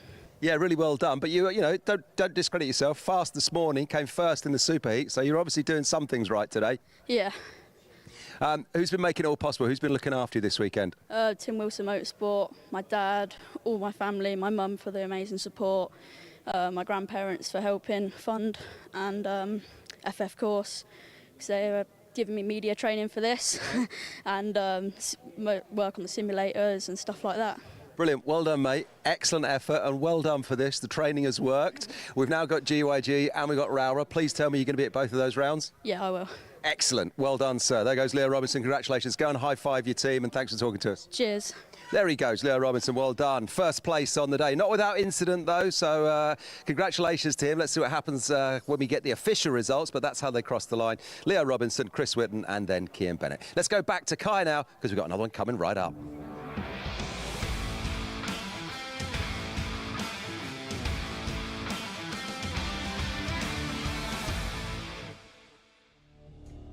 Well, it's the race that Kev was very excited for before. It's now Honda Cadets, which will take onto the circuit. It's going to be an interesting one indeed, and I am very excited sitting here in the commentary box. Riley Blakemore starts on pole position with Ryan White alongside him. From Ralphie Branscombe in third, Marjorie Kovacic starts in fourth. From Ashton Horspool and Theo Hamilton in sixth. Seventh is Archie Cannon, then Jackson Heath, Ricky Jr. McIntosh and Jack Fulbrick-Harmer round out the top 10 on the starting grid. Esme Rosie starts in 11th, from Shea Hilton in 12th. 13th is going to be Toby Turner, and rounding out the 7th row of the grid will be Morgan Cooney. Then there's going to be Harry Pennington, J.M. Prakash, then there's going to be Adam Batt, rounding out the 17 drivers which are going to be competing here in the Honda GX200 final. The drivers will make their way off the grid now and into their first formation lap, which they will very shortly then pull up onto the starting grid, where obviously we're in Honda Cadets, we will have a standing start. Now, all of the races so far today have been 14 minutes for the younger drivers in these classes. So for the Honda Cadets, the Micromax and the Mini Inters, we will have 12-minute finals plus obviously 1 lap once that timer strikes 0. Around the final bend these drivers come, and now onto the home straight. Little bit of last weaving there to warm up your tyres. Why not get as much heat in the tyres as possible as the drivers pull down the home straight and towards their grid boxes as well. Up at the front end, obviously the front drivers will have been sitting there for a little bit longer. A thumbs up there from pole position. Great to see the camaraderie between these drivers on the grid there. Marshall's just checking over the carts, making sure everyone is in the right starting positions and that everyone is within their grid boxes as well. So drivers have a couple seconds left to finish any preparations that they have, any communications. We can see a couple of drivers already planning out some action between the two of them, maybe working together to try and push forwards. We'll have to wait and see what actually happens in the race.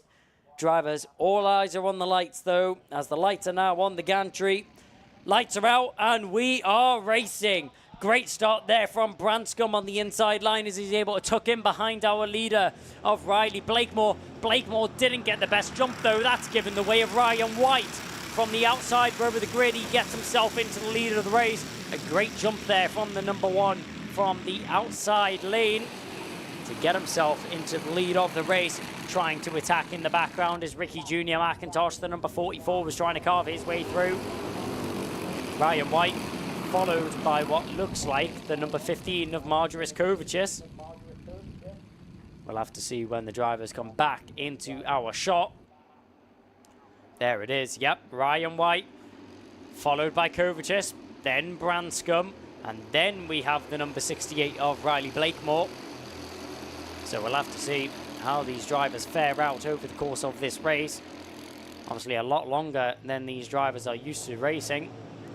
It was only 10-minute heat earlier on, 12 minutes now for these drivers. So an extra couple of laps for them to put under their belt. Down the inside, getting the work done early is Riley Blakemore. On the inside of Ralphie Branscombe, you'll get that one done, no problem, will the number 68. Gets the overtake done on the O-plate for 3rd position. As now filing through our picture once again, you can see the 68 there of Branscombe from, Blakemore from Branscombe, and then Ashton Horspool, the 153, keeping himself in contention as well, as he's all over the back of Ralphie Branscombe right now. As down the home straight now, you're having a look at Ricky Jr. McIntosh in the number 44 in behind Theo Hamilton. Hamilton doing all his best to try and fend off Ricky Jr. McIntosh right now. That's a move down the inside. That's Shea Hilton making the move on Jackson Heath. So Heath will lose out on a position. Theo Hamilton still tucked in behind Ashton Horspool. Ricky Jr. McIntosh applying pressure from in behind. Let's have a look back up at the front end of our grid though.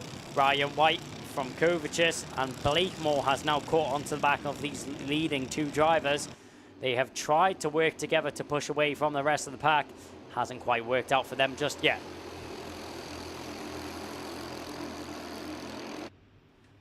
Down the home straight we go once again. Ryan White still out in the lead. Little tuck of the helmet to the steering wheel there, trying to get the aerodynamical advantage over the drivers that are in behind him, which will be feeding off the toe of his kart. You're seeing a little look to the inside there from Riley Blakemore, just letting his presence be known to Kovachis. Kovachis will have to go a little bit defensive if he wants to hold off Blakemore. Blakemore doesn't even give him a chance to think about it. Down the inside, great move there by Blakemore to now get himself up into what is 2nd position. Great move there from Blakemore to get that move done on Marjoris Kovachis. As Ryan White out in front though, gets a little bit of breathing room as a result of that overtake. We'll see if he's able to take advantage of that and try and depart from the field? No, he isn't, because Riley Blakemore is hot on the gun, and he's all over the back of Ryan White right now. White has not been given a chance to breathe at all, as Blakemore is fast, and he came very hot and ready for that lead position if he's able to do so. In second position right now, all over the rear bumper of Ryan White. Ryan White is holding on to the lead right now. Blakemore tucked in behind the number 1 plate. Down the inside. That was such a late move there by Riley Blakemore. I don't think any of us were expecting that. Never mind Ryan White. White just caught sleeping on the apex of the corner as Riley Blakemore slides down the inside. Not a care in the world, with an effortless overtake on the inside. Made that look like it was a normal move to Riley Blakemore, and he gets it done with no worries. Now all his focus is to break away from the drivers in behind him and try and pull a little bit of an extension of a lead. Riley Blakemore still out in front right now, with Ryan White tucked in behind. Marcus Kovacic has now arrived onto the back of this battle as well.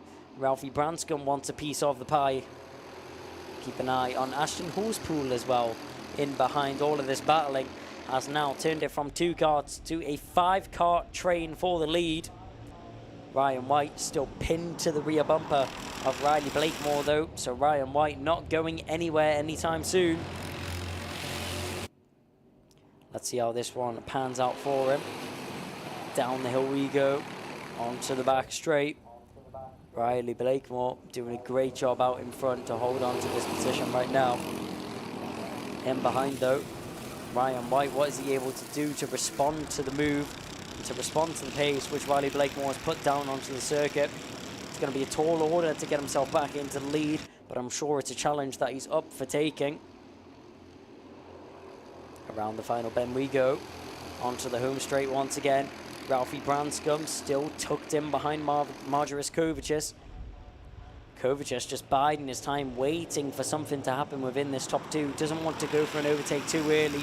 Doesn't want to lose any momentum by trying to make the move on Ryan White in second. You can't blame him for it at all.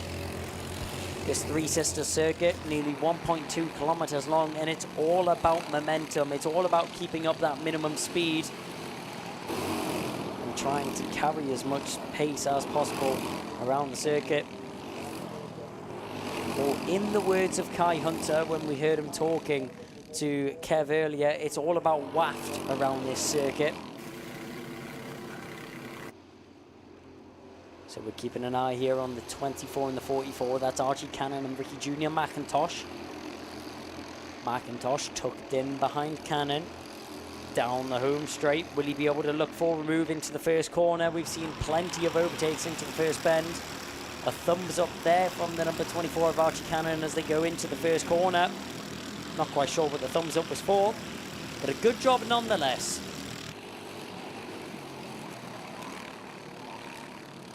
Still very close between our top 5 right now. We're keeping an eye on Archie Cannon and Ricky Jr. McIntosh, seeing if a battle is going to evolve between the 2 of them. The number 42, Esme Rosie, has been awarded a warning flag. Esme Rosie, currently circulating in 11th position, awarded a warning flag for something that wasn't caught on the cameras. But what else wasn't caught on the camera was Ryan White making his way into the lead of the race. Riley Blakemore has now dropped back down into second position, and it is now crunch time in this race. 4 minutes and 10 seconds remaining on the clock. Not long left for these drivers. Just about 5 or 6 laps remaining for them circulating this circuit. We'll have to see who comes out on top, because I can't quite put a name to mouth yet, as there's plenty of drivers that could be battling for that position up at the front end. Plenty of drivers that are battling for the position up at the front end, but not quite sure who's going to walk away with it just yet. Ryan White, look over the shoulder there from Riley Blakemore as he's pushing Ryan White down the straight, maybe trying to break away from Marjoris Kovacic in behind. Ashton Horspool currently in 5th position, sets the fastest lap of the race so far. So proving he has the pace to be in the position that he is right now. Fastest first sector there by Ryan White. Still not able to dispose of Riley Blakemore in behind though. Blakemore just still hanging on to the rear bumper for dear life of Ryan White. And Ryan White not able to shake him off at all. Down the home straight we go once again.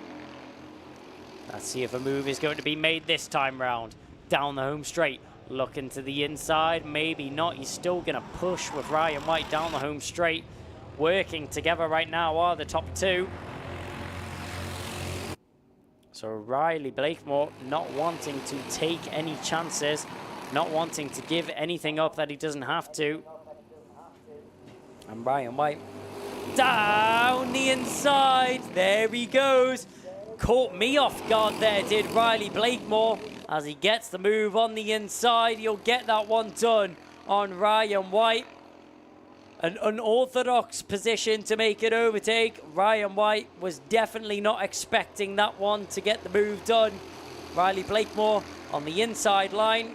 Last of the late breakers to get himself into the lead of this race. Shy of 2 minutes remaining on the clock. Defensive on the inside line. Doesn't cover it off enough though. Ryan White slides through on the inside line. Mistake in the background. Who was that? That looks like that was Marjoris Kovacic making a mistake. He now falls into the clutches of Ralphie Branscombe as Branscombe now finds himself on the final step of the podium. Looking on the inside, banging wheels. These two drivers really pushing this battle to the limits now as Riley Blakemore is tentative to get himself into the lead of the race once again with such shy amount of times on the track. He is not afraid to go for a gap on the inside, maybe even the outside as well. We'll have to wait and see. Riley Blakemore pinned to that inside white line. So is Ryan White though. Pulls out to the middle of the circuit.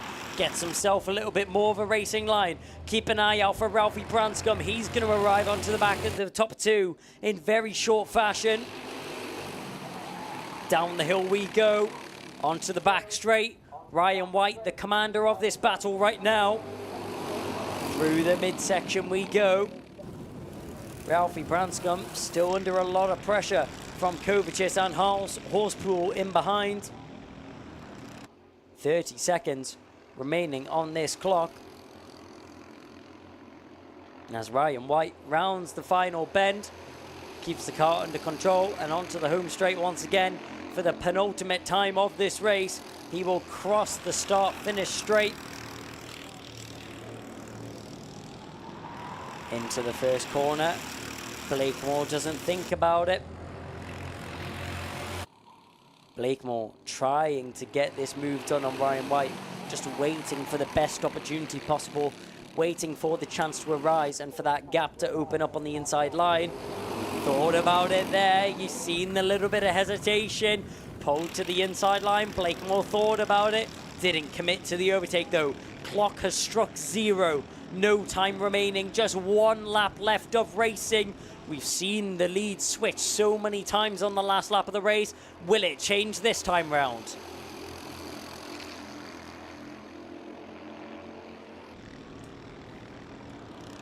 Checks over his shoulder. Down towards the first corner. Blakemore not able to do anything down into the first corner. Ryan White covers it off beautifully as they now make their way into the midsection.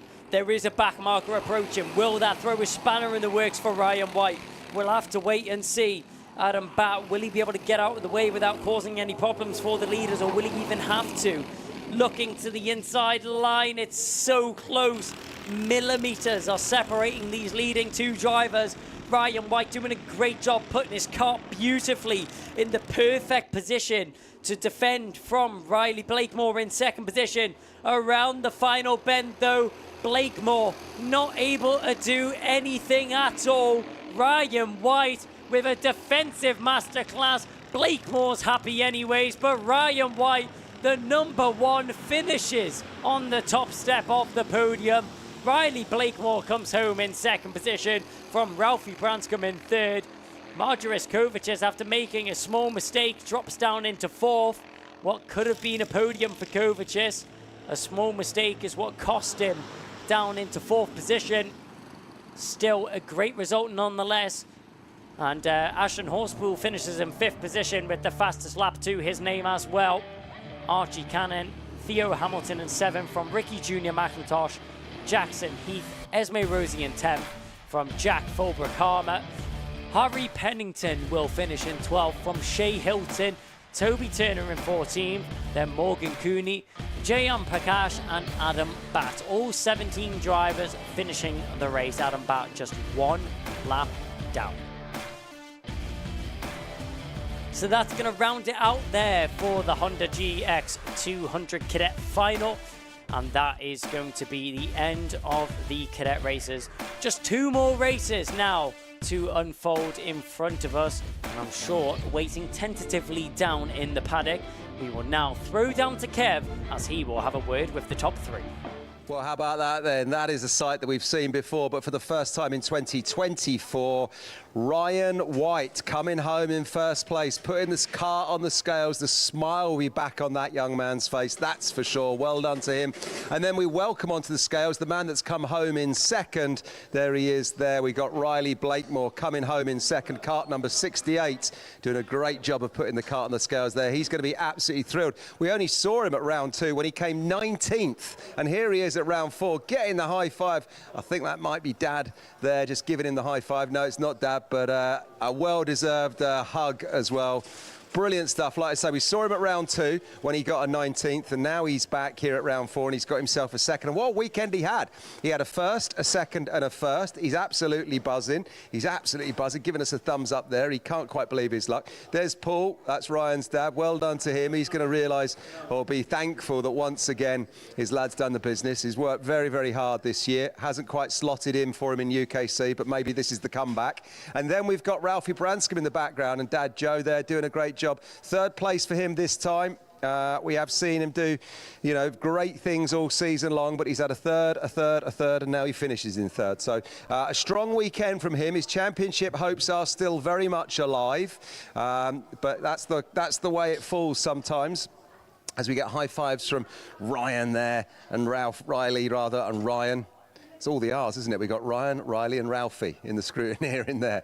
But look at this. You can see the excitement on these 2 youngsters' faces. In fact, let's get some excitement straight away. Let's get our second place man for a chat. Riley, come on up. Let's get Riley Blakemore on the spot for a chat. We'll do a quick little interview with him because he's absolutely beaming and buzzing from Ambition Motorsport, and we want to see what he's got to say for himself. Young man, fantastic racing for you this weekend. You've had a first, a second, a first, then you finish in second at the end of it. A great weekend for you. Definitely. I just want to thank my dad, my mum and all my sponsors. Brilliant, and lots of sponsors there are on those race overalls. They'll all be very, very proud of you. Am I right in saying the last time we saw you at the UKC was at round 2? Yeah, I'm pretty sure, yeah. And you got a 19th? Yeah, I wanted to say something. Tim Parrott is one of my bestest mechanics I've ever had. I can say that. Well, you can say that. Tim will be absolutely thrilled, and I'm sure he'll be with you for the whole of the journey as you make it all the way through your motorsport career. Talk to me then about this weekend and that final race. You were duelling with Riley for most of it, or rather, you were duelling with Ryan, sorry. So what happened, we made a big plan to kind of say if there's 1 minute left, we should just stick it, because if we try overtake each other, it's just, some people are going to get backed up and it's going to go. But I like that plan. Well, the plan worked out for you, but you've had friendly rivalry all weekend long, haven't you? You have been fighting against each other all weekend. yeah, they definitely first, when I got here, was like, how did I do that? Well, listen, well done. We're thrilled you did do that. Now, we've only seen you in round 2. This is round 4. We've got 2 more rounds of the UKC to go. We've got GYG and we've got Rowra. Will we see you again? Maybe next year, because I'm heading off to South France. Well, très bien. Enjoy the south of France. It's been an absolute pleasure. Go and high-five your mechanic and your team. Well done, sir. Thank you. There he goes. He's off to the south of France. Let's welcome up Ralphie. Let's have a chat with Ralphie, because he's not got quite the smile that he usually has, but I wonder if he's philosophical. Ralphie, third place on the weekend. You happy with that one? Yeah, I'm quite happy to be fair because my engines ain't built for long tracks. We have low bottom, so it just, low top and good bottom, so it's not really working here. No, but you've been Mr. Consistent all weekend long. That's a good way of looking at it. You've been very philosophical. You had third places right across the board. You've been third in everything. Yeah, it was, should have done better, but I kept the lead of the championship, so not going to complain. Yeah, exactly that. And you're still on the podium. You still get to spray champagne. Yeah, so hopefully that'll be so much fun.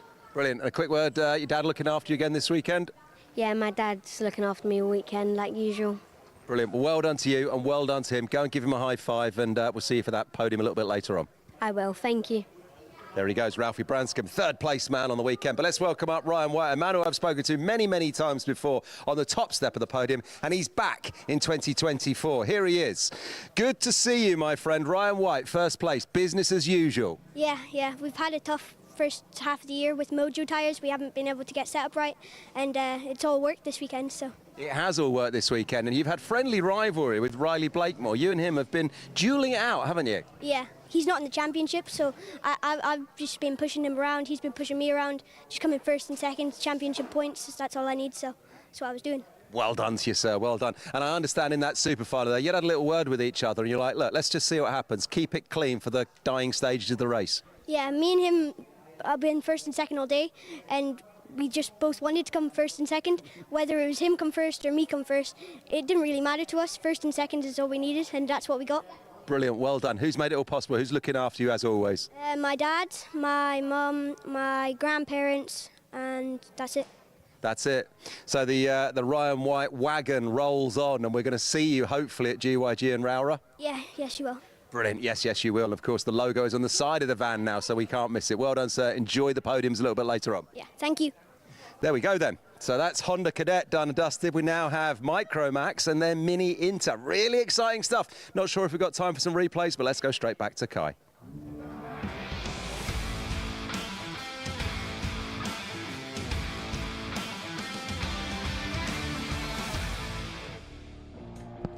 Well, we're not done just quite yet. Micromax Final is up next for the penultimate race of the day, and what a day it has been. Austin Oman starts on pole position with Maximilian Eberhardt alongside him. From Dean Sint-Bahar in third, Ansel Murray will start in fourth. Max Jolly fifth with Jos Huschka alongside him. Maria Roberto starts on the fourth row of the grid, then from Harry Radcliffe alongside. And then we've got Alfie Garrett in 9th, 10th is Logan Stanley Jones, 11th is Sebastian Crawford, 12th Ralph Martin. 7th row of the grid, the 13th and final driver joining us on the Micromax grid is Harris Barber, who will start in 13th position. So 13 drivers here for the Micromax final. Once again, one of the smaller grids which we have here at the Ultimate Karting Championship Round 4 here at Three Sisters, but yet still a class which provides brilliant action and non-stop racing between all of them. It's going to be very interesting to see how the drivers will make their way through the order. A lot of drivers which have been having a great weekend so far. Eyes to keep an eye out. Having a look on the grid here, we can see Dean Sint-Bahar a little bit further down the order. He's had a great weekend so far. I mean, just in the superheat alone, put out a brilliant performance. One of the fastest drivers out there on the circuit. Will be interesting to see how Sint-Bahar is able to do here in the super final. The number 11 though, Austin Oman. You can't miss him because of his visor. The AO on the visor, very easy to spot there in the SPR X-Prix chassis. Austin Oman once again has been on top form as usual and has been fighting at the fair end of the field as usual. It was great to see how he's been performing over the course of the weekend. But with 13 drivers that could all take a victory here, as the drivers will now make their way off the grid and now onto their formation lap, ready to get racing. Austin Oman once again takes it away from pole position. Let's see if he's able to hold that place going into the first corner, as the drivers will have, once again, as usual, one lap to warm up their tyres and get themselves ready for the start of this race. Jos Huschke had a couple of issues earlier on in the superheat. He has plenty of time to try and redeem himself here in the super final. Maximilian Eberhardt was once again a great contender up at the front end. Can't forget about Ansel Murray, and joining him alongside is Dean Singh Bahal. There is the number 23 of Dean Singh Bahal as they go down the downhill circuit. The 99 of Ansel Murray, he's got 99 on the car, 96 on the helmet. There's all the SPR team and Sam Pollitt himself. You can spot Ted Bradbury as well standing on top, and Kieran Murphy, one of the mechanics there for the drivers out there on the circuit. Yellow flags are waved. All the drivers will get themselves into formation, ready for the start of this race. And which way is it going to go? Can Austin Oman do it once again, or will there be an upset on the circuit? Around the final bend and onto the home straight. Will we go racing first time round? We accelerate across the line. Yes, we will. We go racing. Austin Oman darting down towards the first corner. Cuts across Maximilian Eberhardt. Doesn't even want to give him a look of the inside line. Following him behind, Dean Singh Bahal gets himself up at a second position. Great start there from Singh Bahal. He's going to challenge as they go down the hill. He will hit the front. Great start there from the 23 of Singh Bahal as he now hits the front and gets himself into the lead of this race. Austin Oman drops down into second. How will he be able to respond to this situation? Keep an eye on Maximilian Eberhardt. The number 61, he's tucked in third position as well. And then in behind him, the number 14 of Max Jolly. A great jump off the line to get himself into fourth. So round the final bend and onto the home straight for the first time. And crossing the line for the first time of this race, Austin Oman. A beautiful start from him, but Dean Singh Bahal just got the better of him down the inside. Maximilian Eberhardt says he's here to play, up into second position. Great move there from Eberhardt to get himself up into second. And Austin Oman, the man that started on pole, is now dropped down into third position. Not the start the SPR driver would have been hoping for. But Dean Singh Bahal, a start from the gods, a brilliant start from him. Started third on the grid and now finds himself in the lead of the race. Down through the midsection we go and into the final couple of corners. Maximilian Eberhardt already applying pressure onto the back of Dean Singh Bahal. Singh Bahal just about holding on right now as they go down up into the first corner.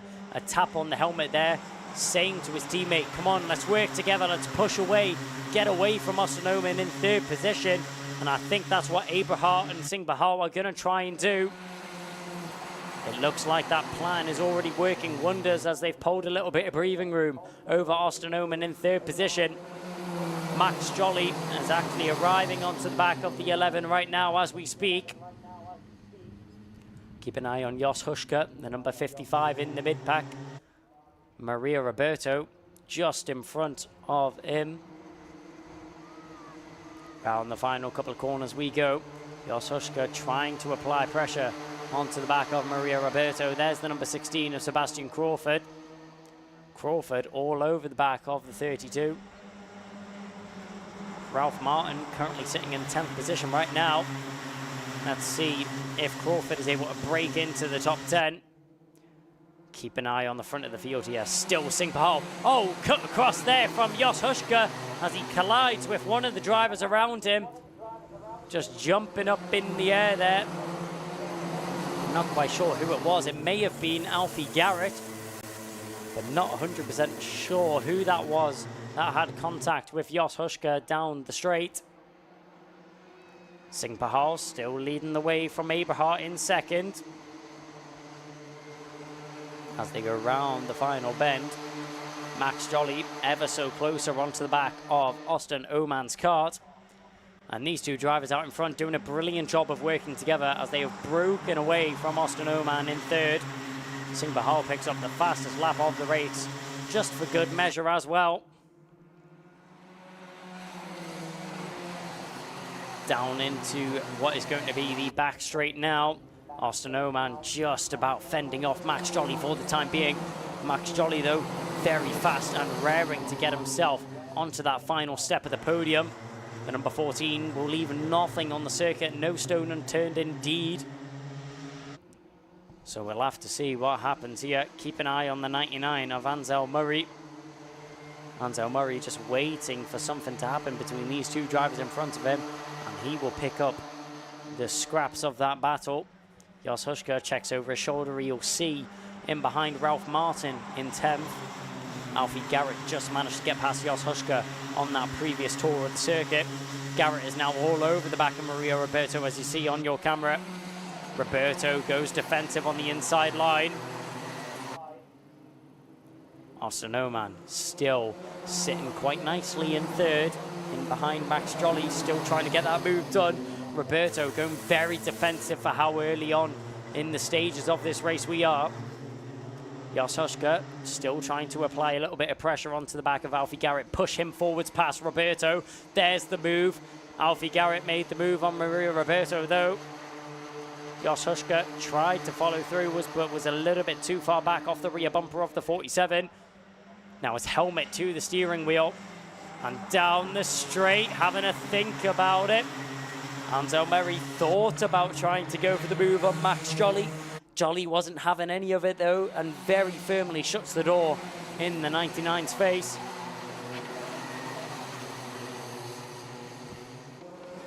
Austin Oman and Max Jolly still very tight between these two drivers. So I'm actually surprised here that Max Jolly hasn't gone for an overtake just yet. Number 11, Austin Oman, still putting down great lap times on the circuit and still able to fend for his own in terms of the pace that he's got out there on the track. And there's the number 26 of Harry Radcliffe. He's now arriving onto the back of this battle. He clearly feels that these drivers are taking a little bit too long. He puts the fastest lap under his belt and down the inside. There's the move we've been waiting for. Max Jolly gets a move done on Austin Oman for the final step on the podium for 3rd position. Watch him behind. Ansel Murray has Harry Radcliffe all over the back of him. Radcliffe looking for a move to open up, waiting for an opportunity to arise. Through the midsection we go, and now down towards the final couple of corners. Harry Radcliffe tucked in behind the number 99. These 4 drivers, not much separating them right now. Radcliffe definitely the closest of the 4.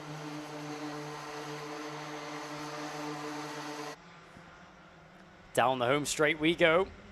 99 of Ansel Murray, very close to the rear bumper of Austin Oman. Oman goes for normal racing line. Thought about it, did Murray. Wasn't quite close enough to get that car positioned on the inside line though.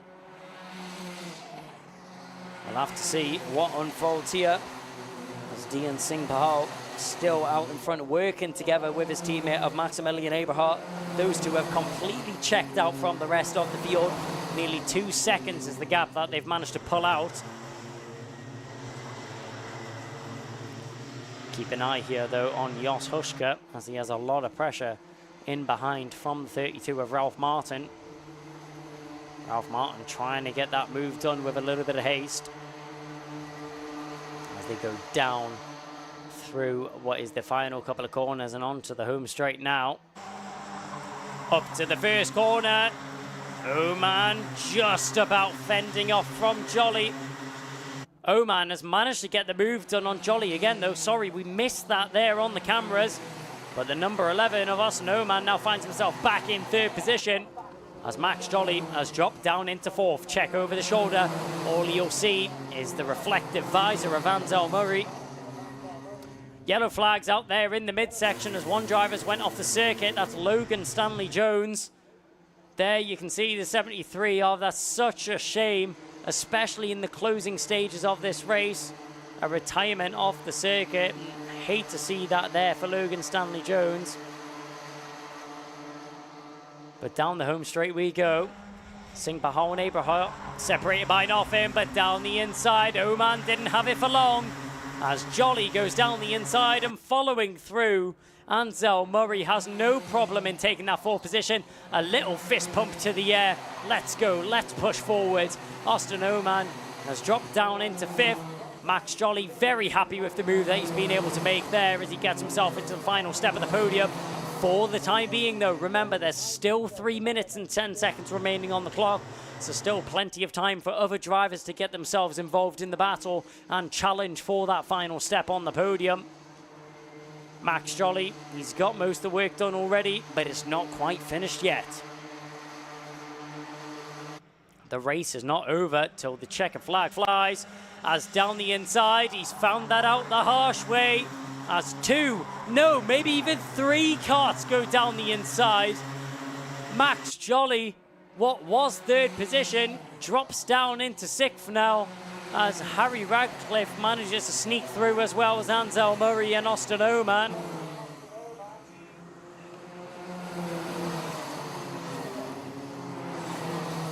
That's a great move there on the inside. Dian Singh Bahal, keep an eye on them. As watching through we go. A tap on the shoulder. Ansel Murray taps his helmet. Says, come on, let's push forwards. Let's work together. Try and get away from the drivers in behind. Austin Oman, does he like the sound of that idea? We'll have to wait and see. He is tucked in behind, and that is for the 3rd step on the podium. The top 2 have completely disappeared, as Dian Singh Bahal is nowhere to be seen. Neither is Maximilian Eberhardt, as those 2 drivers are they're quite happy just driving away from the rest of the field. It's been a great race from these 2, and it's great to see the camaraderie and the racecraft between the 2 teammates as they've been able to break away from the rest of the field. Talking about the rest of the field, that's where the action's going to be at, though, as Ansel Murray has a lot of work cut out for him if he wants to hold on to this final step at the podium. Austin Oman is breathing down his neck, not making this race easy for him at all. Keep an eye on Harry Radcliffe and Max Jolly as well, though. I'm sure they will be in a lovely position waiting to try and pick up the pieces of a battle.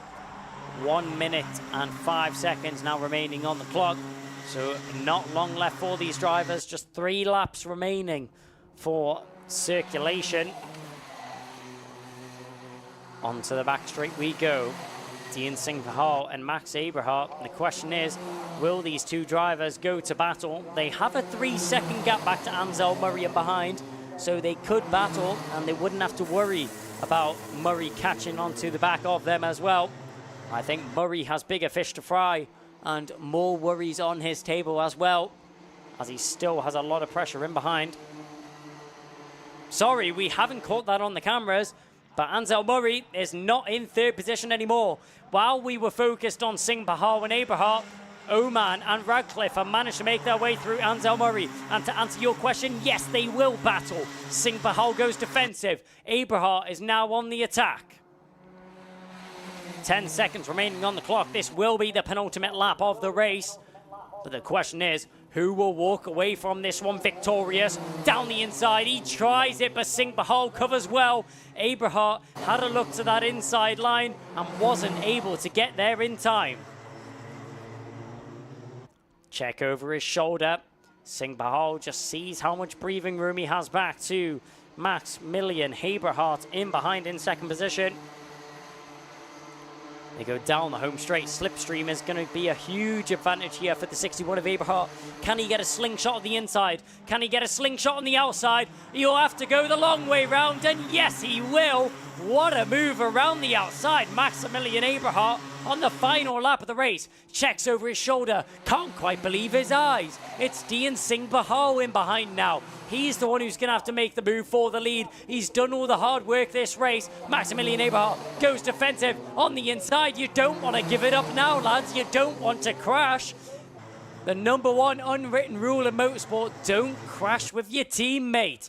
Dian Singh Bahal on the attack now, on the outside. They go side by side. He forces his way through. What a move from Singh Bahal. Just about a car's whip between the 2 of them. Maximilian Eberhardt is not happy with the move at all. He clearly feels it was unjust, but across the line, it's Dian Singh Bahal who takes home the victory here at the Three Sisters circuit. Maximilian Eberhardt, after a long-fought battle between the 2 of them, very hard and very close between the 2 of them. It will be down to the stewards on who is victorious in the end. But Dian Singh Bahal, He's seen the gap and he went for it. In the words of Ayrton Senna, if you no longer go for a gap, you're no longer a racing driver. And Dian Singh Pahal took that one to heart. Dian Singh Pahal walks away victorious there for the Micromax final. Maximilian Eberhardt comes home in second, as it's a 1-2 for the two teammates. Austin Oman manages to hang on to third position from Harry Radcliffe in fourth. Fifth was Ansel Murray, then it was Alfie Garrett, Max Jolly, Jos Huschka, Maria Roberto, Sebastian Crawford, Ralph Martin, and unfortunately the one retirement from the race was Logan Stanley Jones in 12th position. So that's going to be it. That's going to be the race called there for the Micromax final, and only one more final to go after that. It's going to be the Mini Inter final coming up very shortly. But before that, I'm sure you know the order by now. We're going to go down to Kev down in Parc Fermé, who's with our top three. Wow, wow, wow. The closing stages of that one were really quite something, but good to see down here in the post-race scrutiny and on the weighing scales, the two RCE drivers there of Dian Singh Pahal and Max Eberhardt high-fiving each other in the end. Good team spirit, hard, robust racing between the pair of them, and Austin Oman, the man who finishes home or in third place after a fairly strong weekend from him, a first, a fifth, a second, and then finishing up in a third. We'll get a chat with him first, as in the background we can see Max and Dian there just having a little chat, having a little word. Strong racing from all these youngsters. They'll have learnt a lot off that one. Great to see Dian there as well, just giving the fist bump to Austin as we find ourselves in a situation not dissimilar to the Formula One, is it? Look at this. As soon as the helmets go off, they'll just sit around, have a little chat, they have a little bit of a debrief. The emotions run high, but hopefully when they all get home and look at it a bit later on, they think, yeah, it was fair. I did my best, I tried my hardest, and that was the result that I got on the day, and hopefully that's the way it works out. Austin just having a word with his dad there. Sam Pollitt Racing been doing a great job for Austin over the last few rounds, and another great weekend from him. I'll welcome him up as soon as he's had a word from his dad, and we'll see what goes on. RCE drivers in the background. Here we go. Dian and Max, look at this, and the dad's fist bumping as well. Got to be a lot of happy souls here in that team, surely. I think when it's all said and done, when we watch it back, like I say, robust racing but fair racing. We've seen a lot of it this weekend, and Austin just trying to work out what's gone on with his weekend with his dad there as well. And we'll welcome Austin up to have a chat with us as soon as he's ready. We'll go in the order of third, second, and first. So it'll be Austin to come and have a chat to me first. I'll see if I can catch his attention. Picking up the very well branded helmet. Here he comes. Not the usual big smiles that we see from Austin, but let's see what he's got to say. Well, Austin, listen, third place on the weekend. We're used to seeing you at the top step of the podium, but talk me through how that one played out for you. Start, I thought it was going to go pretty good, but Dian went through, and then I was there for 2 or 3 laps, and Max went straight through, and I just couldn't keep up with them. Listen, well done to you. Don't beat yourself up. You're always there or thereabouts. You're on the podium. It's the third place, and you've had a tough run of it recently, haven't you? You've been working hard. You've been over in Le Mans. You had a race there as well. You're here, so you're trying your best. You're working hard, and I think, as always, Sam Pollitt Racing, your team's been doing a great job for you, haven't they? Yeah. We've always been top 3 with one of us, so yeah. I think, listen, it's the way it sometimes falls for you. You're not always going to win by a country mile. On the podium, championship points, it's game on, my friend. We still have 2 rounds to go. We've got GYG and we've got Raura, and you're going to come back flying for that, aren't you? Yeah, we're close. It's close on the points. Everyone's all bunched up, so it's close. It is close, and we've enjoyed watching it, and thank you for entertaining us. Great racecraft, you've learned a lot. Who would you like to thank? Who makes it all possible for you?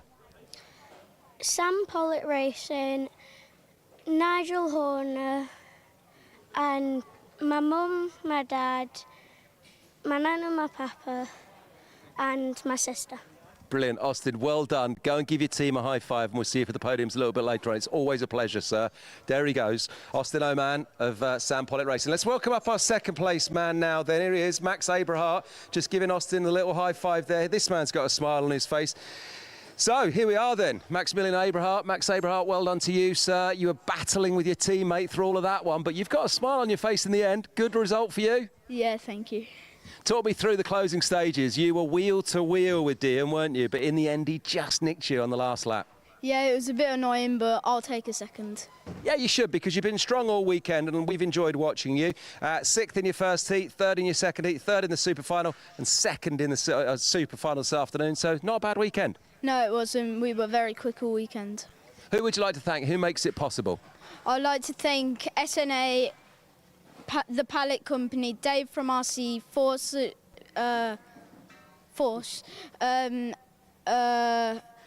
my dad, my mum, my sister, and all my sponsors. Well, listen, well done to you and well done to all of them. It's game on as we head to GYG and Rara. Championship's still very much alive. Yeah. Of course it is. Brilliant. Keep that smile going and we'll see you for the podiums a little bit later on. See you in a bit. See you in a bit. There he goes. Right, and let's welcome up our first place man. Where's Dean gone? Come on, Dean. Come and have a chat to me. Because this man is the winner on the day. And the last 3 rounds, folks, if you didn't realise, at round 2, he got 3rd. At round 3, he got 2nd. And now at round 4, he's gone one better. He gets 1st. I've had a great weekend. Don't really want to speak about the first race, but uno, dos, tres, I forgot the rest. I got the win, so it was amazing. Hard race. It was just about race management.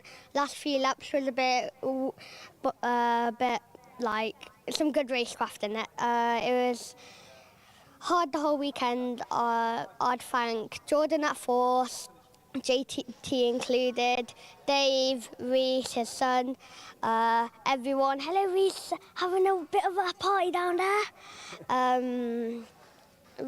Well done to Max and Austin, both at the top of the championship. Close, very close. Thank you to all my sponsors, all my family, everyone.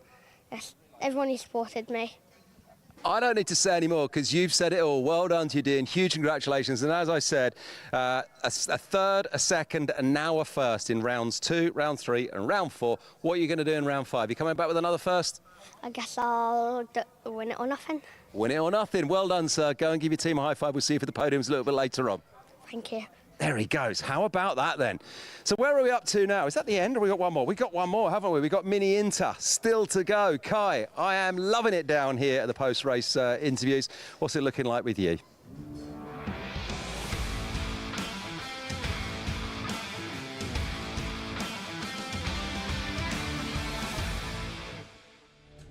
I don't blame you for 1 second, Kev. I'm loving it up here indeed.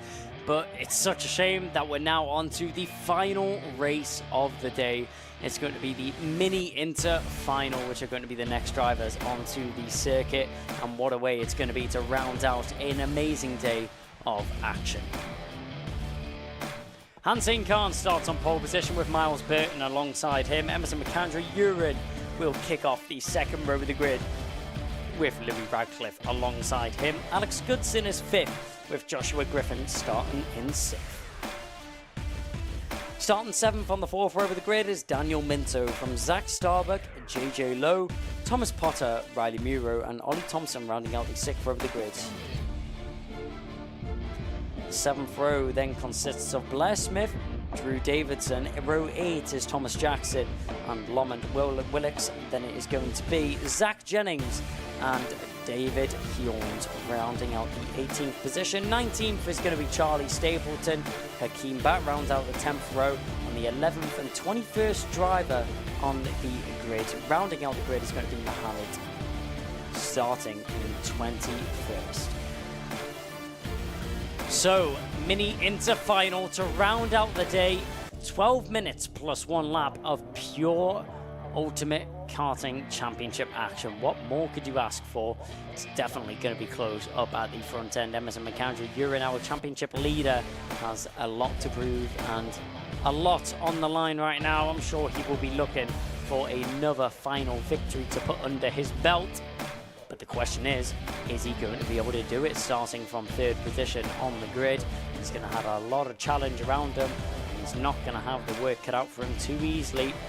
And I'm sure he would definitely like it in better circumstances. But he has to deal with the cards that he's been dealt. We'll have to see what he's able to do over the course of this final. Obviously, starting third is still a brilliant position to be starting. Just 2 cards in front of him, which he has to dispose of to get himself into the race lead. And what he would be hoping for is a victory. As the drivers are now just sat on the grid, waiting for the go-ahead from the marshals. It is now 3:29. This race is planned to get underway at 3:30.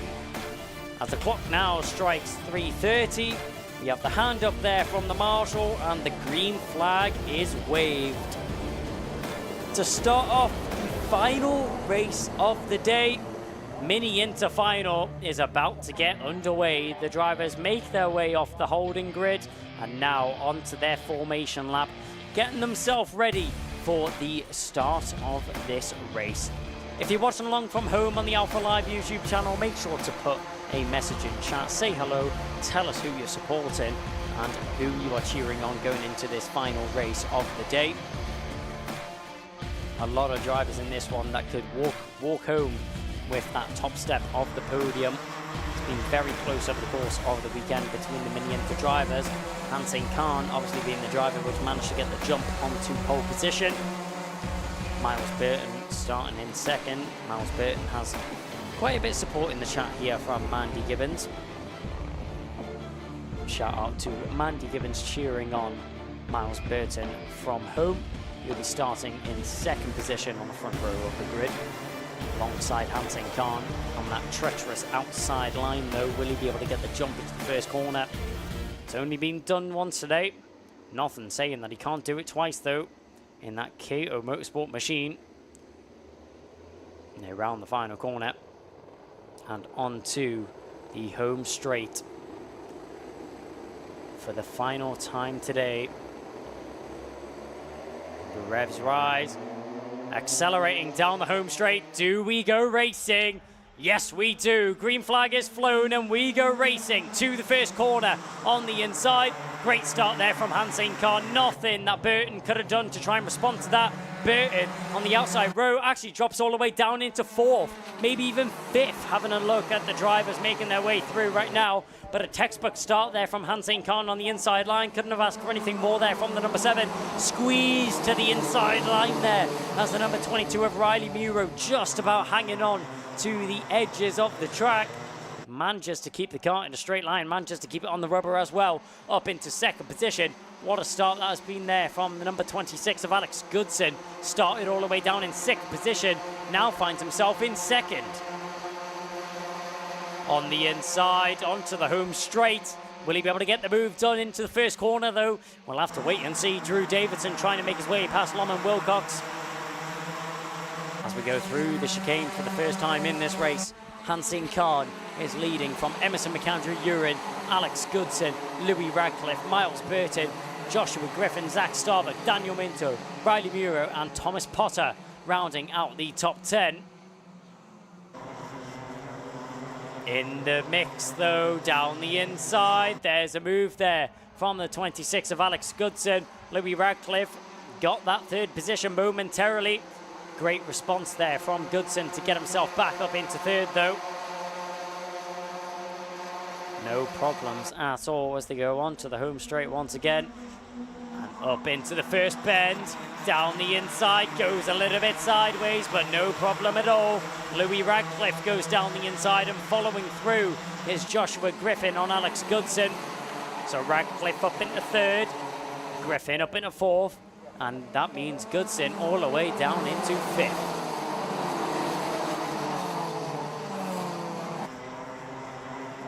Drivers make their way through the midsection of the circuit right now. Emerson McAndrew, you're in there, you see at the front of your shot, currently in 2nd position. Hansen Khan pulling a little bit of a gap already, about a second is what he has back to Emerson McAndrew, you're in 2nd. But the question is, these two drivers, Louis Radcliffe and Joshua Griffin, will they work together? No, they won't. Down the inside, there goes Joshua Griffin. Gets himself up into third position. But will they work with Emerson McAndrew-Urin to try and catch on to the back of Hansen Khan? Or will all hell be let loose? And will there be a battle endeavoured on the circuit?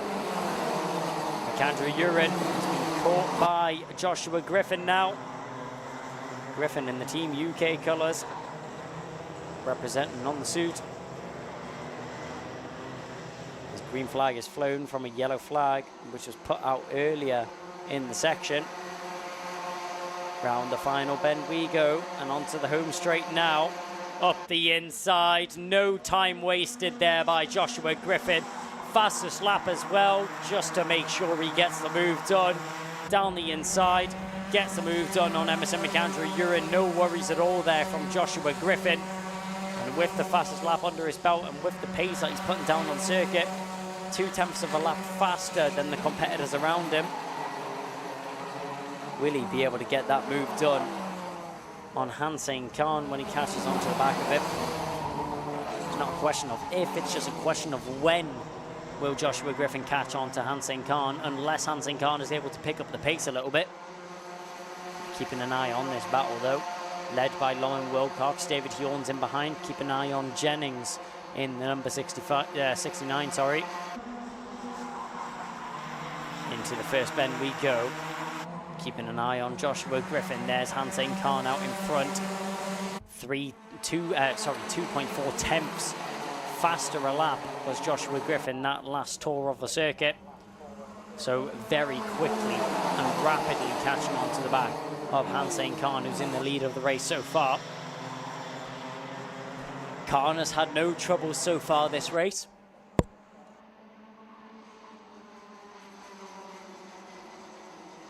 But he may have some troubles that are coming his way. Burton just trying to deal with the pressure which he has in behind. A quick check over the shoulder from the number 43 of Burton. You'll see that Alex Goodson is there for company. Through the first couple of bends we go.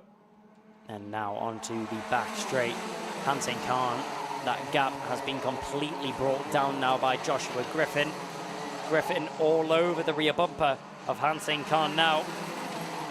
What was a quite comfortable lead that he had by about a second over the other drivers has now been torn down, and the pace is currently in the favour of Joshua Griffin. Will Hansen Khan be able to defend though and hold on to that lead position? Head to the steering wheel. I don't think it's going to make a difference though. Joshua Griffin is going to opt in to work with Hansen Khan. Maybe try and pull a little bit of a gap over Emerson McAndrew-Urin in third. These two drivers work together and pull a little bit of a gap over Hansen Khan, like we've seen in the Micromax race just previously. If these two drivers work together, manage to pull a little bit of a gap, then they are free to battle in the closing stages of the race. Just be a question of if Joshua Griffin has the patience to work with Hansen Khan, and if he sees it being beneficial for his own race. Obviously these two drivers not being teammates this time round, so it's every man for himself. No team orders are being played here. Check over the shoulder there from Emerson McAndrew-Urin. Louis Radcliffe is in pursuit. 5 minutes and 35 seconds is now remaining on the clock. So over half the race has now been completed here for these Mini-Inter drivers. Going down onto the back straight now. You can see there, that's the number 22 of Riley Muro. A lot of pressure being applied from JJ Lowe in behind in the number 48 car. As just in behind them, that is going to be, what is the 74? Or is that the 70 there of Drew Davidson and Thomas Potter? Joshua Griffin, though, still hasn't went for a move just yet. Commentator's curse strikes once again. Here's the move which we're going to see on the inside. Hansen Khan tries to put up a fight, but nothing he could do to stop Joshua Griffin on the inside. A tap of the helmet, a point forwards. That is Joshua Griffin saying to Hansen Khan, let's work together, let's push forwards and try and get in front of these two drivers. And a look on the inside. He had me fooled, Hansen Khan. had the idea to go on the inside line, had the idea to go for the overtake. Wasn't quite in his favour though, actually lost a little bit of time. Showing his front bumper on the inside line there. As loses quite a chunk of momentum. Hansing Khan though dropped down into second position now. As Joshua Griffin, fastest lap of the race, as he has now hit the front. Joshua Griffin, the question about him now is, will he be able to break away from the drivers in behind? Hansing Khan still has a little bit of breathing room back to Emerson McAndrew-Uren in third. Louis Radcliffe just tucked in behind Emerson McAndrew-Uren right now.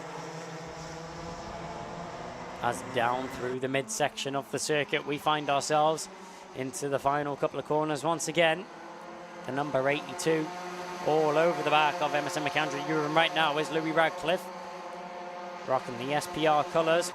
In behind the DHR kart of Emerson McAndrew-Uren. McAndrew-Uren, our championship leader coming into this round, no stranger of being up at the front end of the field and no stranger to being on the podium. The question is, will he be able to keep himself in that position, or will he be able to be overthrown by Louis Radcliffe in behind? 3 minutes remaining on the clock now as Joshua Griffin is still in the lead of this race. Hansing Khan in behind though. Around 4/10 is what separates those two drivers. So a little bit of breathing room for the number 5. We'll have to see if he's able to maintain that gap, or will Hansing Khan be able to use the slipstream to his advantage to catch right onto the back of Joshua Griffin once again and ignite a battle. Feeding fuel to a flame. He manages to pull down a little bit of a gap to Joshua Griffin. Brings down about a 1/10 of a second between Joshua Griffin and Hansing Khan. Griffin's pace just dropping off a little bit now, about 2/10 a lap slower than what we have been seeing from Joshua Griffin previously around this circuit.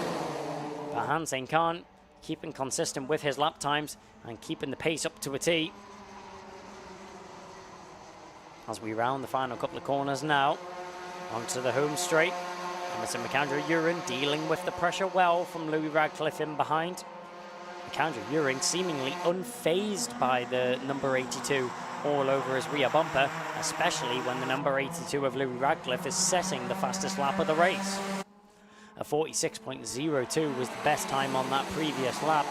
Joshua Griffin was very close in behind as well, so was McAndrew-Uren doing a 46.09 and a .11.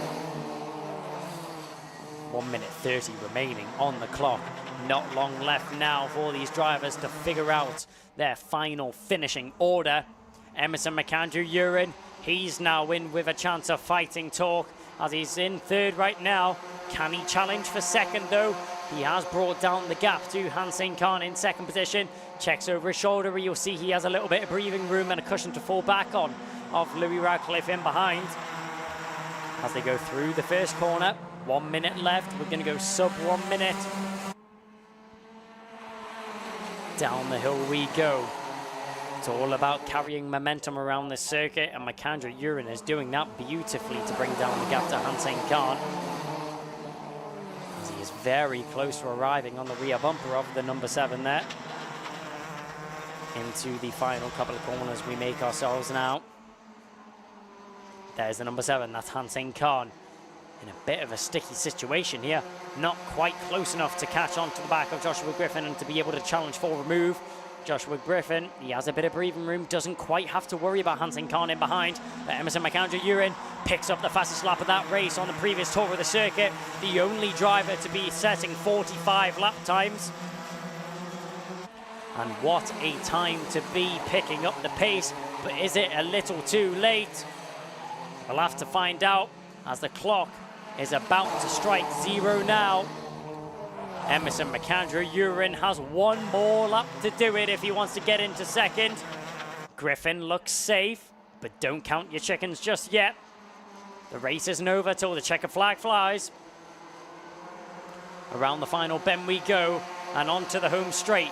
The last lap board will be awarded to Joshua Griffin, but will it be the checkered flag awarded his way as well? through the first bend we go. McAndrew Urin all over the rear bumper of Hansing Khan now. This is his best opportunity to make a move for second position. There's no more working together. There's no more team orders, as it's every man for himself on this final lap of the circuit. On the inside, he's gonna try it, but can he get there? No, he can't. Well defended there by Hansing Khan. I don't know how Hansing Khan has kept that car in a straight line, as he was tagged sideways there by Emerson McAndrew Urin. McAndrew Urin slowing down there. A little mistake there between the battle. McAndrew Urin slows down. Radcliffe sweeps through to pick up the final step of the podium. Emerson McAndrew Urin, what could have been second position, all fell apart on that final lap of the circuit. Joshua Griffin, though, after an opportunistic race, got himself into the lead a little bit earlier on, and it was cool runnings from there as he walks away with a victory under his belt. Hansing Khan, well defended from McAndrew Urin there to hold off for second position.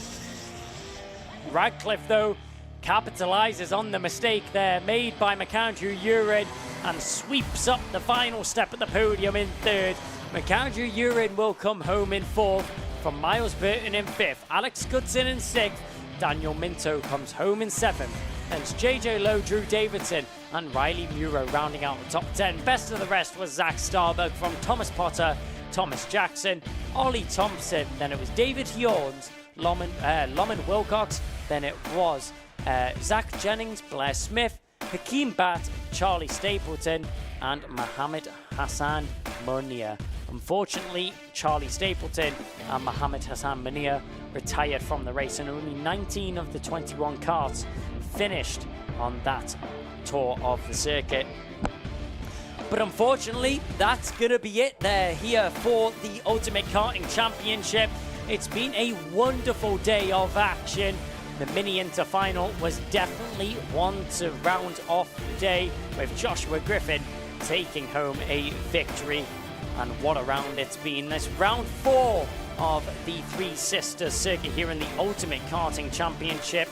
And we will very shortly be going down to Kev Harris in the Parc Ferme area there. So that's going to be it for me on the commentary. I've been Kai Bacini, bringing you along the action here from the Ultimate Karting Championship. As very shortly we will be going down to Kev Harris in the Parc Ferme, where he will catch up with our top 3. In the next round here for the Ultimate Karting Championship, we will be making our way down into Wales to GYG, a very technical circuit in comparison to the Three Sisters circuit here. So the drivers will have their work cut out for them when they make their way down there. Talking about making their way down there, we're going to head down into Parc Ferme now, where Kev Harris will round out the show. Scrutineering area. Looking at the finishes I have it, I got Josh Griffin 5th, cart number 5 rather, coming home in first. Then Hasnain Khan, cart number 7, coming home in second. Then it's Louis Radcliffe, cart 82, that I've got in third. That's what it's looking like. But I've also got Emerson McAndrew Urin in 4th, who's down here in post-race scrutiny, and having a chat with Alex Goodson. Obviously something went on in the closing stages of that one that I haven't quite seen. But one thing's for sure is the man that came home in first is right there, Joshua Griffin, cart number 5. So we'll get a chat with him first and foremost and see what he's got to say for himself. Put your feet on the spot there, sir. There we go. Come have a chat to me. So Josh Griffin, talk to me about that super final result for you there then, first place. Yeah, it was very good. We came from 6th to 1st, so I'm happy with that. Yeah, really, because when we look back at your results over the weekend, 12th in Heat 1, a 2nd in Heat 2, 7th this morning in the Super Heat, and then a first here in the Super Final. That's quite a mixed bag of results for a weekend. Yeah, we've not had the best luck this weekend, but we've made it all work with the new team, so... Yeah, talk to me about that new team. How you been getting on? What's been going on?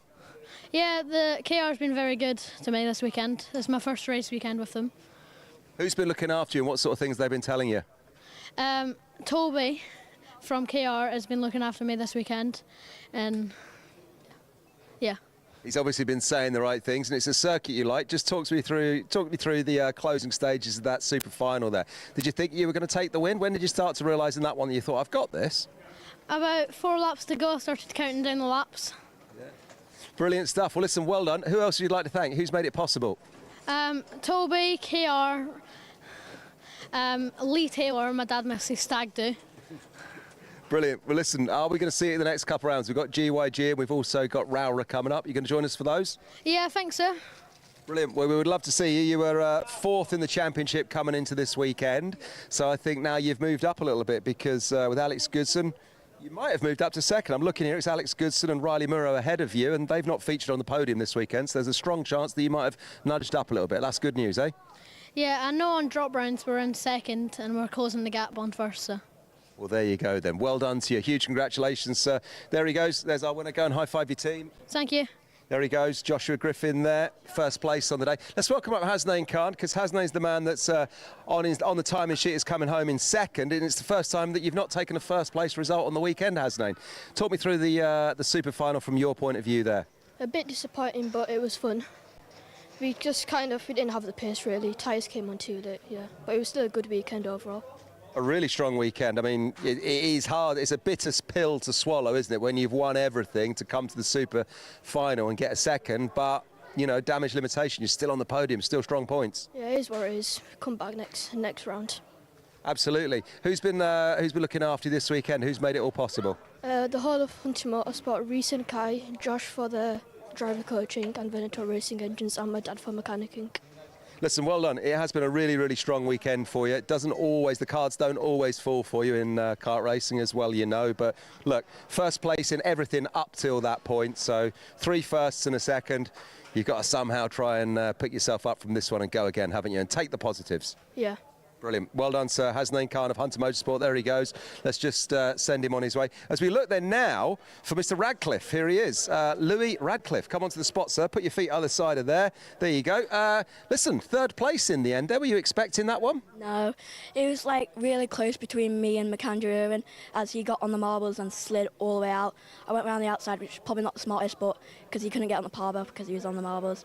I thought I lost it in the end when I came down here. But it was so close. It was really close, but that's kart racing. Sometimes it falls for you, sometimes it doesn't, and on this occasion it fell for you. But as we look at your results, you've had a 4th, a 7th and a 2nd this morning, so you were in the mix all weekend long. Yeah, qualifying wasn't the best because I mixed up with the start and finish lines because there's 2, because I'm stupid. And coming into this heats, I was thinking like I can't catch the super fight heat. I couldn't catch him because he was really quick. It was like identical, and yeah. But listen, well done to you. So who would you like to thank? Who's been looking after you at Sam Pollitt Racing? Well, the team, Riley Morrow, Miles, they've always been supportive to me and they've all helped me this weekend. I want to thank my mum and dad coming here all this way, half an hour. And Harry, my younger brother, he got a girlfriend, he came here to watch me. Brilliant, well done. Huge congratulations to you and to all of them. Are we going to see you at GYG and Rowra? 2 more rounds to go in the UKC? Yeah. Brilliant, great stuff. We look forward to seeing you there. Well done, sir. Thank you. There he goes, Louis Radcliffe, 3rd place of the day. And just to say, support from his teammate Riley Murrow just behind our camera there, giving us a high five right now. So well done to all of the Sam Pollitt Racing drivers this weekend, and indeed all of the drivers who's had a great, hopefully had a great weekend here at round 4 of the UKC. We're going to come back with round 5 and round 6 then. GYG is the next one, North Wales in mid-August, 16th, 17th and 18th of August, and we'd love it if you could join us there. And then after that, we finish the season in September at Rowra in Cumbria. Thanks ever so much for your company then. I've been Kev Harris. Big shout out to Kai Bacchini, who's been calling the commentary or calling the races in the commentary box all weekend long. And of course, you can watch it all back on YouTube for forever and a day. Do follow us on the social media as well at Ultimate Karting Championship or at UKC, there or thereabouts. Thanks for your company, and we'll see you next time. Goodbye.